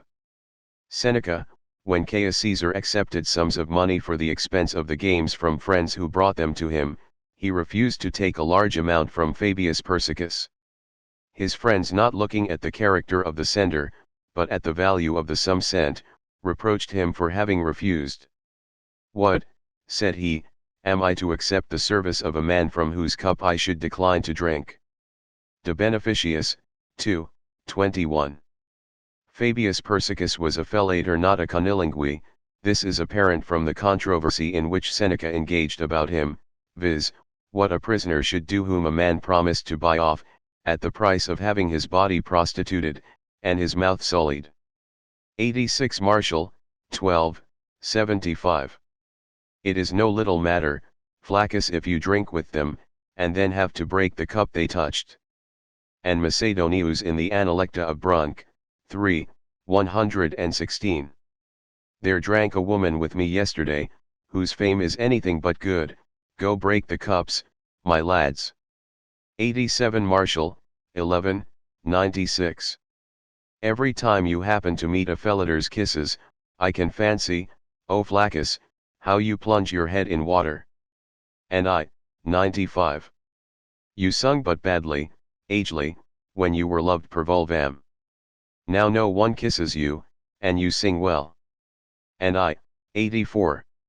Your lapdog, Mania, licks your mouth and lips. I am not a bit surprised, dogs like dirt. Seneca, and Mark, he made that Fabius Persicus, whose kisses are shunned even by people who know no shame, a priest only the other day. De Beneficiis, 4, 30. 88. It appears from Martial's epigram, 11, 99, that the kiss on the mouth was the regular thing with the Romans, fellators, therefore, could not be surprised at their kisses being avoided. The poet of Bilbilis makes yet another mock at their expense, 2, 42. Zoilus, why spoil the bath by bathing your bottom in it? If you would make it still dirtier, plunge your head in. And 6, 81. You bathe, Charidemus, as though you had a grudge against mankind, entirely submerging in the bath your privates. I should not like you to wash your head that way, Charidemus, and now look. You are washing your head. I had rather it were your privates. 89. In the last verse there are two furtive stings. The first is about not telling, tacet is silent, an expression, which was used as denoting a fellator. The second is the word tell, narrate, the honorable use of the mouth being put for the dishonorable, as in Epistle 3, 84. What tells, narrate, your harlot? No. I don't mean your girl, tongue alien, what then, your tongue. 90. You will find in Macrobius, Saturnalia, 2, 4, why he was called saluting. Augustus returned as victor from Actium. Amongst those who came to congratulate him was a man holding a raven, which he had taught to cry, I salute thee, Caesar victor and emperor. Caesar, admiring this flattering bird, bought it for 20,000 sesterces. Manual of Classical Erotology. 2nd volume. Chapter 4. Of Masturbation. To excite the member by friction with the hand until the sperm comes spirting out of it is what the ancients call masturbation, from masturber, that is manu stuprare, to pollute with the hand. This may be done by one's own hand, or by borrowing someone else's. If by one's own, it is generally the left hand that is employed, hence the expression, left hand whore in Martial, 9, 42. You never, Ponticus, enter a woman, but use your left hand whore, making your hand the mistress for your pleasure. Think you this is nothing? Believe me, it's a crime, yes. A crime, and worse than you can imagine. Old Horatius copulated once at any rate to beget his 3 sons, Mars once to get chaste Ilia with twins. Neither of them could have done it, if by masturbation they had procured by the use of their own hand pleasures so shameful. Believe me, that nature's voice confirms it. What escapes twixt your fingers, Ponticus, is a human being. To the same subject also Epigram, 11, 74 refers. Oftentimes, Liged, you swear you will grant my prayer, even appointing the place, even appointing the hour. Long time I lay consumed with longing, till often my left hand comes to help in your stead. And this passage of the Vth. Book of Ramusus, p. 62 of the Paris edition. What are you to do? Is your left hand safe and sound? Well, use it, then you will not want a whore. Why pay for what your left hand gives you gratis? There were of course also people who used their right hand. The same Ramusus of Rimini, Book 4, p. 61, tells us. I suffer, dear Donatus, from so frightful an erection. I am fearful for my member, if you do not help me. My right hand, being wounded, can do nothing. I have no money, Hylas is not here, no vulva opens for me, no chance of fornication. Appease my desire, that I may live, and you can do it cheaply. Pacificus Maximus, Elegy 12, p. 126, Paris edition. What shall I do? I am so stiff I'm bursting, and I could easily fill 3 or 4 large bottles. It is long since my member has known a vulva, long since it has stirred the entrails of a man. It is stiff day and night, and will never relax. Night and day it lifts its head. No youth, no girl will listen to my prayer, no help my right hand must then do the service. We have seen just above, with what severity Martial reproached Ponticus, a masturbator, for losing between his fingers the substance of a man. Nevertheless this fine moralist did not hesitate to put his own hand to similar use under the pressure of erection, epigr. 43, Book 2. Another Ganymede, my hand assisted me. And 11, 74. Often my left hand comes to my help in your stead. Nor was his severity given to whining when he exhorted, 11, 59, the Cnid Telesphorus. Soon as ever you see I want it, and know that I am in erection, Telesphorus, then you demand a heavy price. Can I say nay? 91. If I will not swear to pay you, you will withdraw those posteriors of yours, which are so precious to me. If with his razor set to my throat my barber, whilst shaving me, demands my liberty and fortune, I promise all. 'Tis not the barber asks, but a cutthroat, and fear compels me to say yes. But once I see the razor return to its curved case and harmless, why? I will break every limb of the fellow. Not that I will harm you, but my left hand once washed, my member will say go hang, to your grasping avarice. 92. The same when his wife surprised him engaged with a youth, 11, 44, a witty epigram quoted above, as also when he intended to marry Thelesina, 2, 49. Thelesina makes presents to young lads, all the better. The same when he recommends somebody, I do not know who, 11, 23, to make use of the posteriors of Gale Sus only, as the part that would suit him. Youths are divided by nature, one part is reserved for girls, and the other for men. Use your own portion. Is what the pedicon loses in the anus of the Cnid anything else but the substance of a man, which the masturbator wastes between his fingers? As it is in the nature of the virile member to rise at the mere sight of a pretty woman's naked body, the amorous desire in that state often craves imperiously for relief, for man in erection is not overwise. 93. This is why, when the fair one's heavy coverlets have been thrown back, meantime the adulterer she has sent for lurks in furtive concealment, and impatient of the delay, yet says never a word, but pulls his foreskin. 94. Juvenal, 6, 236, 7. And why? The Phrygian slaves would be masturbating behind the doors, each time his bride mounted the Hectorine horse. Martial, 11, 105.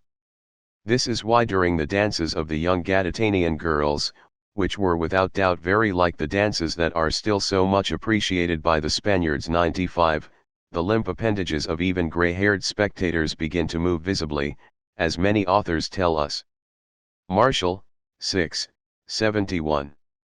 Cunning in the wanton gestures that go with the Beotician castanets, skilled in dancing to the Gadatanian measures, she might well stiffen trembling Pelias, and excite Hecuba's husband to emulate vigorous Hector.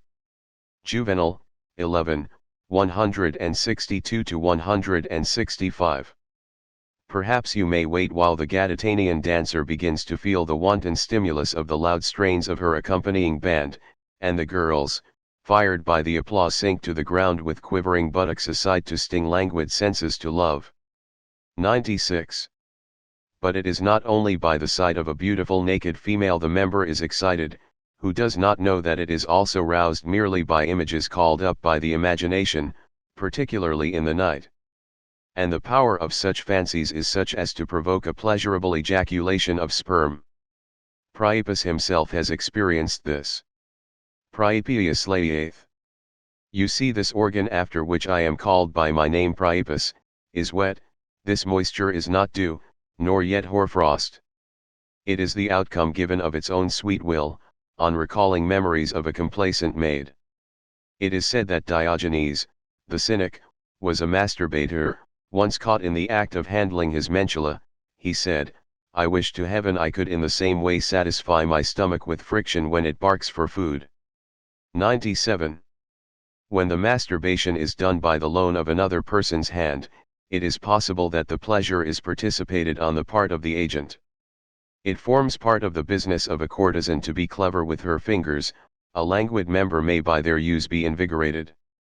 The inertness of the virile member may be caused by the inconveniences of age, and this either on the part of the woman, as in Martial, 6:23. You require my penis, Lesbia, to be ever in erection for you. Believe me, a man's member is not like a finger. True, you strive to excite me with hands and tender words, but your face is a stubborn fact and counteracts all your efforts. And again in the same author, 11:30. When you set your old hand the task of rousing my member, your thumb, my Phyllis, will but strangle me. Or of the man, Martial, 11:47. Only in dreams you get stiff. 98, Movius, and your verge begins to make water right onto your own feet. In vain your wearied fingers ply your wrinkled member, rouse it as you may, it will not raise its drooping head. 99. Aristophanes in the Wasps, 735-38. Yes, I will nurse him and get him all that is wanted for an old man, beef broth to lap, soft wool, and a rug to keep him warm, and a courtesan to rub his member and his loins. The same author, Ibid, v. 1334-35. The cable is rotted away, yet is it still fond of being rubbed. Nor is it unwelcome to men in the vigor of life, and who are fit to caress young girls, to have mistresses whose hands are not lazy in bed, and whose fingers know how to act in the dark regions where the arrow of love is hidden. Martial, 11:105, complains about the unseemly gravity of his wife, which forbade her to render him that service. You will not help me on by movement or by word, nor yet with your fingers, as though you were preparing the incense and the wine for sacrifice. 100. Penelope, on the other hand, contented Ulysses well that way, as Martial has it in the same epigram. Chaste though she was, when the king of Ithaca lay snoring, Penelope liked to have her hand always on it. Ovid's mistress did him the same service, but all in vain. One miserable night, when a hostile divinity seemed to have smitten to death that most pitiful part of him, to use his own expression, and the girl, in order that the servants might not think that she had remained untouched, pretended to make her ablutions all the same. Amores, 3:8-73-74. My darling did not disdain even to put her hand to it and gently try to rouse it. This virtue of the fingers in procuring erection is alluded to by Juvenal, 6:195-96. How well a soft and libertine voice will erect your member, it is as good as fingers. The author of the Priapeia was also well aware of the fact, LXXX. My member is not very long nor very thick, handle it, and you'll see it grow apace.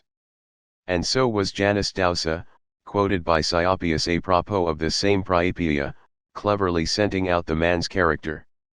Dausa, commenting upon Petronius, informs us that he knows by home experience how this object grows in thickness and length when shampooed by a woman. You can estimate the importance of this function by the value set by the ancients, as in our days by the Turks, upon shampooers, men and women, who are employed for manipulating the joints with artistic expertness, their fingers softly pressing and turning them, and their hands kept soft by the constant use of gloves, kneading tenderly all the limbs. Seneca, letter LXVI. Would I rather offer my limbs for shampooing to my superannuated minions, or to some little woman, or some weakling man, more woman than man, to draw and crack my fingers? Should I not rather envy yonder Mucius, who put his hand in the fire with the same equanimity as though he tendered it to a shampooer? Martial, 3:82. A woman shampoos your body all over with nimble skill, her trained hand manipulates all your members. 101. John of Salisbury states in his Polycraticus, Book 3, ch. 13, after some ancient author, perhaps Clearchus, as Lipsius thinks. When a rich libertine turns in his luxurious ways to effeminacy, a youth with frizzled hair takes before all the world his feet while he is lying on his couch, and shampoos them and his legs, not to go further, with his delicate hands. That youth is always wearing gloves, so as to preserve them white and soft for the benefit of rich people. Then, using his hands more licentiously, he runs them over all the body with impudent touchings and ticklings, raising the desires and stirring the amatory flames of his employer. I may very well describe here, for I could not find a better place, a performance for which the friendly hand of a woman is in request, but of a woman that is an expert, which will gently press your testicles and stroke your thighs. It is said that nothing can be pleasanter or more voluptuous. Aloysia Sigia describes, with her inexhaustible ingenuity, such a scene, executed by Ottavia and Roberto, with the assistance of Manilia. The fullness, variety, and richness of the description, placed in the mouth of Ottavia, are admirable. Manilia then conducted us to the trysting place, she undressed me, and placed me naked on the couch. Roberto jumped onto the couch. "Now," he said, "I shall enjoy the most supreme unalloyed bliss. Carried on your chariot, Olympia, I shall take my way through this dark thoroughfare," he was pinching my pubis the while, "I shall take my way to glory." His hands were straying over my belly, my thighs, examining everything. His member was swelling. "Permit me, my Venus," he said, giving me a kiss. "Willingly," I answered, "you shall have me in any way you like." Manilia interposed, "Why so much talk? Do not talk but act. I will assist both of you, and add new delights to your voluptuous sensations. You are in excellent trim, Roberto. Come, down with you upon Ottavia's snowy bosom, and have your fill." Roberto precipitates himself upon me, and his engine strikes against my belly. Manilia's soft hand intercepts the erring tool. "Come," she says, "you vagrant, enter the lovely prison, and do the task set to you by your mistress." With her other hand she pushes the young man's back, and I take him in, entirely in. Manilia tells me not to move. "Raise your left thigh, Ottavia," she says, "and stretch out the other one." I obey. "You, Roberto, you now push gently and quickly. As to you, Ottavia, kiss him but without moving." "We do so," she added, "when you both feel the boiling foam running over. You, Ottavia, give a sigh, and you, Roberto, gently bite Ottavia's lips." He then begins to poke vigorously, but without haste or violence, in and out. I press him onto me, kissing him but not moving. I feel it coming. I sigh, now, Roberto," cries Manilia, "help Ottavia. Work away." He shakes me and pounds me. Soon I feel a slight bite on my neck. I heave a sigh. "And now, Ottavia," cries Manilia, "you assist Roberto, move your buttocks briskly, raise up your loins, quick, quick. Well done, my child." Lays herself, I think, could not have shown more flexibility nor agility. The sweet youth begins to ejaculate, and I feel my inside inundated by the fiery spring of love. I moved with body and soul. I never arrived more quickly at the acme of voluptuousness. Manilia caressed with one hand my buttocks, and with the other hand Roberto's. At the same time she pressed with the points of her fingers the lips of my vulva and his testicles, which were close up. The youth swooned, and our nurse withdrew, and clapped her hands applauding. Dialogue 7. Plates 4 and 12, in the Monuments de la Vie Privée de dos Césars, show you Cleopatra titillating with a delicate hand the virile parts of Julius Caesar and Mark Antony, while in the Monuments du Culte Secret de Dames Romaines, Plate 16, represents Livia bestowing the same caresses on Augustus. Plate V, a bacchante doing it to a faun. Plate 4, a masturbator expressly so called.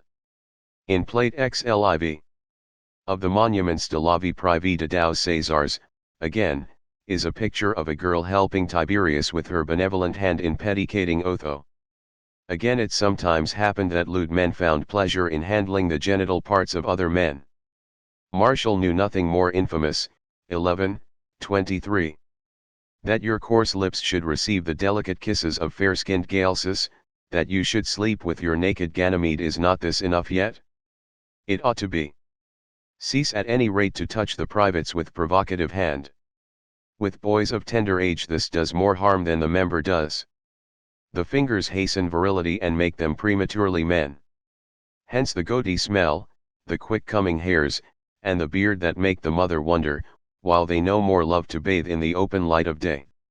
Nature has divided boys, one part is reserved for girls, the other for men. Keep to the part which is yours. Martial means to say that the member was given to boys for the purpose of using it with girls, while their buttocks were for the service of men, and that this pedicon should therefore make use of Galsus' buttocks rather than play with his mentula. Of similar import is also epigram 11:71, directed against Tucca, who wanted to sell young lads. Oh, for shame, there is the groin with the tunic all open, and a member appears fashioned and trained by your hand. He says it is a crime to put up for sale those lads whom the infamous Tucca has trained for debauchery, and to let the buyers see their fully formed mentulas, accustomed to rise under the provocative hand of the master. Eumolpus subjects in the same way the verge of Inculpus to friction, Petronius, ch. 140. After these words, Inculpus speaking, I lifted up my tunic, and exhibited myself in full vigor to Eumolpus. He first recoiled as if horror-struck, but, like a man who expected worse, he got hold with his two hands of God's gift, viz., the verge in erection. I have still to treat, in order to complete my task, of other pleasures belonging to this category, meaning those which can be taken in any interstice of the body. A few words will suffice. Taking in the first place the breasts, I have recourse to Aloysius Sigia. By the twin conch shells of Venus. Dialogue 7, Otavia speaking. I am ashamed. I blush to think, that the valley between my breasts has done duty as the avenue of Venus. You know there is in our house a gallery giving on the garden parterres, which are full of all sorts of flowers. There Cavasso and I were promenading, he embraced me, kissed me, bit my lips. He put his left hand in my bosom. I am after trying a naughty trick, he said. Undress, my darling. What was I to do? I undressed. His eyes rested on my bare bosom. I see, he said, Venus sleeping between your breasts. May I waken her? While he was talking he had thrown me on my back in the bed, and being in a noble state of erection, slides his hot, burning member between my breasts. How could I escape his blind passion? I had no choice but to bear it. His hands softly pressed my breasts together, so as to narrow the space, in which his mentula had to travel towards a new experience. Why make a long story? Stupefied as I was at this vain ridiculous imitation of love, he inundated me with a burning libation, he had his will. As to other interstices of the body, e.g. the armpits, between the thighs, the calves, the buttocks, mind, I do not say the anus, but between the buttocks, be it enough to mention Heliogabalus, Lampridius, ch. 5. How put up with a prince who sought for pleasure in every cavity of the body, when you would not suffer a brute beast to do as much? Also Commodus, according to the same Lampridius, ch. 5. He gave himself up to the infamous assaults of young men, polluting every part of his body, even his mouth, and that with either sex, i.e. he was both a fellator and a cunnilingue. Is it necessary to speak here of the debauchery of those who assault the corpses of females, or statues? This is not real coitus, there being no two parties to the act.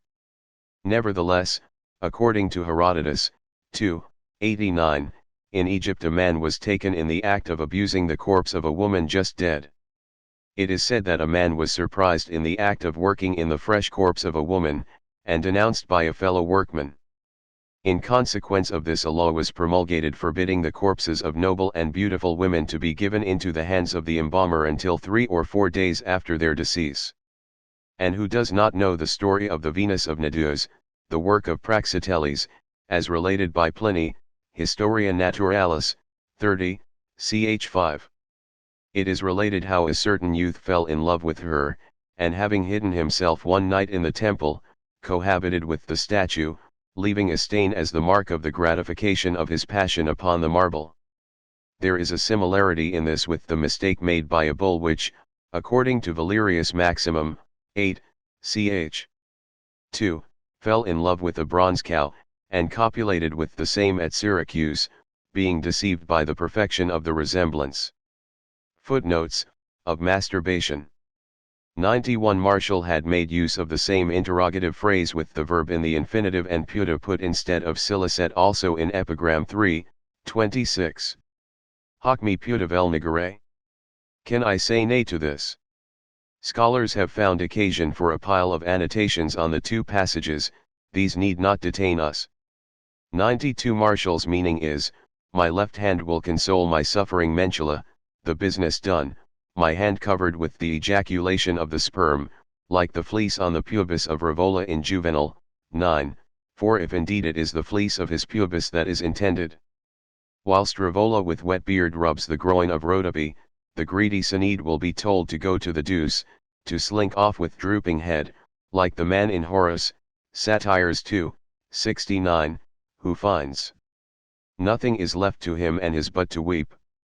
This moist hand reminds us of the adulterous woman in Juvenal, 11, 186, who show humid traces in the doubtful pleats of her tunic. 93 Suidas under the word, after Ilias Dionysius apparently. 94 It was not out of voluptuousness, but for decency's sake that Jews, who had renounced their nation, had their prepuce redressed over the gland, as they did not wish it to be seen that they had been circumcised, so they took means to get their bare gland recovered. And they made for themselves new prepuces.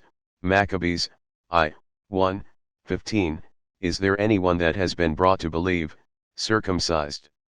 Let him not recover his gland. Corinthians, I, 7, 18.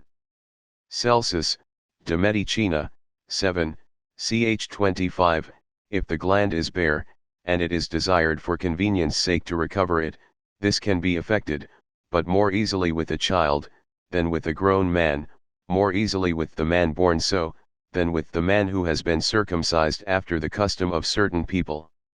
After having explained the method of cure applicable to men, with whom it is a natural accident, Celsus continues, with people that have been circumcised, the skin must be detached behind the crown of the gland.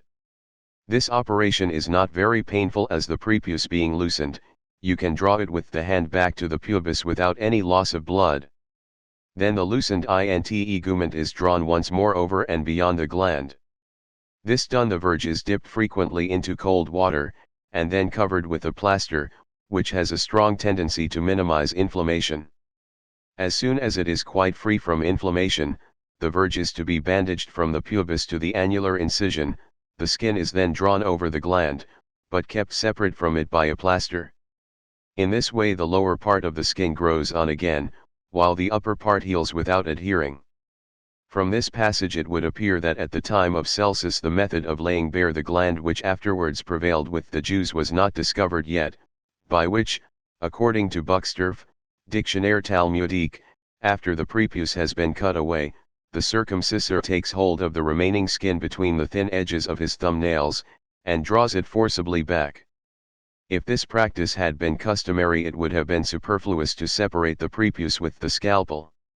I conjecture from this, that the Jews were called recuditae from having the skin of the gland drawn back, which, not being done, the circumcision was not considered complete, but Celsus makes me doubt this. 95 Julius Caesar Scaliger, Poetica, Book I, p. 64. One of these infamous dances was the asterisk, meaning wriggling the haunches and thighs, the crissaire of the Romans. In Spain this abominable practice is still performed in public. 96 Do not miss, reader, the motive of this dance, with their buttocks wriggling, the girls finally sunk to the ground, reclining on their backs, ready for the amorous contest. Different from this was the Lacedaemonian dance ***, when the girls in their leaps touched their buttocks with their heels.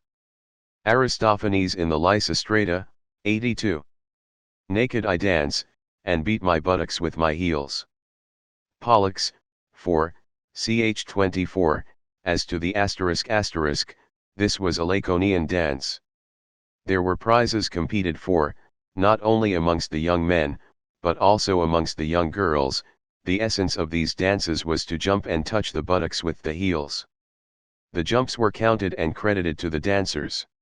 They rose to 1,000 in the ***.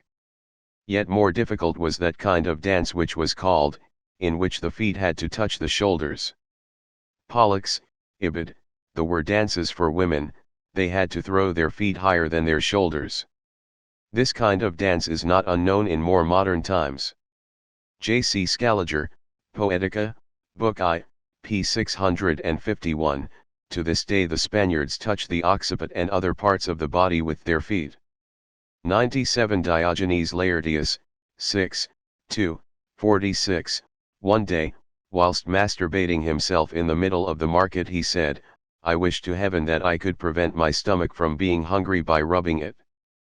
Plutarch, De Stoicorum Repugnantius, 1044, Volume 2, of his works, Chrysippus praised Diogenes for masturbating himself in public, and for saying to the bystanders, would to heaven by rubbing my stomach in the same fashion, I could satisfy my hunger. 98 Mark with what minuteness the ancients scrutinized nature, with what ingenuity they gave expression to all their sentiments. Who dares nowadays write such a verse describing as a natural thing what might be but a solecism of his mentula? 99 Bassus, who was in the habit of taking his pleasures with young minions, long-haired and slim, set the hands of his wife to work to excite his mentula, when he came back to the conjugal couch fatigued and languid. Martial, 12, 99. You tire yourself, O Bassus, but with minions, paying them from the dowry of your wife, thus when you return to her side, that member bought at the price of many million sesterces, lies languid. In vain her tender thumb tries to excite it, vain are her tender words, it will not stand. 100 The women of Aristophanes, Lysistrata, v 227, threatened their husbands with a similar rigidity of body. Though you may have your way, I shall be crabbed and never move. 101 He had a hand of no less experience, Juvenal, 6, 422-23, that cunning shampooer who put his fingers to the lady's clitoris, and made his mistress's thigh resound beneath his hand high up. Chapter V. Cunnilingues. We have now said enough about the work of Venus performed by the virile member. It remains for us to explain how a sacrifice may be offered to Venus without one. This may be done by means of the tongue or of the clitoris. We have accordingly first to treat of the cunnilingues, those who lick women's privates, and then of the tribads. As it is the office of the fellator or fellatrix to suck the virile parts, so it is the business of cunnilingues to lick the female. The cunnilingue operates by introducing his tongue into the vulva. Martial, 11, 62 has described his monstrous act very clearly. Manius, husband with his tongue, adulterer with his mouth, more foul than the mouths of harlots of the Samoenium, whom seeing, as he stood naked, from a window, the filthy procuress closed her brothel, whose middle she had rather kiss than his head. He who of old knew all the channels of the inwards, and could declare with a sure and certain voice, whether 'twas a boy or girl in the mother's belly, be glad, all vulvas, for your part is done, can no longer erect his fornicating tongue. For lo! As he lurks with tongue plunged in the swelling vulva and hears the babes wailing inside their mother, a shocking malady paralyzes his greedy mouth, and now he can no more be either clean or unclean. By the same paralysis of the tongue Zoilus was struck, Martial, 11, 86. An evil star, Zoilus, has struck your tongue of a sudden, even while licking a vulva. Of a surety, Zoilus, you must now use your member. Baedicus, the castrated priest of Cybe, against whom Martial has directed epigram 3, 81, was a cunnilingue. What have you, Baedicus, a priest of Cybe, to do with the female pit? That tongue of yours by rights should lick men's middles. For what was your member amputated with a Samian potsherd, if the woman's parts had so much charm for you? You must have your head castrated. True, you are a castrated Gallus in your secret parts, but none the less you violate the rights of Cybe. You are a man so far as concerns your mouth. If this passage were in the least doubtful, epigram 77 of the same book might offer difficulties, not otherwise. Some latent sickness of your stomach I suspect. Why, I wonder, Baedicus, are you an eater of filth?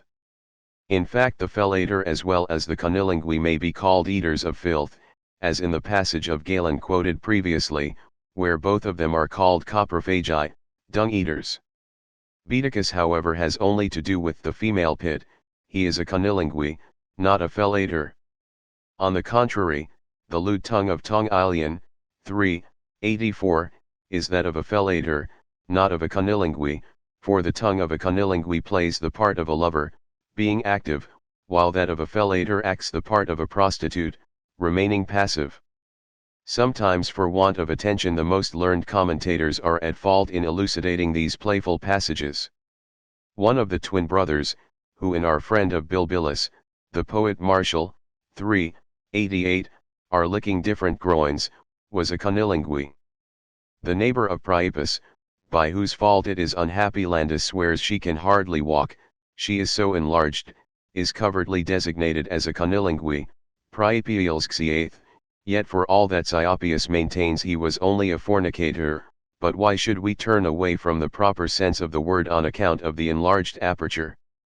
As if the vulva could not be enlarged, or relaxed by the tongue of the conilingui equally as much as by active cohabitation. Tiberius Caesar in his retreat at Capri does not seem to have disdained the voluptuousness of the conilingui.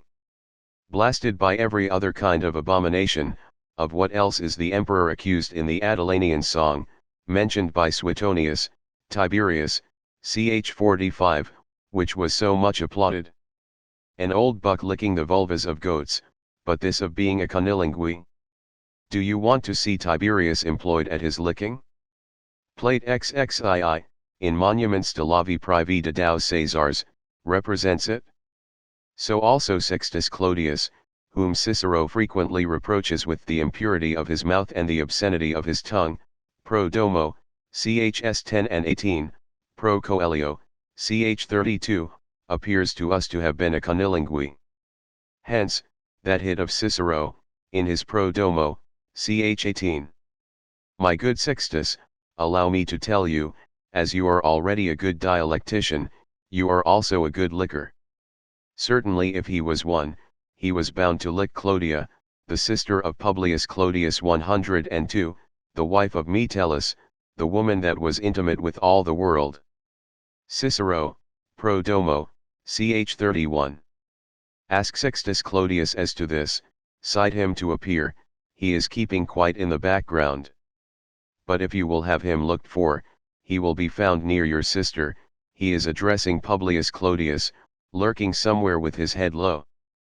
Pay attention, pray, to this expression, the head low, it will soon reappear, when we speak of the Greeks. The Greeks, in fact, felt no repugnance to the pleasure in question.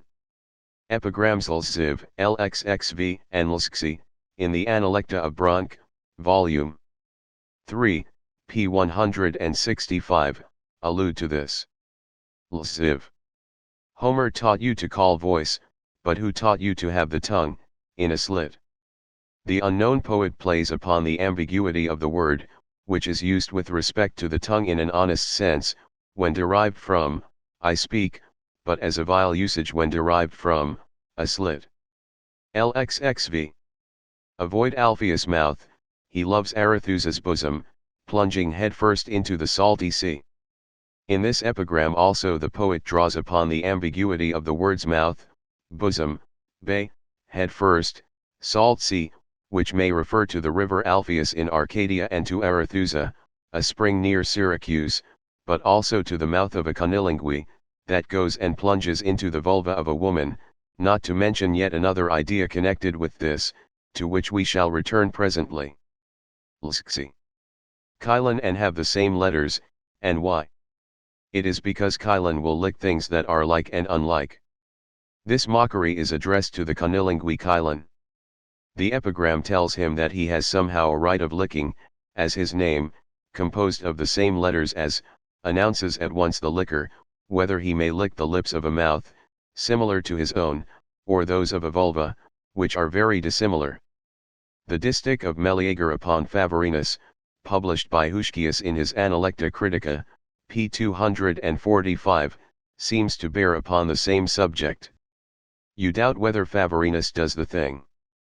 Doubt no more, he told me himself he did with his own mouth.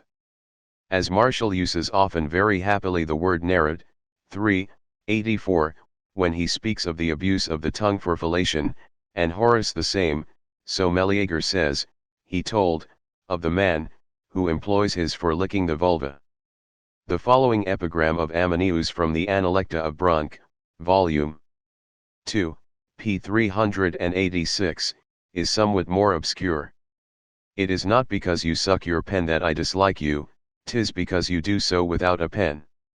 The scholiast imagined by author wanted to upbraid a lazy pupil who passed his time sucking his pen, as do others biting their nails, and to scold him at the same time for sucking without a pen, meaning for being a conilingui. But it may be taken to refer, and I think with more reason, to a man who is in the habit of putting out his tongue for the obscene act of the conilingui, and who is so accustomed to it that he puts it out in the ordinary intercourse of life. This monstrous practice was pushed to such lengths that, it is almost incredible, there were people who, not content to lick vulvas which were dry, did it when they were humid with the menses or any other secretion. Aristophanes says of Ariphrades in the Nights, v. 1280-83. He is not only lewd, his fancy goes astray, he pollutes his tongue with shameful pleasures, licking up in his orgies the abominable dew, fouling his beard and tormenting women's privates.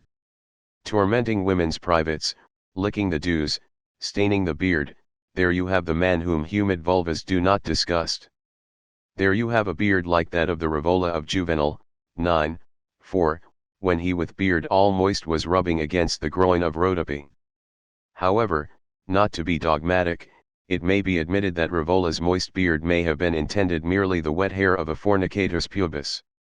From the above passage of Aristophanes we may deduce surely enough that the expression working with the tongue, which he also uses, rather ambiguously, with respect to the same Ariphrades, applies to a conilingui rather than to a fellator, wasps, 1847-77. Then Ariphrades, the best endowed of all, of whom his father said once, he never had a teacher, but prompted by nature, of his own free will, learned how to work his tongue, visiting every brothel. The same personage reappears in the piece, 885, where he is described without any circumlocution as imbibing the feminine secretion by way of a sauce. And throwing himself on her he will drink up all her juice.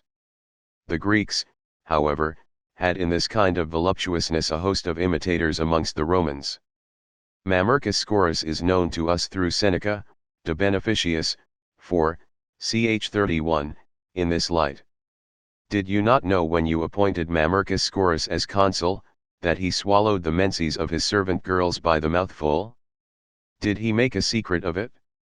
Did he pretend to be a blameless man? Similarly with Natales, Letterlsxi. Lately Natales, that man with a tongue as malicious as it is impure, in whose mouth women used to eject their monthly purgation. Both of them were consequently imbibers of menses, an appellation which, as we have seen in chapter 3, Galen applies to conilingues. Now too we can clearly understand the meaning of Nicharchus' epigram against Demonax, volume 3, p. 334 of Brunck's Analecta. Do not, Demonax, regard all things with downcast head, and do not spoil your tongue with over-gratification, the sow has threatening bristles. You live amongst us, but you sleep in Phoenicia, and though no son of Semele, you are thigh-reared.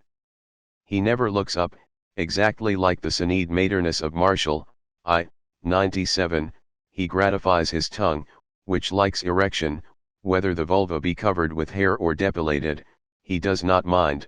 During the day he lives in Greece, but sleeps in Phoenicia, because he stains his mouth with the monthly flux, which is, as everyone knows, of the Phoenician dye, viz., purplish red. 103, like another Bacchus, he draws his nourishment from a thigh. 104. This scarcely needs an explanation. You can picture the cunnilingue, with his mouth glued between the thighs, at work. This strange depravity was still in favor in succeeding centuries. Ausonius, in his epigram CXX, C8, CXXV, C, Ci, and C8, has bequeathed a very unenviable notoriety to the names of Castor and of Eunice. Epigram CXX.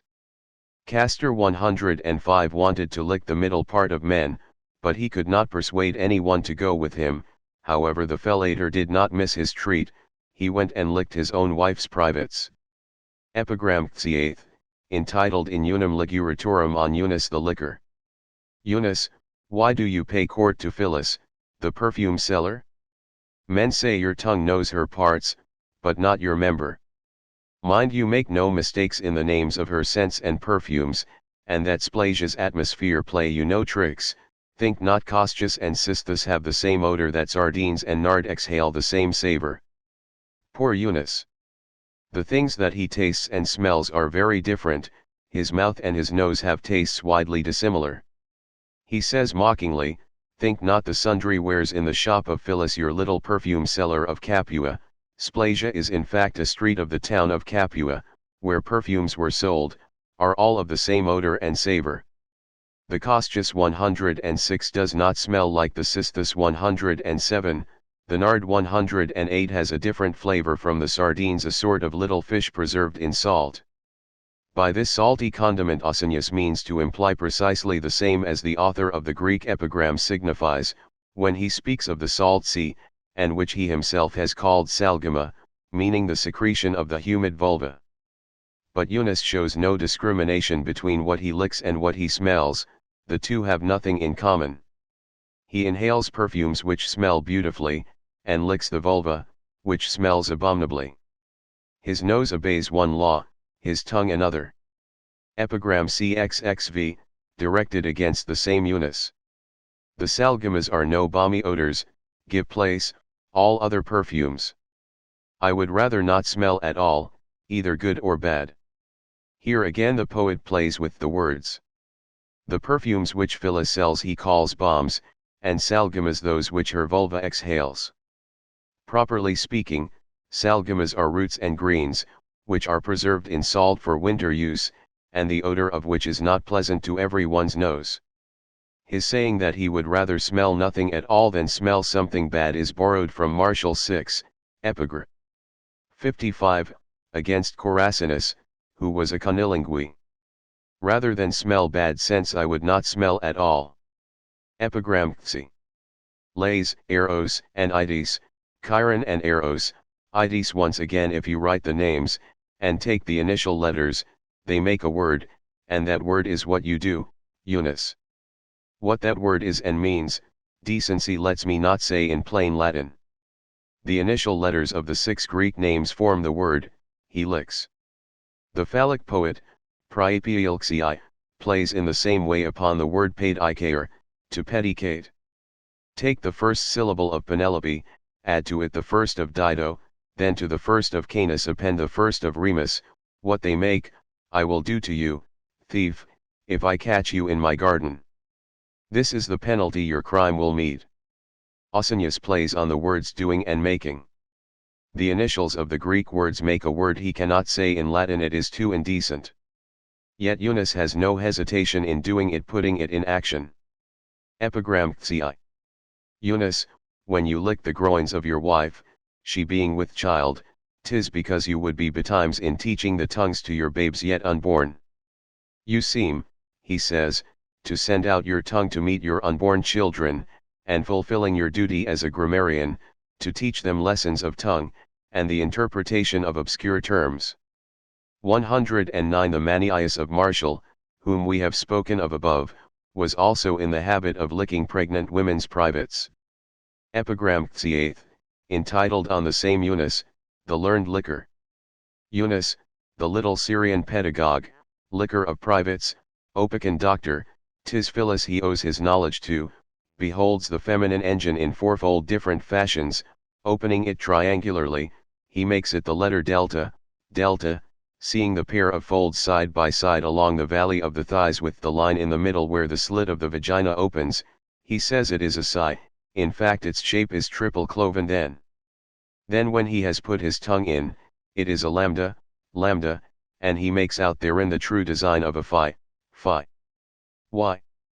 Ignoramus, do you think you see a rho, written, where merely a long iota, lota, should be put? Contemptible doctor, foul pedant, you deserve the tau, yourself, the cross theta, should by rights be put against your name. Ausonius calls Eunice an Opacan, because these filthy practices were, according to Festus, most common among the Ossi or Opaci. He then indulges in a series of jests, or rather represents Eunice as doing so, on the shape of the female organ 110. He says it seems to him either quadrangular, or triangular, in the latter case corresponding to the Greek, d. Similarly Aristophanes called it a delta, their delta plucked clean of hair, Lysistrata, 151, and also likens it to the letter, owing to the folds which surround the vulva on either side 111, and form the outer lips, the lane in the middle being the opening of the vulva, and so together form the trifid letter. In the Technopagnium, 140, he calls it a three-pronged fork, the slit being the middle and the lips the outer prongs. Then he says that Eunice is a lambda when he is licking, on account of the first letter of the word. All this is clear enough, and I do not understand how the very learned Vinnet can complain of its obscurity. Neither has it given me much trouble to make out what Ausonius means by the letters rho and iota. The solution seems to me to be as follows: do not tell us, Eunice, that your pike in action resembles the letter, rho, of the Greeks, a letter which evidently looks like a lance with balls. In your amorous diversions you use no other lance than your tongue, which, as you will not deny, looks more like a javelin without balls, something like the letter iota.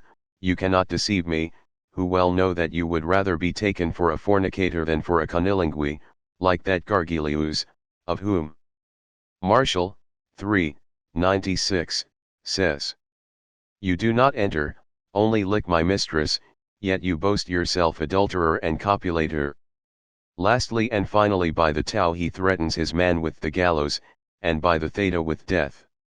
Of this there can be little doubt, it is a proved fact that the letter theta, the initial of the word, signified with the Greeks condemnation to death 112.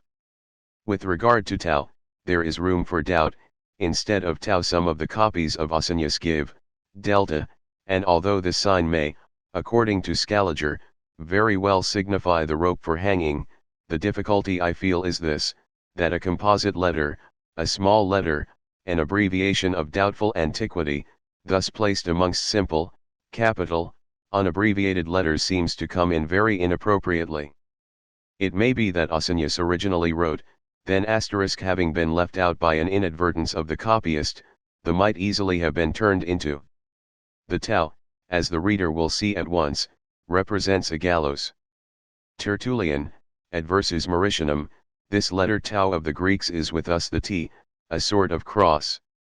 As was the case with irrumation, so with even more reason the licking of women's privates was particularly adopted by old men, whose tool will not raise its head 113. Aloysius Sigia, Dialogue 7, says, he, Gonzalvo of Cordova, was likewise a mighty conilingui by reason of his great age. Why does Blitero lick? Because he cannot manage otherwise.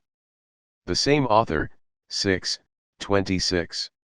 Lotades has lost the power of stiffening, so licks. And again, 12:88. 30 young boys you have at command, and as many girls, yet you have only one member, and that will not rise. What then will you do? Lick, no doubt, as we are told Linus did, in Epigr. 11:25. This too frisky Mentula, Linus, so well known to girls in plenty, will longer stand, so mind your tongue. Sextilis, Martial, 2:28, was in all probability also a conilingui. Have your laugh at those, Sextilis, that call you Sanid, and show them your middle finger. 114. You are not, Sextilis, a pedicon nor yet a fornicator, nor does Vetistilis burning mouth tempt you. You are none of these, I allow, Sextilis, then what are you? I know not, but remember. There are two sorts yet. Two sorts are still left for Sextilis, to suck the virile member and to lick the vulva, while he is neither a fornicator, nor a Sanid, nor a pedicon, nor an irrimator. Which did he choose to be? This we are not told. Eunuchs, just as impotent as aged men, adopt the practice for the same reason. 115 Gregory Nazianzen says in his funeral sermon on Basil the Great. They of the gynoecium, those men, who amongst women are men, and amongst men women, who have nothing virile about them but their impiety, those that cannot give themselves up to voluptuousness in the natural way, have recourse to their tongue as their only alternative. The conilingues exhaled an evil smell from the mouth, and their kisses were as much shunned as those of fellators. Martial, 12:87. You say the mouths of pedicons smell badly. If this is true, fabulous, as you say, tell me, what think you of the breath of conilingues? And the same, 12:59. The neighbors kiss you every one, from the bearded cowherd, whose kisses have flavor of the he-goat, down to the fellator and the conilingui fresh from his business. Conilingues and fellators are compared to he-goats by Catullus, XXXVII, on account of their fetid breath. Think you alone have members, that you alone are entitled to satisfy women, and may consider all other men he-goats? Do not suppose for a moment that Catullus is speaking here of castrated he-goats, which would be against the sense of the word, one invariably used to designate entire he-goats. The sense is the same, but got at in another way. He says, do you believe that you alone have members fit to do the girl's business, that all the others betray by their goatish breath their vile trade as conilingues or fellators, and consequently the inertness of their mentulas, their feebleness, their inability for erection? You will better appreciate the sting of Adelane verse respecting Tiberius Caesar, an old buck licking the she-goat's parts. It was thought better to be taken for a fornicator than for a conilingui, in the first place, because your friends would not kiss you. Martial, 7:94. I had rather confront 100 conilingues. Suetonius, De Illustribus Grammaticis, ch. 23. He, Remius Polyemon, was passionately fond of women, so much so as to prostitute his mouth to please them, and it is said that he was one day rebuked in the following way by a man who in the throng could not contrive to avoid one of his kisses. Master, he said, if you see a man in a hurry to get away, will you lick him off? In the second place, for fear of scaring away your guests. Aristophanes says of Ariphrades, in the Nights, 1285, 86. Whoever does not execrate that man, may he never drink from the same cup with us. Lastly, for fear of letting it be plainly known how shrunken one was, and how miserable one's member. Martial, 3:96. You lick my mistress, but you do not enter her, yet you boast yourself adulterer and copulator. Hence the conilingues took no less care than the fellators to hide the fetidness of their breath by means of essences and perfumes. Martial, 6:55.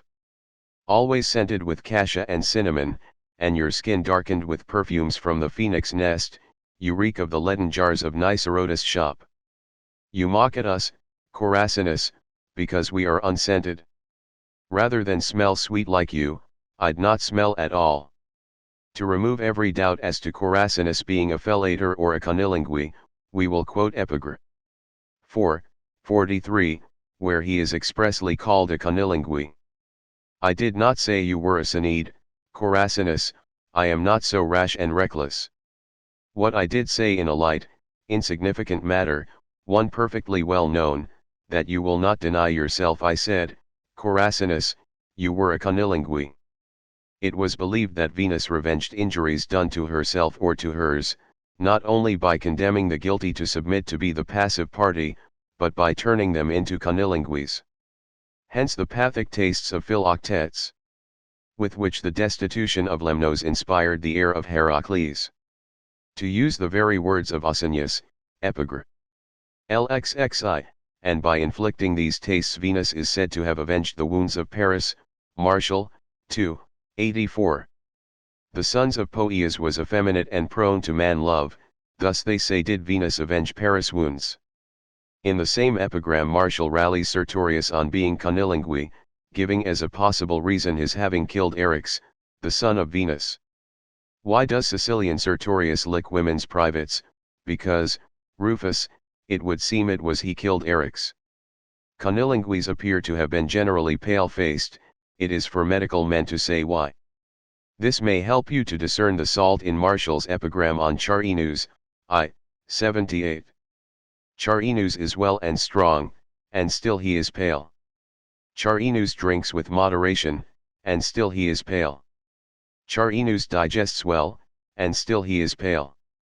Charinus loves the open air and sun, and still he is pale. Charinus dyes his skin, and still he is pale.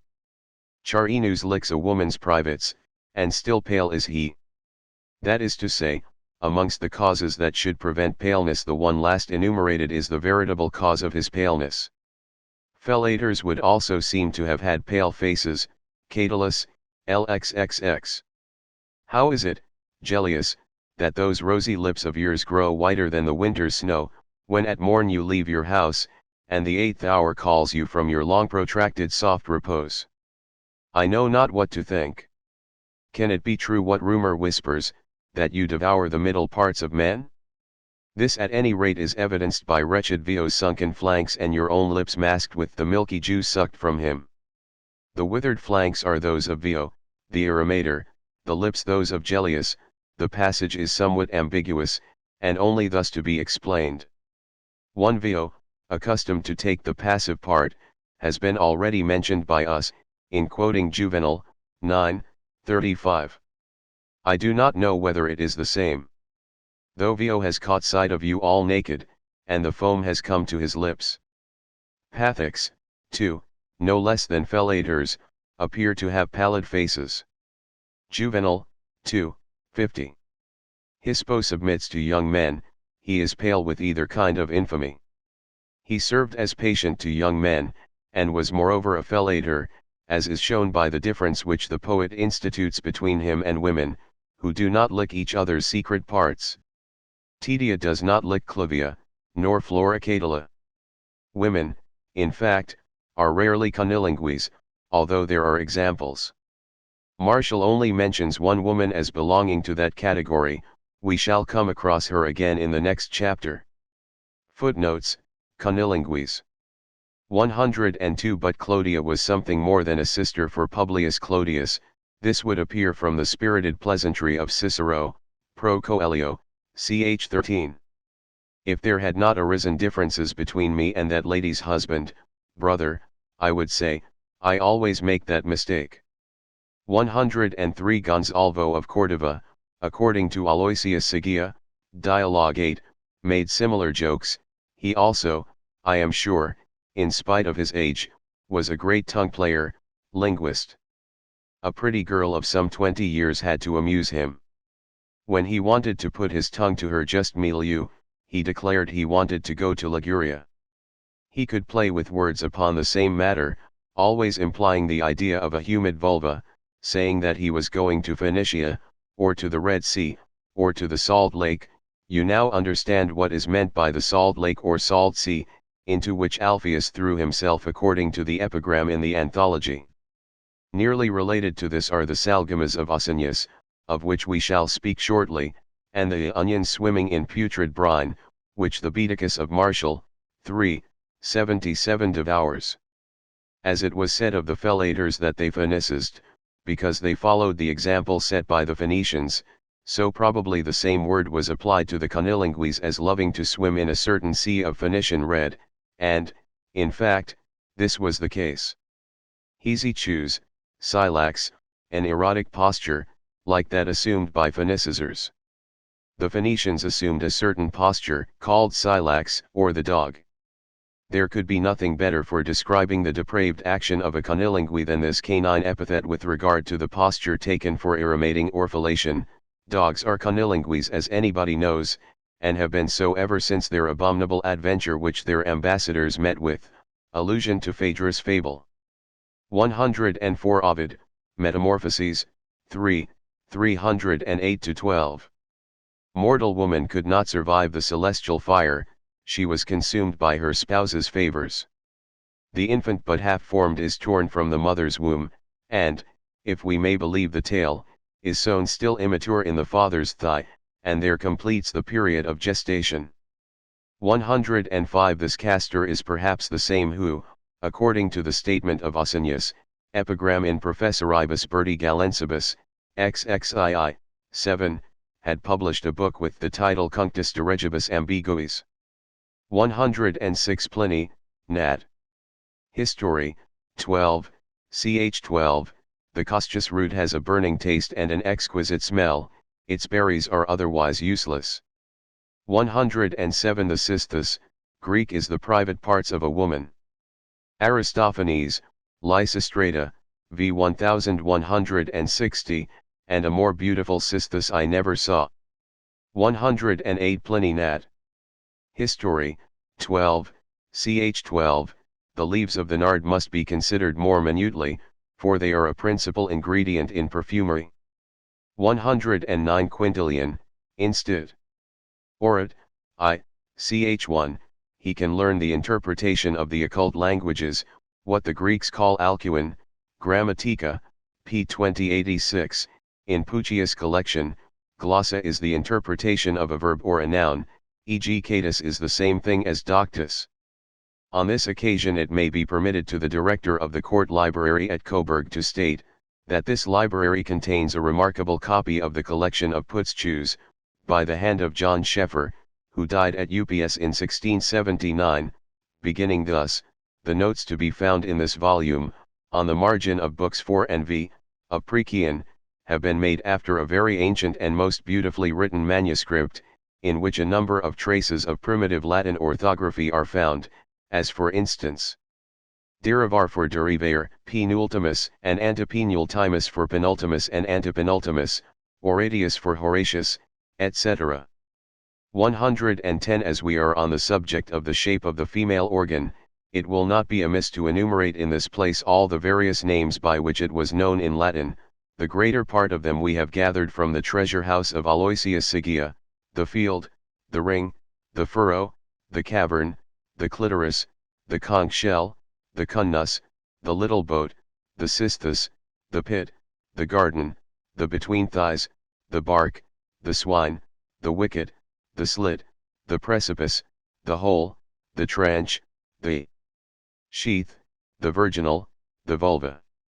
And what should hinder us from giving at the time the names of the virile member, the armature of the belly, the catapult, the tail, the stem, the parcel, the column, the pole, the lance with balls, the amulet, the pike, the groin, the hanger, the mentula, the mutinus, the muto, the nerve, the virile sign, the stake, the peculia, the penis, the stopper, the phallus, the javelin, the tree, the obelisk, the shaft, the spectre, the seminal member, the awl, the bull, the dart, the ballista, the beam, the thyrsus, the vessel, the little vessel, the vein, the privet, the verpa and verpus, the verge, the plowshare.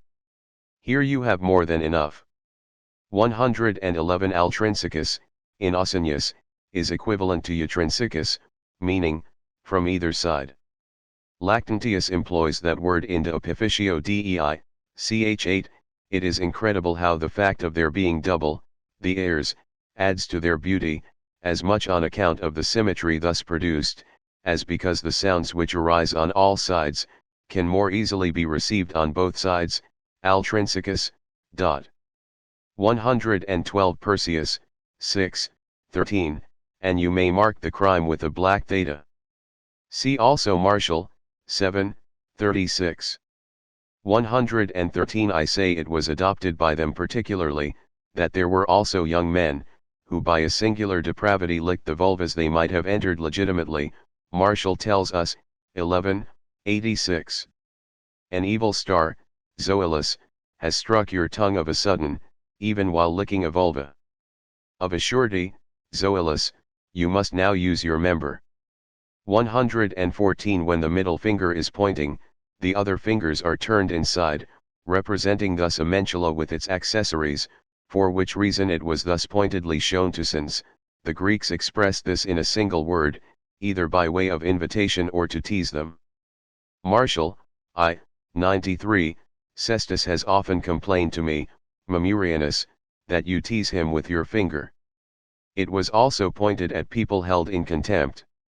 The same author, 6, 70.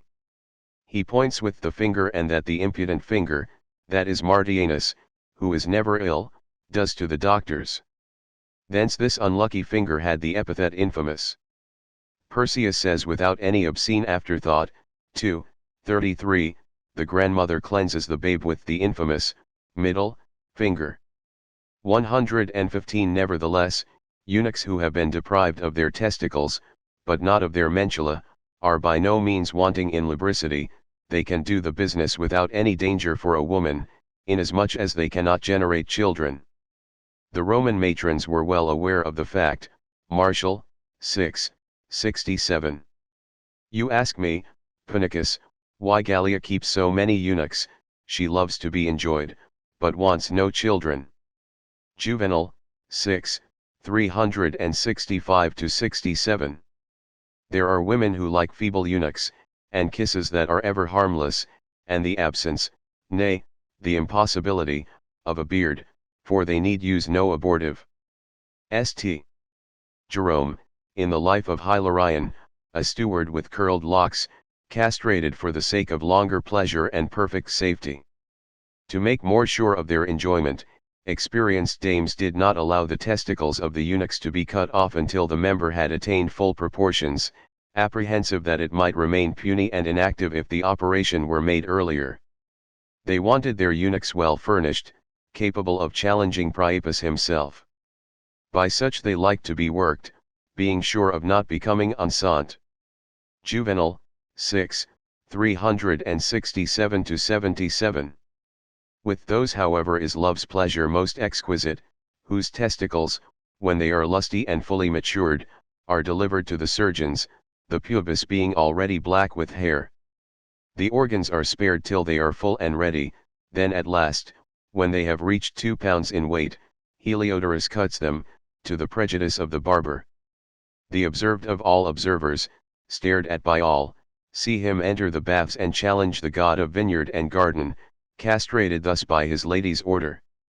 He may sleep now with his mistress, still beware, just humus, how you trust him with your bromius, now fully developed and ready for the razor. Chapter 6. Of Tribads. The Tribads, also called frictionists 116 from the Greek, I rub, are women, with whom that part of the genital apparatus which is called the clitoris, attains such proportions, that they can use it as a mentula, either for fornication or pedication. The clitoris 117, which is a very sensitive caruncle, a small fleshy cone, capable of movement and resembling the verge, gets into erection with all women, not only during the coitus, the delights of which it is said to enhance immensely by increased titillation, but also in consequence of mere amorous longing. With tribads, either by a freak of nature or in consequence of frequent use, it attains immoderate dimensions 118. The tribad can get it in erection, enter a vulva or anus, enjoy a delicious voluptuousness, and procure if not a complete realization of cohabitation, at least something very near to it, to the woman who plays the passive part. What more is there to say? She plays the man's part with the omission of the ejaculation of the semen. Not that this sort of coitus is an altogether dry affair, as women are in the habit of emitting their liquid during the joys of love. 119. This depravity of voluptuousness, whether caused by the warmth of the climate, or by a peculiarity of the soil or waters, or other reasons unknown to us, was especially common with the women of Lesbos. This is attested by all the old writers. Lucian, in his Dialogues of Courtesans, Novi Works, Volume 7, p. 349. This is one of those tribads, as they are to be found in Lesbos, who will have nothing to do with men, and do the men's business with women.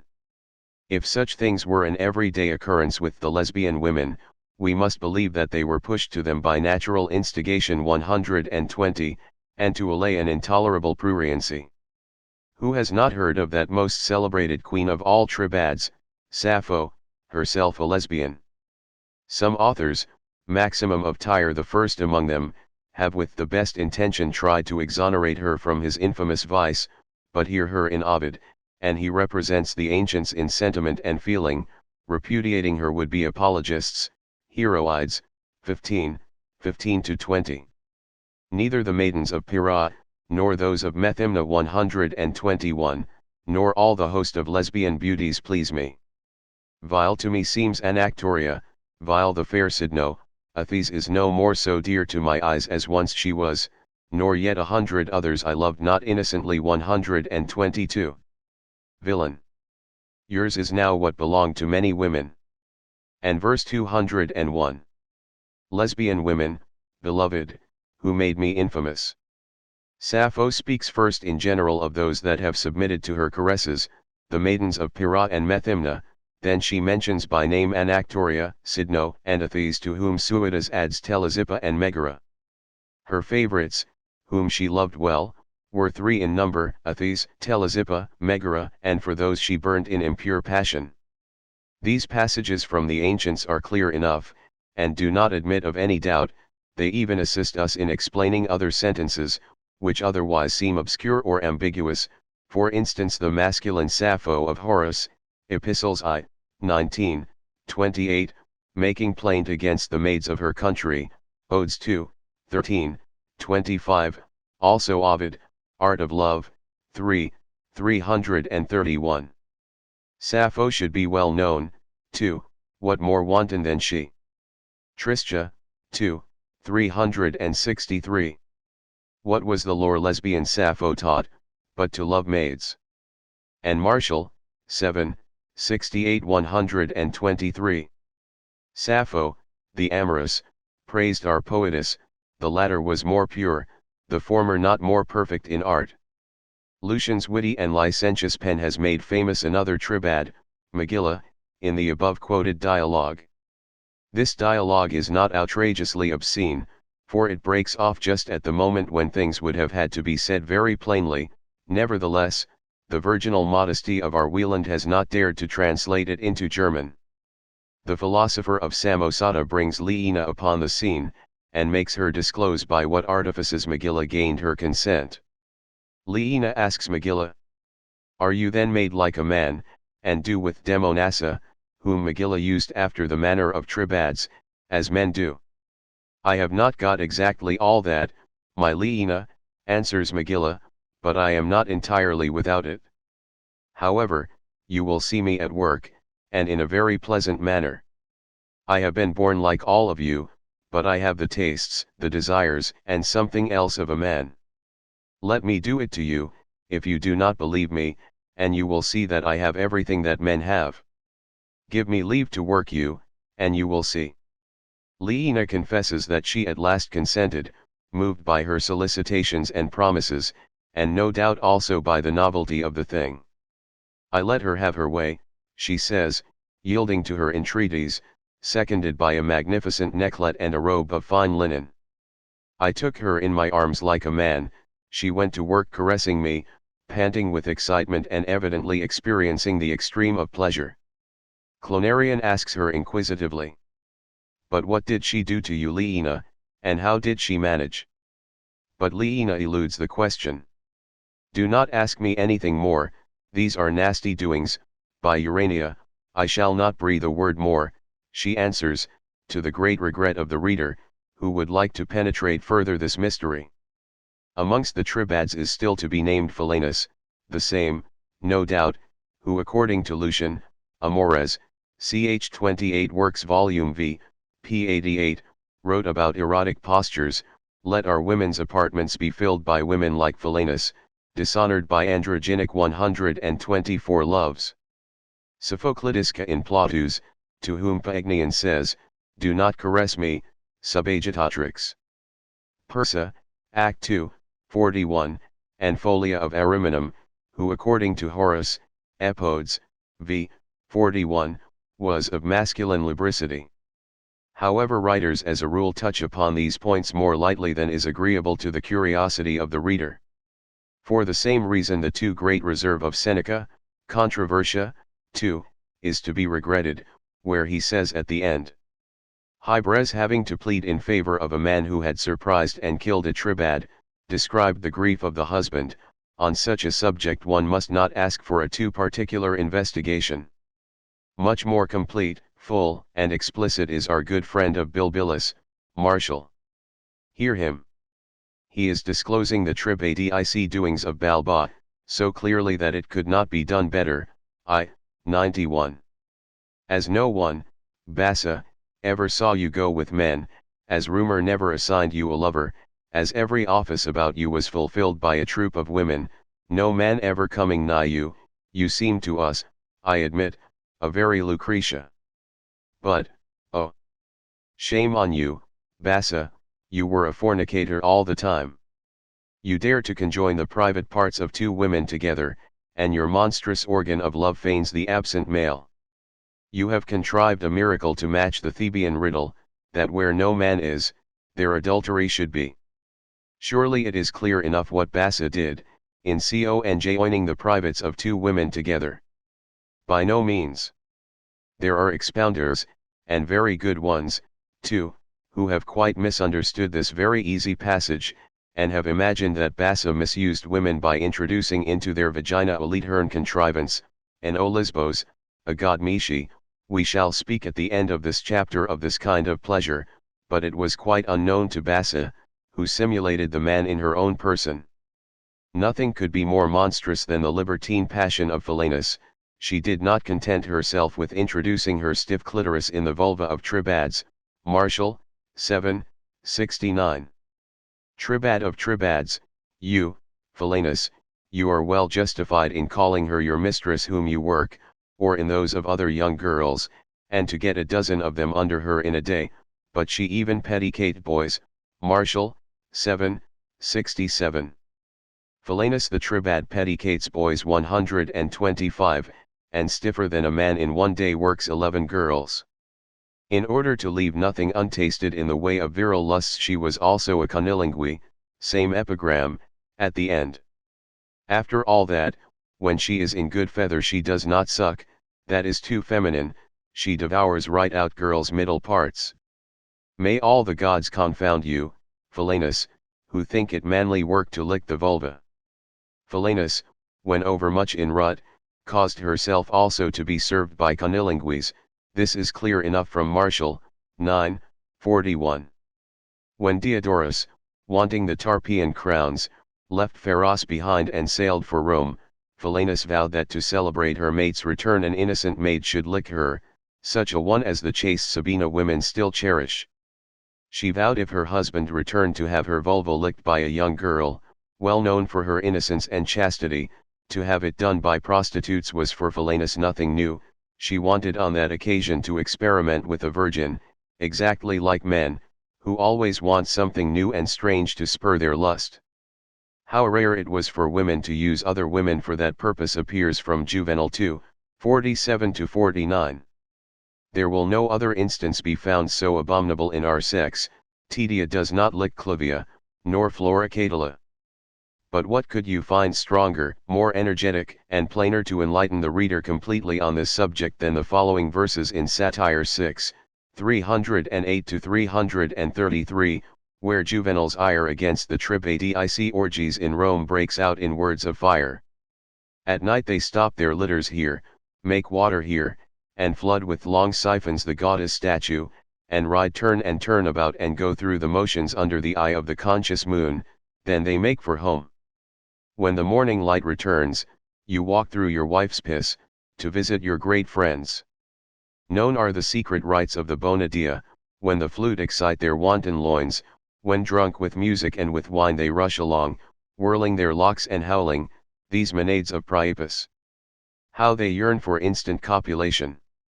How their voice trembles with passionate longing! What floods of old wine gush down their dripping thighs! A prize is offered, and Lafa challenges the brothel master's girls, and wins the first place for nimble hips, while herself is mad for the pleasure Madalena's artful movements give her. Amongst these dames merit carries off the palm from noble blood.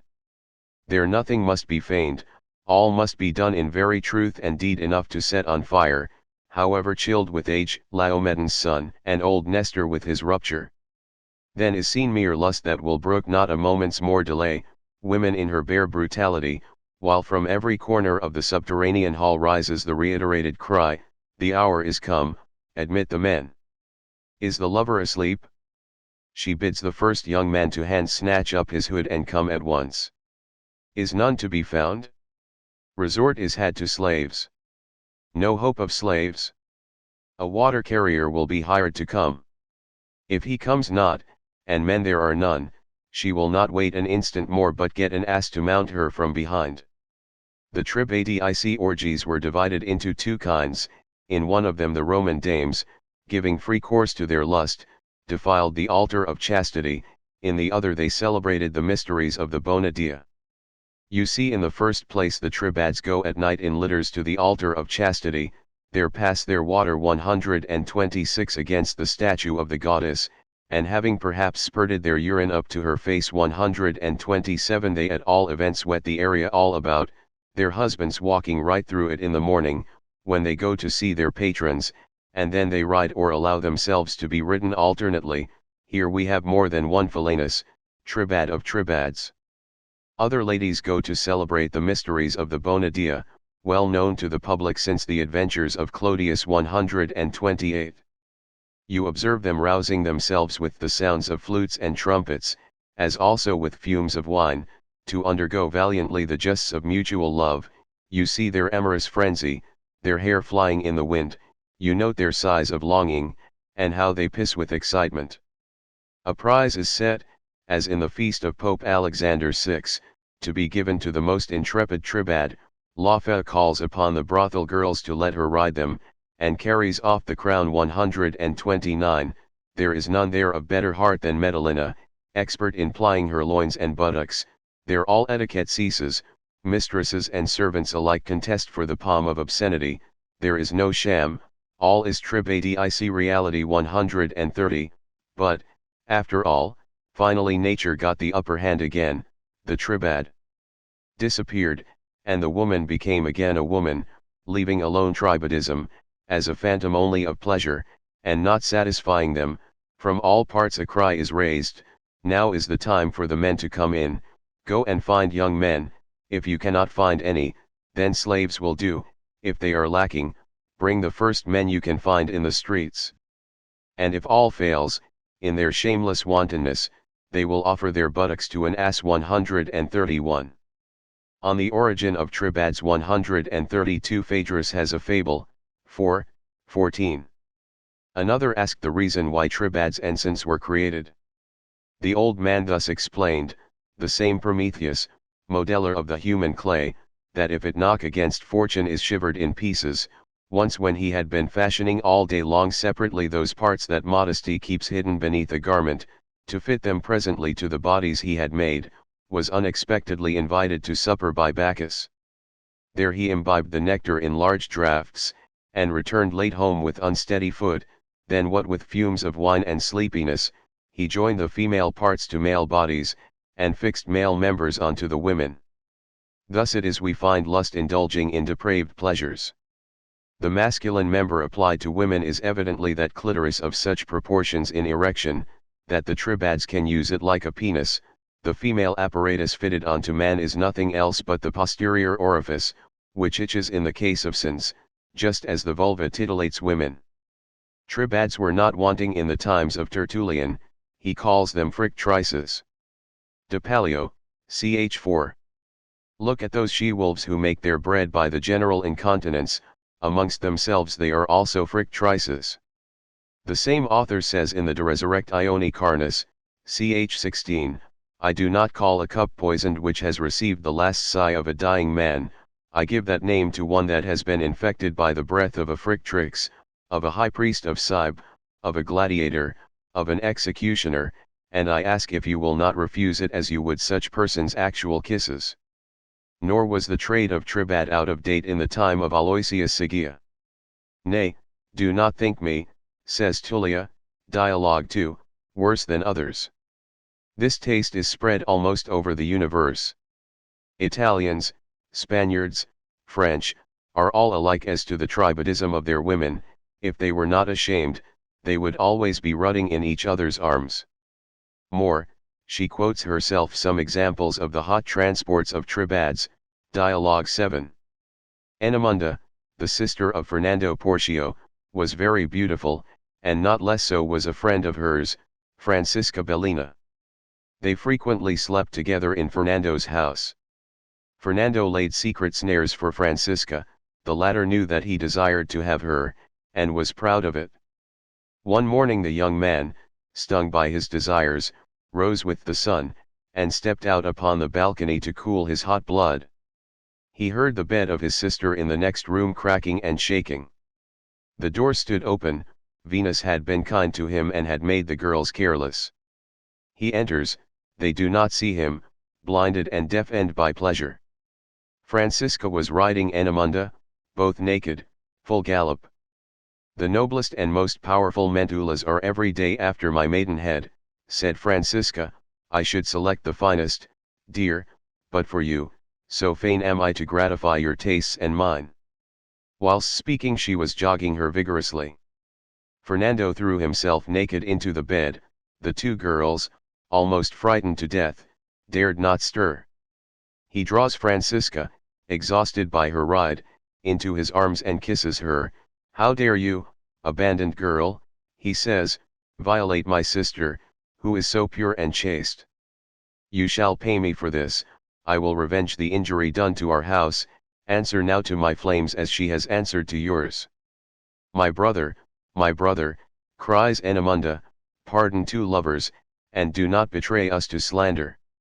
No one shall know anything, he answered, let Francisca make me a present of her treasure, and I will make you both a present of my silence. The conversation of Ottavia with Tullia, acting as tribad, in the same work, Dialogue 2, is still bolder and more to the point. Tullia, pray do not draw back, open your thighs. Ottavia, very well. Now you cover me entirely, your mouth against mine, your breast against mine, your belly against mine, I will clasp you as you are clasping me.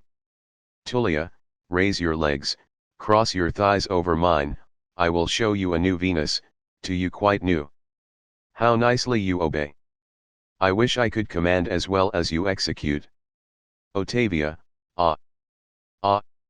My dear Tullia, my queen. How you push. How you wriggle.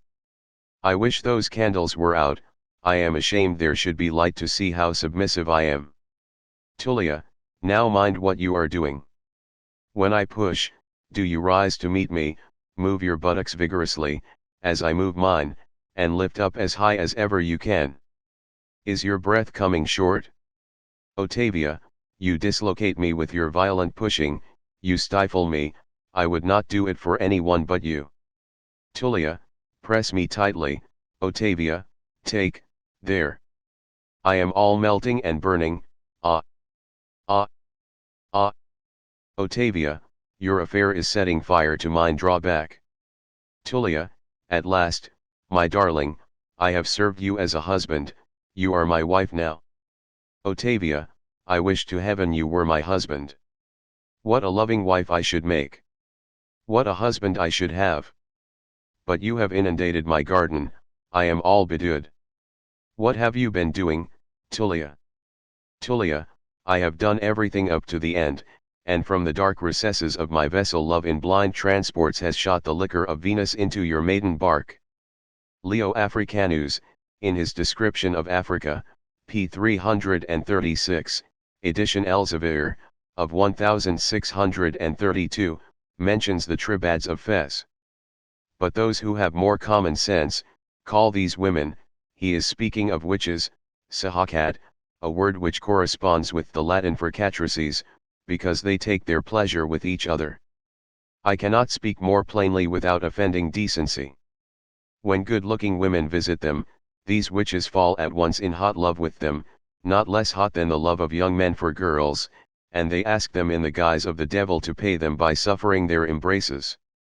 So it happens that very often when they think they have been obeying the behests of demons, they have really only had to do with witches. Many, too, pleased with the game they have played, seek of their own impulse to enjoy intercourse again with the witches, and under pretence of being ill, summon one of them or send their unfortunate husbands to fetch her. Then the witches, seeing how matters stand, asseverate that the wife is possessed by a demon, and can only be liberated by joining their association. You ask whether Tribads are still to be found in our days? If there are none now, there certainly were some in existence in Paris only a short time before the Great Revolution, if we are to trust the author of Gyneology, 3, p. 428. There was a veritable college of Tribads in Paris, who went by the names of Vestals, holding regular meetings in particular localities. There were a great many members, and of the highest classes, they had their statutes with respect to admission. The affiliated were divided into 3 degrees, aspirants, postulants, the initiated. Before the postulant could be admitted to the secret of the order, she had to undergo for 3 days a difficult probation, shut up in a cell tapestried with lewd pictures, and ornamented with carved priapi of magnificent proportions.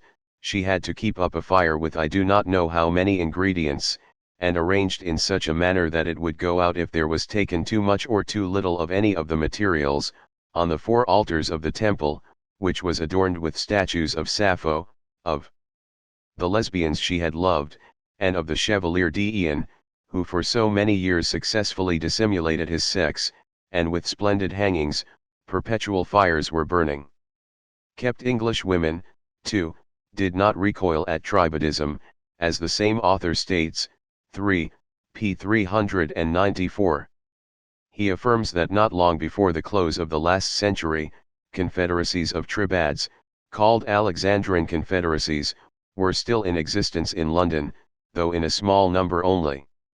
Enough now of those who are, strictly speaking, included under the name of Tribads, but the word has a more extended signification. The term is also applied to those women who in default of a real mentula, make use of their finger or of a Leithern contrivance, which they introduce into their vulva, and so attain a fictitious enjoyment. Germany, I have lately heard, has been ringing with complaints about this abuse. As regards the Leithern engine 133, called by the Greeks Olisbos, the women of Miletus, above all others, made it their instrument of pleasure. Aristophanes, in the Lysistrata, 108-110.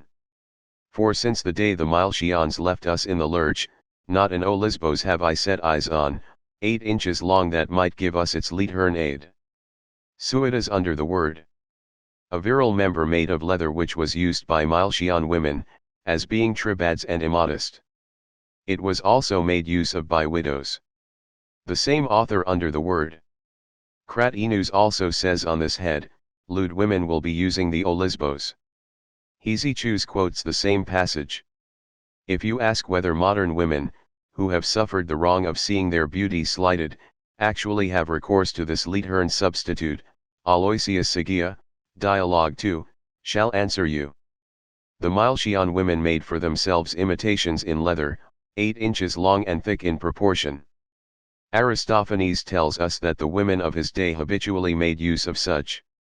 And to this very day Italian, Spanish, and Asiatic women honor this instrument with a place in their toilet apparatus. It is their most precious possession, and one very highly appreciated. It is an undoubted fact that the Roman matrons cherished a species of inoffensive snake 134, the cold skin of which served as a refrigerator in summer. Martial, 7, 86. If Glaciala winds an icy serpent round her neck. Lucian Alexander, Works, Volume 4, p. 259. In that country one sees serpents of an enormous size, but so quiet and mild that they are fondled by women, sleep with the children, do not get angry on being trodden on or handled, and suck the nipples of the breast like a nursling.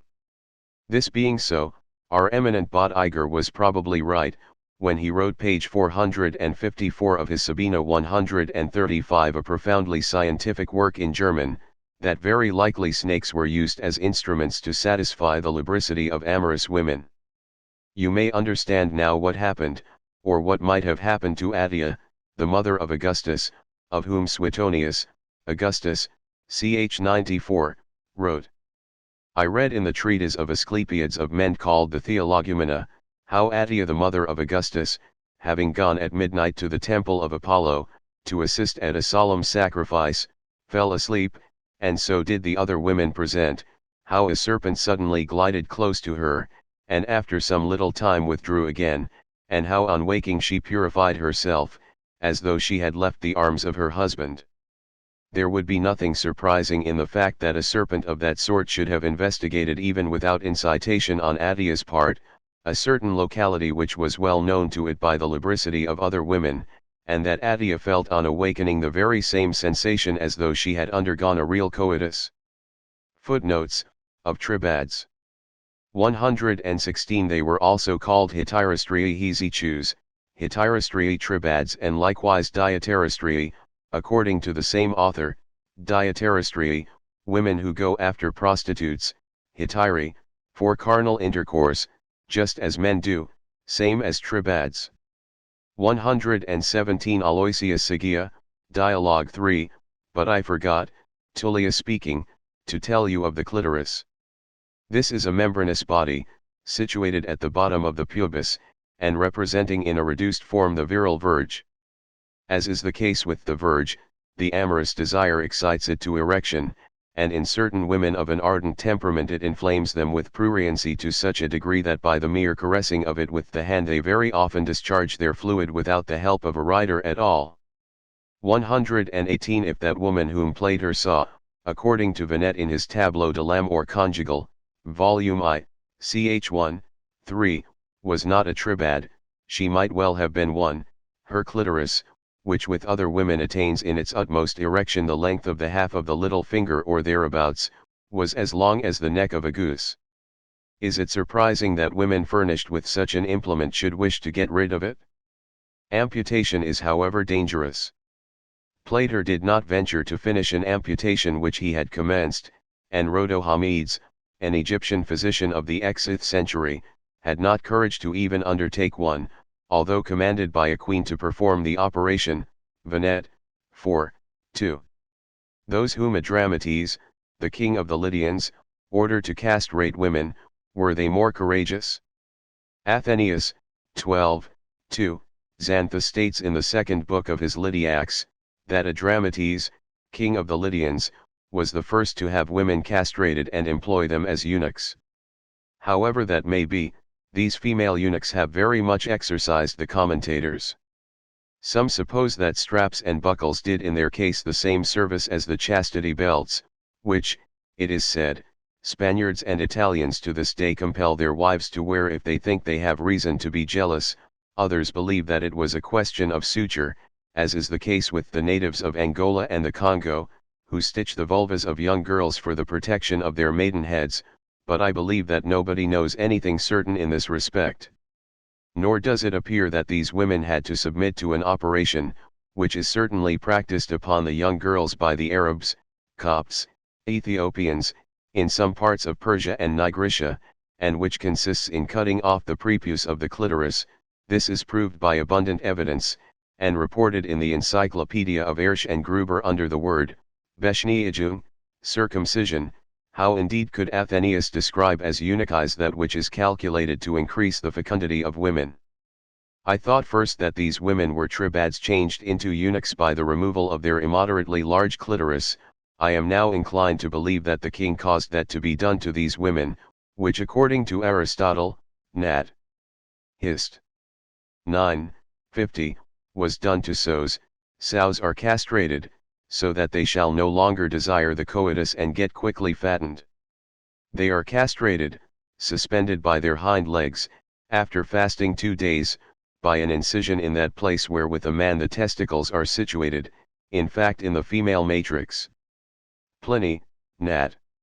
History, 8:51, sows are castrated in the same way as female camels, after a fast of 2 days, suspended by their hind legs, by an incision in the vulva, they thus fatten much quicker. Columella, 7:9. 5. Sows are also castrated by incision in the vulva, the wound cicatrix, and they cannot conceive any more. This practice has by no means disappeared. Schneider notes it in the passage of Columella. Sows, cows, mares, sheep, are still castrated by excising their ovarium. Why should we not believe that Adramytes wanted the same process to be applied to the fair sex, in order to make women sterile? However, the ancient Egyptians, who, see Strabo, Book 17, p. 824, undoubtedly circumcised themselves, and also their women, appear to me to have had in view not so much ovariotomy as the circumcision of the prepuce of the clitoris, a practice still in use with them, as stated above, cutting the female parts being thus something like circumcision. It is to be assumed that a similar operation was intended rather than any other one. 119. Let us consult again Aloysius Sigia, Dialogue 3. It has happened sometimes to myself, Tullia, when Callias tries on me his lubricities, when he tickles me and excites me. Then I sometimes water his 2 libertine hands with an abundant dew from my pleasure grounds. And that gives him an opportunity for letting off a whole sheaf of sarcasms and jokes. But what can I do? I begin to laugh, and so does he. I tell him he is too impudent, he tells me I am too lewd, we call each other names right and left, and in the midst of our mutual recrimination he will throw himself upon me, turn me on my back, and force me to submit to his assault, saying he will give me his dewdrops for those he has drawn from me, so that I may not be a loser. Further on, Dial. 4, Callias, pressing me more closely to him, buried his weapon deeper into my belly, almost as though he were trying to get himself in altogether. Soon a delicious stream spurted into me, and at the same time I felt my liquid boiling over, causing me such delight that I forgot all reticence, and myself excited Callias more and more, pressing him against me and begging him to quicken his pace. Thus we expired both together with our muscles relaxing at one and the same instant. You will understand by this the meaning of the epigram to Sosipater in the Analecta of Brunck, p. 504. Until the white liquor ran over with both of them, and Doris unwound her wearied limbs. Reisk thought the white liquor in this passage meant drops of perspiration. Nonsense. It means the virus secreted by both sexes, and liberated in the last spasms of lust. Aloysius Sigia, Dialogue 4. As I finished speaking, it is still Tullia that speaks. He got upon me, and collecting all his strength he pushed the arrow into me, he filled my womb with his fecundating dew, and I also shed the rivulet of white liquid. Incapable of enduring any longer so intense a voluptuous feeling, we sank back exhausted in each other's arms. We have quoted besides on different occasions extracts from the rich treasures of Aloysius Sigia, on this subject. 120 women, whose clitoris is too prominent, are thus prevented from having intercourse with men, so that when they are seized with amorous designs they cannot well find any other way of satisfying their desires than by playing tribadism. Venet 4, 2, 4. 121 Pyrrha and Methymna are towns in Lesbos. Pomponius Mela, 2, 7, in the Troad is Lesbos, and in Lesbos there were formerly 5 cities, viz., Antissa, Pyrrha, Ersos, Methymna, Mytilene. 122 Not innocently, or rather, not without crime, some read which I loved not without crime, others, which I loved here without crime, but the difference is not great. If you prefer which I loved here, the excuse itself is a confession. All we want is the admission that the tribad tastes of Sappho are no modern invention, but originated, how we know not, and prevailed in very early times. The love of woman for woman was never known under any other name than the notorious one of tribadism. 123. See whether it is with good reason or no that the succeeding epigram, number 69, calls Philanus the tribad of tribads. 124. To make yourselves quite sure about what the author means by androgynic loves, look at the passage as a whole. Come, you man of the new age, you lawgiver of unknown amours, if you open out new ways to the lubricity of men, you may grant to the women equal license. Let them cohabit together as the men do, let woman lie with woman, and simulate with their lascivious organs conjunctions, sterile though they be, as man lies with man. Let the word one hears so very rarely, and which I am ashamed to pronounce, let the lubricity of our tribads triumph without blushing. Observe in the first place how tribads were seldom spoken of, and that they kept themselves in the dark. In the second place how the immoderate clitoris of the tribad is said to simulate lascivious organs in conjunction. Seneca, Controversia Secunda, in a similar sense, calls such a monstrosity, an artificial man. Lastly, the epithet sterile is applied to the clitoris, and points to the dry unproductiveness of the tribadic coitus. 125. Instead of peticating boys, Martial might have said, if the meter had allowed it, entering boys. Seneca's expression, letter XCV, viros inant, which was a source of great trouble to the great Justice Lipsius, signifies nothing else, the women will contest for the crown of lubricity with the men. May the gods confound them. One of their refined lubricities reverses the laws of nature, they have connection with men. There you have in plain words the turpitude which Justice Lipsius considered worthy of the infernal regions, tribads peticating. 126. When women are in rut they pass their water, nature wills it so.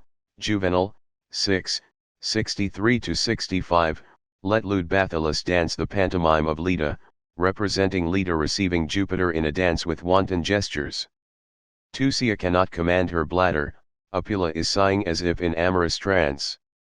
The same 11, 166-168.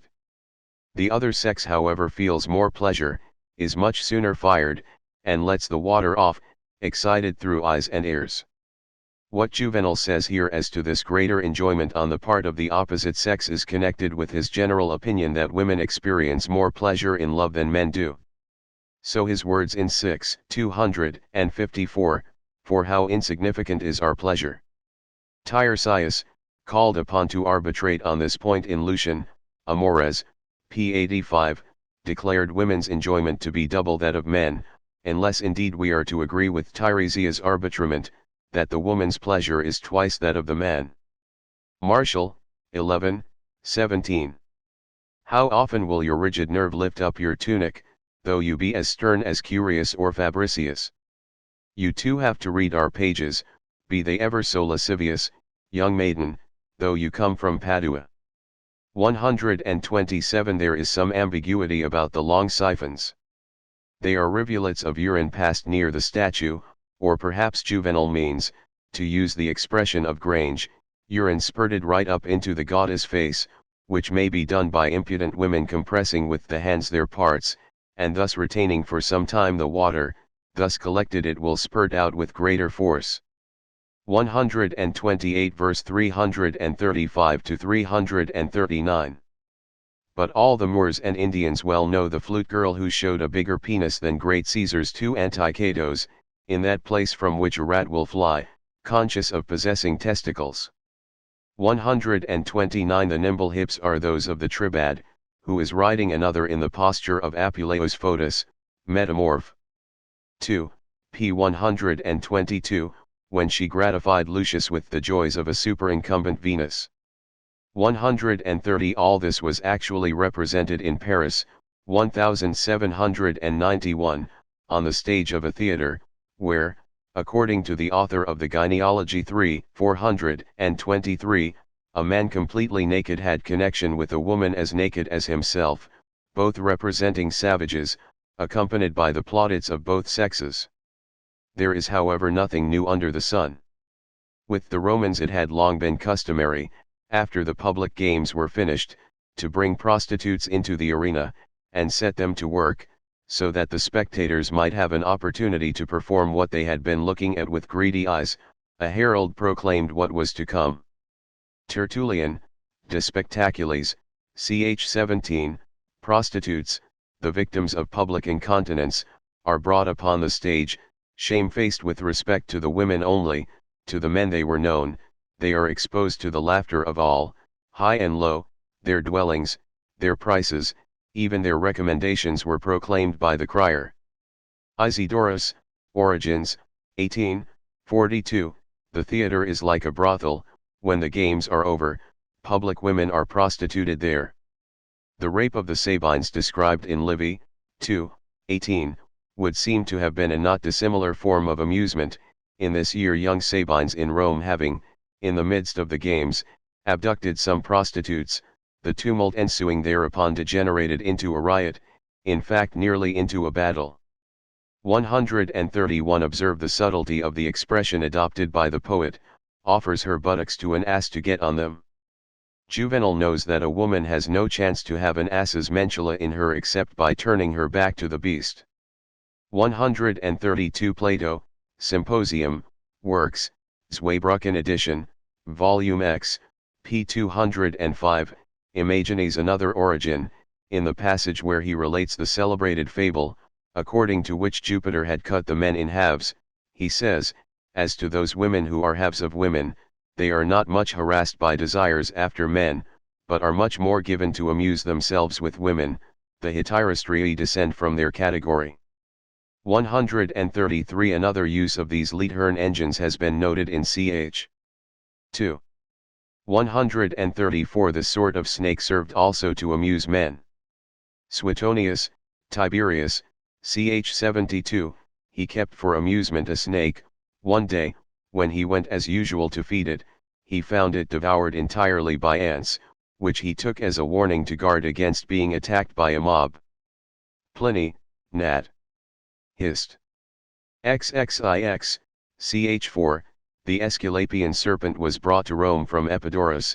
It was kept in the public edifices, and also in private houses. Seneca, in the De Ira, 2, ch. 31, speaks of those snakes that glide harmlessly amid the cups and into the bosoms of the guests. They were not of a small size.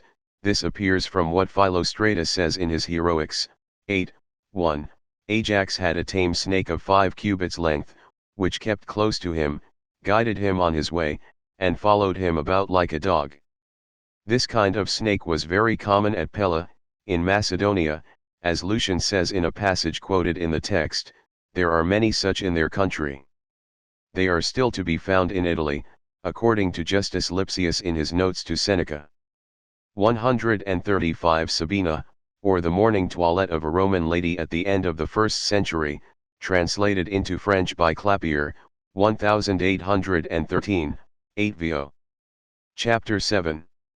Of Intercourse with Animals. It will not be out of place to say something here of the incontinence of those who have carried out carnal intercourse with animals. It appears that in Egypt the Mencians, who paid divine honors to a he-goat 136, prostituted to him publicly women, even against his inclination, in celebrating his rites. Herodotus 2, 46. A monstrous affair was connected with this district, viz., the Mencian. In my time, a he-goat covered a woman in public. Strabo, 17, p. 802. Mendes, where they worship Pan, and a live he-goat, the latter in that place have intercourse with women 137. The Jews also knew something of the practice, as we know from the law of Moses, Leviticus XX, 15-16. And if a man lie with a beast, he shall surely be put to death, and ye shall slay the beast. And if a woman approach unto any beast, and lie down thereto, Thou shalt kill the woman, and the beast, they shall surely be put to death. How should Juvenal have come to tell us, Satire 6, 332-33? No more delay is there, she hastens to make a donkey ride her from behind, if it had not been known that women sometimes submitted themselves to asses. Would Apuleius have thought of describing to us with no less minuteness than with the scene in which Lucius, changed into an ass by a mistake of Fotis, affects intercourse with a matron? Metamorphoses, Book X, p. 249. But I was a prey to grave apprehensions. I asked myself how I, with my long and coarse legs, could mount a delicate woman, clasp with my hard hoofs her soft and tender limbs that looked like milk and honey. How could I with my enormous mouth, furnished with teeth as big as tombstones, kiss those small, rosy, scented lips? How lastly this lady, although in rut to her very finger-nails, could take in such a big genital verge? She, however, doubled her tender allurements, her endless kisses, her sweet murmurings, interspersed with sweet glances like stings. I hold you at last, she cried, I hold my dove, my sparrow. And having said this, she showed me how vain my fears had been for embracing me as closely as she could. She received me inside entirely, out and out. Even more than that, whenever I drew back in order to spare her, she pushed closer to me, and clasping my backbone like mad, she clung to me so closely that, by Hercules, I began to think that I was not well enough furnished to assuage her passion completely. A young girl of Tuscany got herself covered by a dog in the time of Pius V, the Roman Pope, as reported by Venet 2, 4, ch. 3, and according to a note of Elmenhorst on the above-quoted passage of Apuleius, a woman was discovered in Paris, in October, 1601, to have had connection with a dog. The law was appealed to, and in conformity with the unanimous verdict pronounced by the Parliament, the adulterous woman and the dog were both burnt alive. Nay, more, a woman has been known to submit to a crocodile, if we may believe Plutarch, who reports in his treatise on the sagacity of animals, p. 976, volume 2, of the Complete Works. Quite lately our excellent Philinus, on returning from a long voyage to Egypt, told me that he had seen at Antiopolis an old woman sleeping with a crocodile stretched comfortably beside her on her pallet. Nor have men despised the vulva of animals. Plate 3 of the Monuments du Culte Secret des Dames Romaines, shows the picture of a man working away in a goat, though the annotator ought not to have quoted in illustration of it a passage of Virgil, Bucolics 3, 8, which has nothing whatever to do with this matter. We know who, pedicate you, while the he-goats looked at you askance. In our country's legal cases show that not only goats, but also sheep, cows, and mares, have sometimes charmed shepherds and other people of low breeding. Footnotes, of intercourse with animals. 136 Plutarch, of animals that have reason, p. 989, volume 2, of his works. It is reported in Egypt the he-goat Mendes, shut up with a great number of women, all of them beautiful, refused to have anything to do with them, and prefers goats by far. 137 If we may believe Venet, 2, 4-3, there is nothing more common in Egypt at the present day than for young women to have intercourse with he-goats. Chapter 8. Of Spintrian Postures. In the sundry kinds of voluptuous enjoyment which we have studied so far, there are almost always only two persons in action. It happens, nevertheless, that more than 2, 3, or even more, may enjoy themselves together. This is what we call after Tiberius, the Spintrian kind. Suetonius, Tiberius, ch. 43. In his retreat at Capri he had a cell aria, the scene of his secret debaucheries, in which chosen groups of young girls and worn-out voluptuaries, the inventors of monstrous conjunctions, called by him spintries, formed a triple chain, surrendered themselves to mutual defilements in his presence, so as to reanimate by this spectacle his languishing desires. This cell aria, by the etymology of the word, was evidently a room furnished with seats, Those who prostituted each other on these seats were called Celerii, from the place, and Spintrii, from the chain they formed. Spinter, according to Festus, p. 443, signified, a kind of bracelet worn by women on the upper part of the left arm. The word is probably a corruption of sphincter, the Greek from, I clasp, as for instance, a band surrounding the arm. Tacitus, Annals, 6, ch. 1. Then there were invented names never known before, as for instance Celerii and Spintrii, names taken from the turpitude of the place or from the complicated infamies undergone. Spintries then are those who, linked like the rings of a bracelet, thus accomplish the pleasures of Venus. 3 can link themselves thus, 2 and 2, in such a way that while the middle one is a fornicator or a pedicon, in front is a woman or a synede, behind a pedicon. Such was the chain formed by those Ausonius, epigram 6, describes 138. 3 in one bed, 2 submit to the infamous act, 2 perform it, for there are, I suppose wrong, to the outermost ones give a villainy apiece, count the man in the middle twice, for he both acts and submits. Do you want to see the one in the middle working a woman? Plate XL. Of the Monuments de la Vie Privée de Deux Césars shows you an example. Do you wish to see the middle one petticoating? Look at plate XXVII. There is, however, no need that the middle actor should fornicate or petticoat. He may be placed between his 2 companions in such a way that while he is enduring the assault of a pederast behind, he may in front irromate, suck a member or lick a vulva. Hostius, whose mind was so fertile in inventing obscenities that he was held up as an example to future ages, has tried all these postures and even added fresh variations. Seneca, Nat Quaest, I, 16, has inveighed against him more vehemently than is perhaps fit for a philosopher. It seems to me as though some secret voluptuousness has been acting here on the sense of this rigid guardian of virtue, he says. I will tell you here a story which will show you that lust will not disdain any artifice which is calculated to rouse desires, and to stimulate its own fury. The lasciviousness of Hostius was of the extremest kind.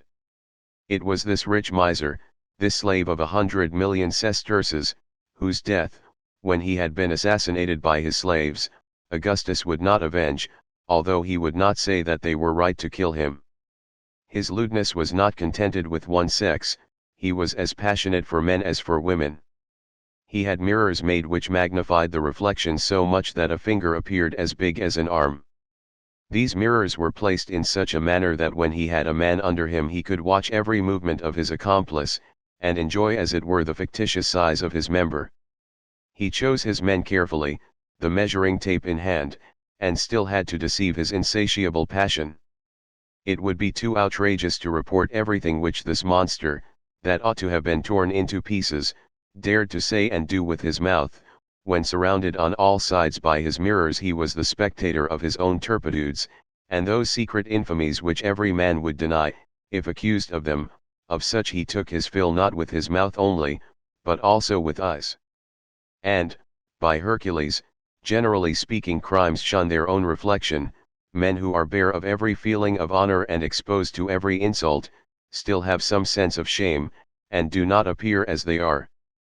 But he feasted his eyes on unheard of and unknown infamies, and, not content to see simply how he dishonored himself, he surrounded himself with mirrors, for the sake of multiplying and grouping his lubricities.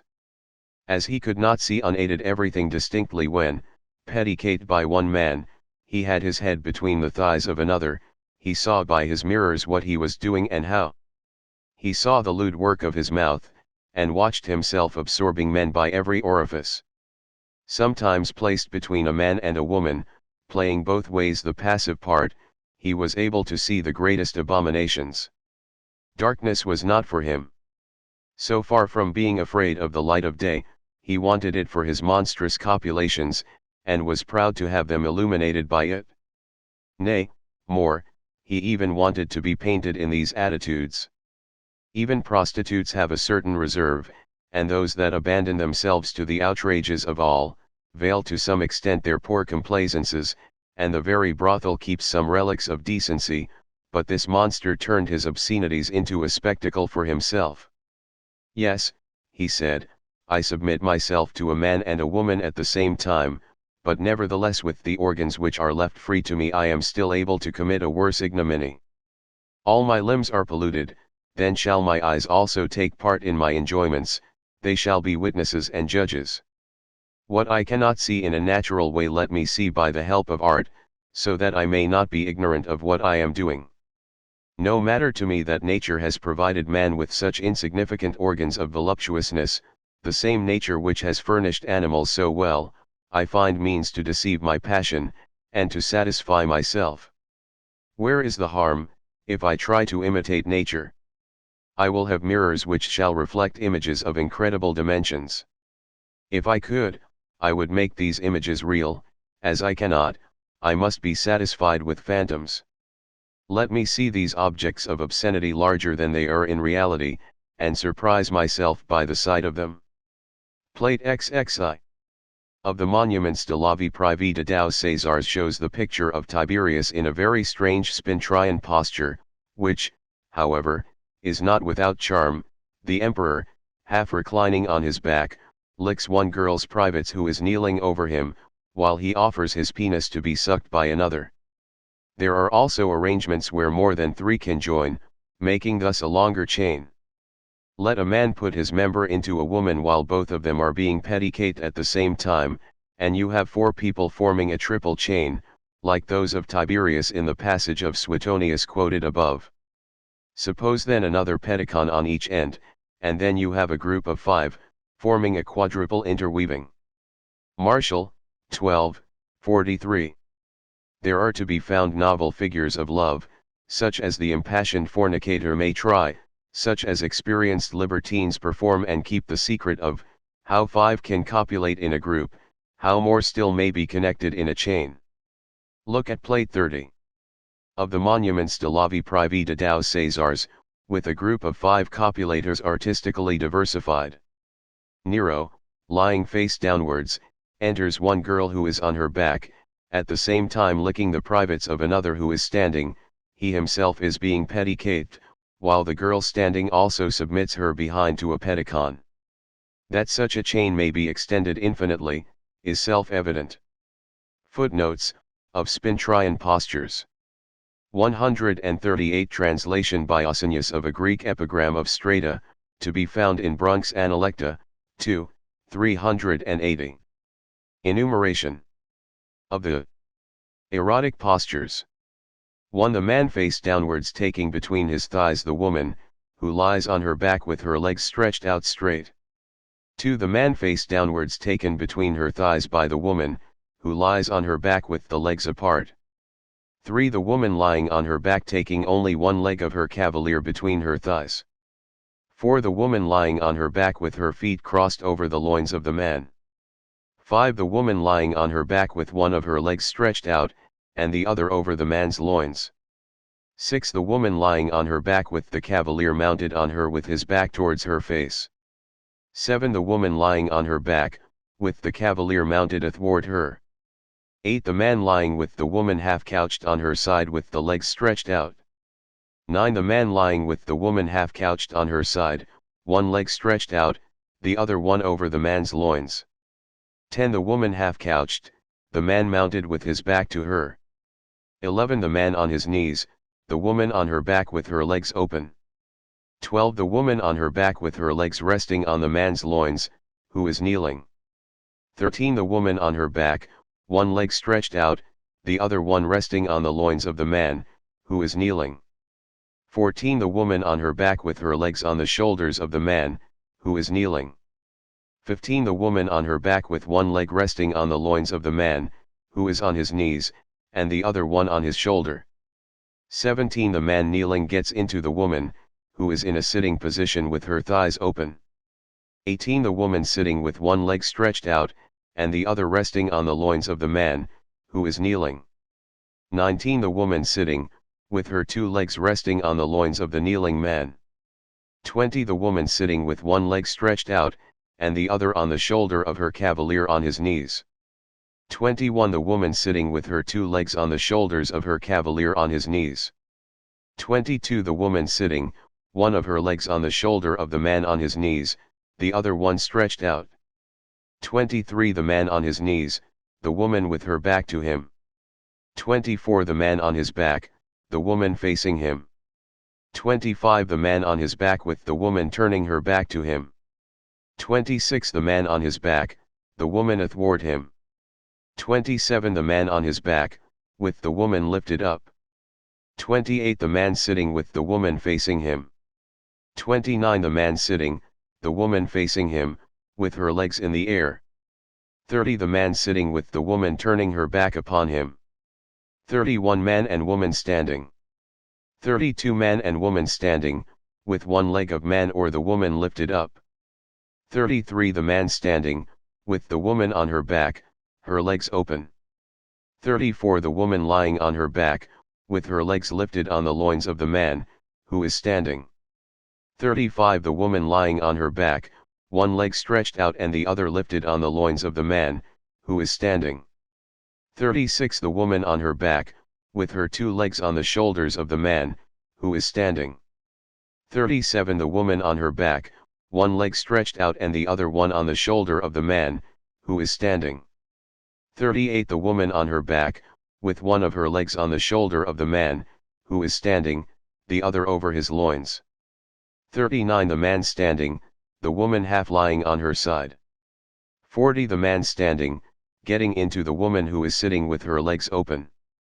41 The man standing, getting into the woman sitting with her legs in the air. 42 The man standing, the woman sitting with one leg stretched out and the other one lifted up. 43 The man standing and the woman lifted up. 44 The woman lifted up, with her legs on the shoulders of the man, who is standing. 45 The man standing, the woman on her knees, with her back towards him. 46 The man standing, the woman crouching down, with her back towards him.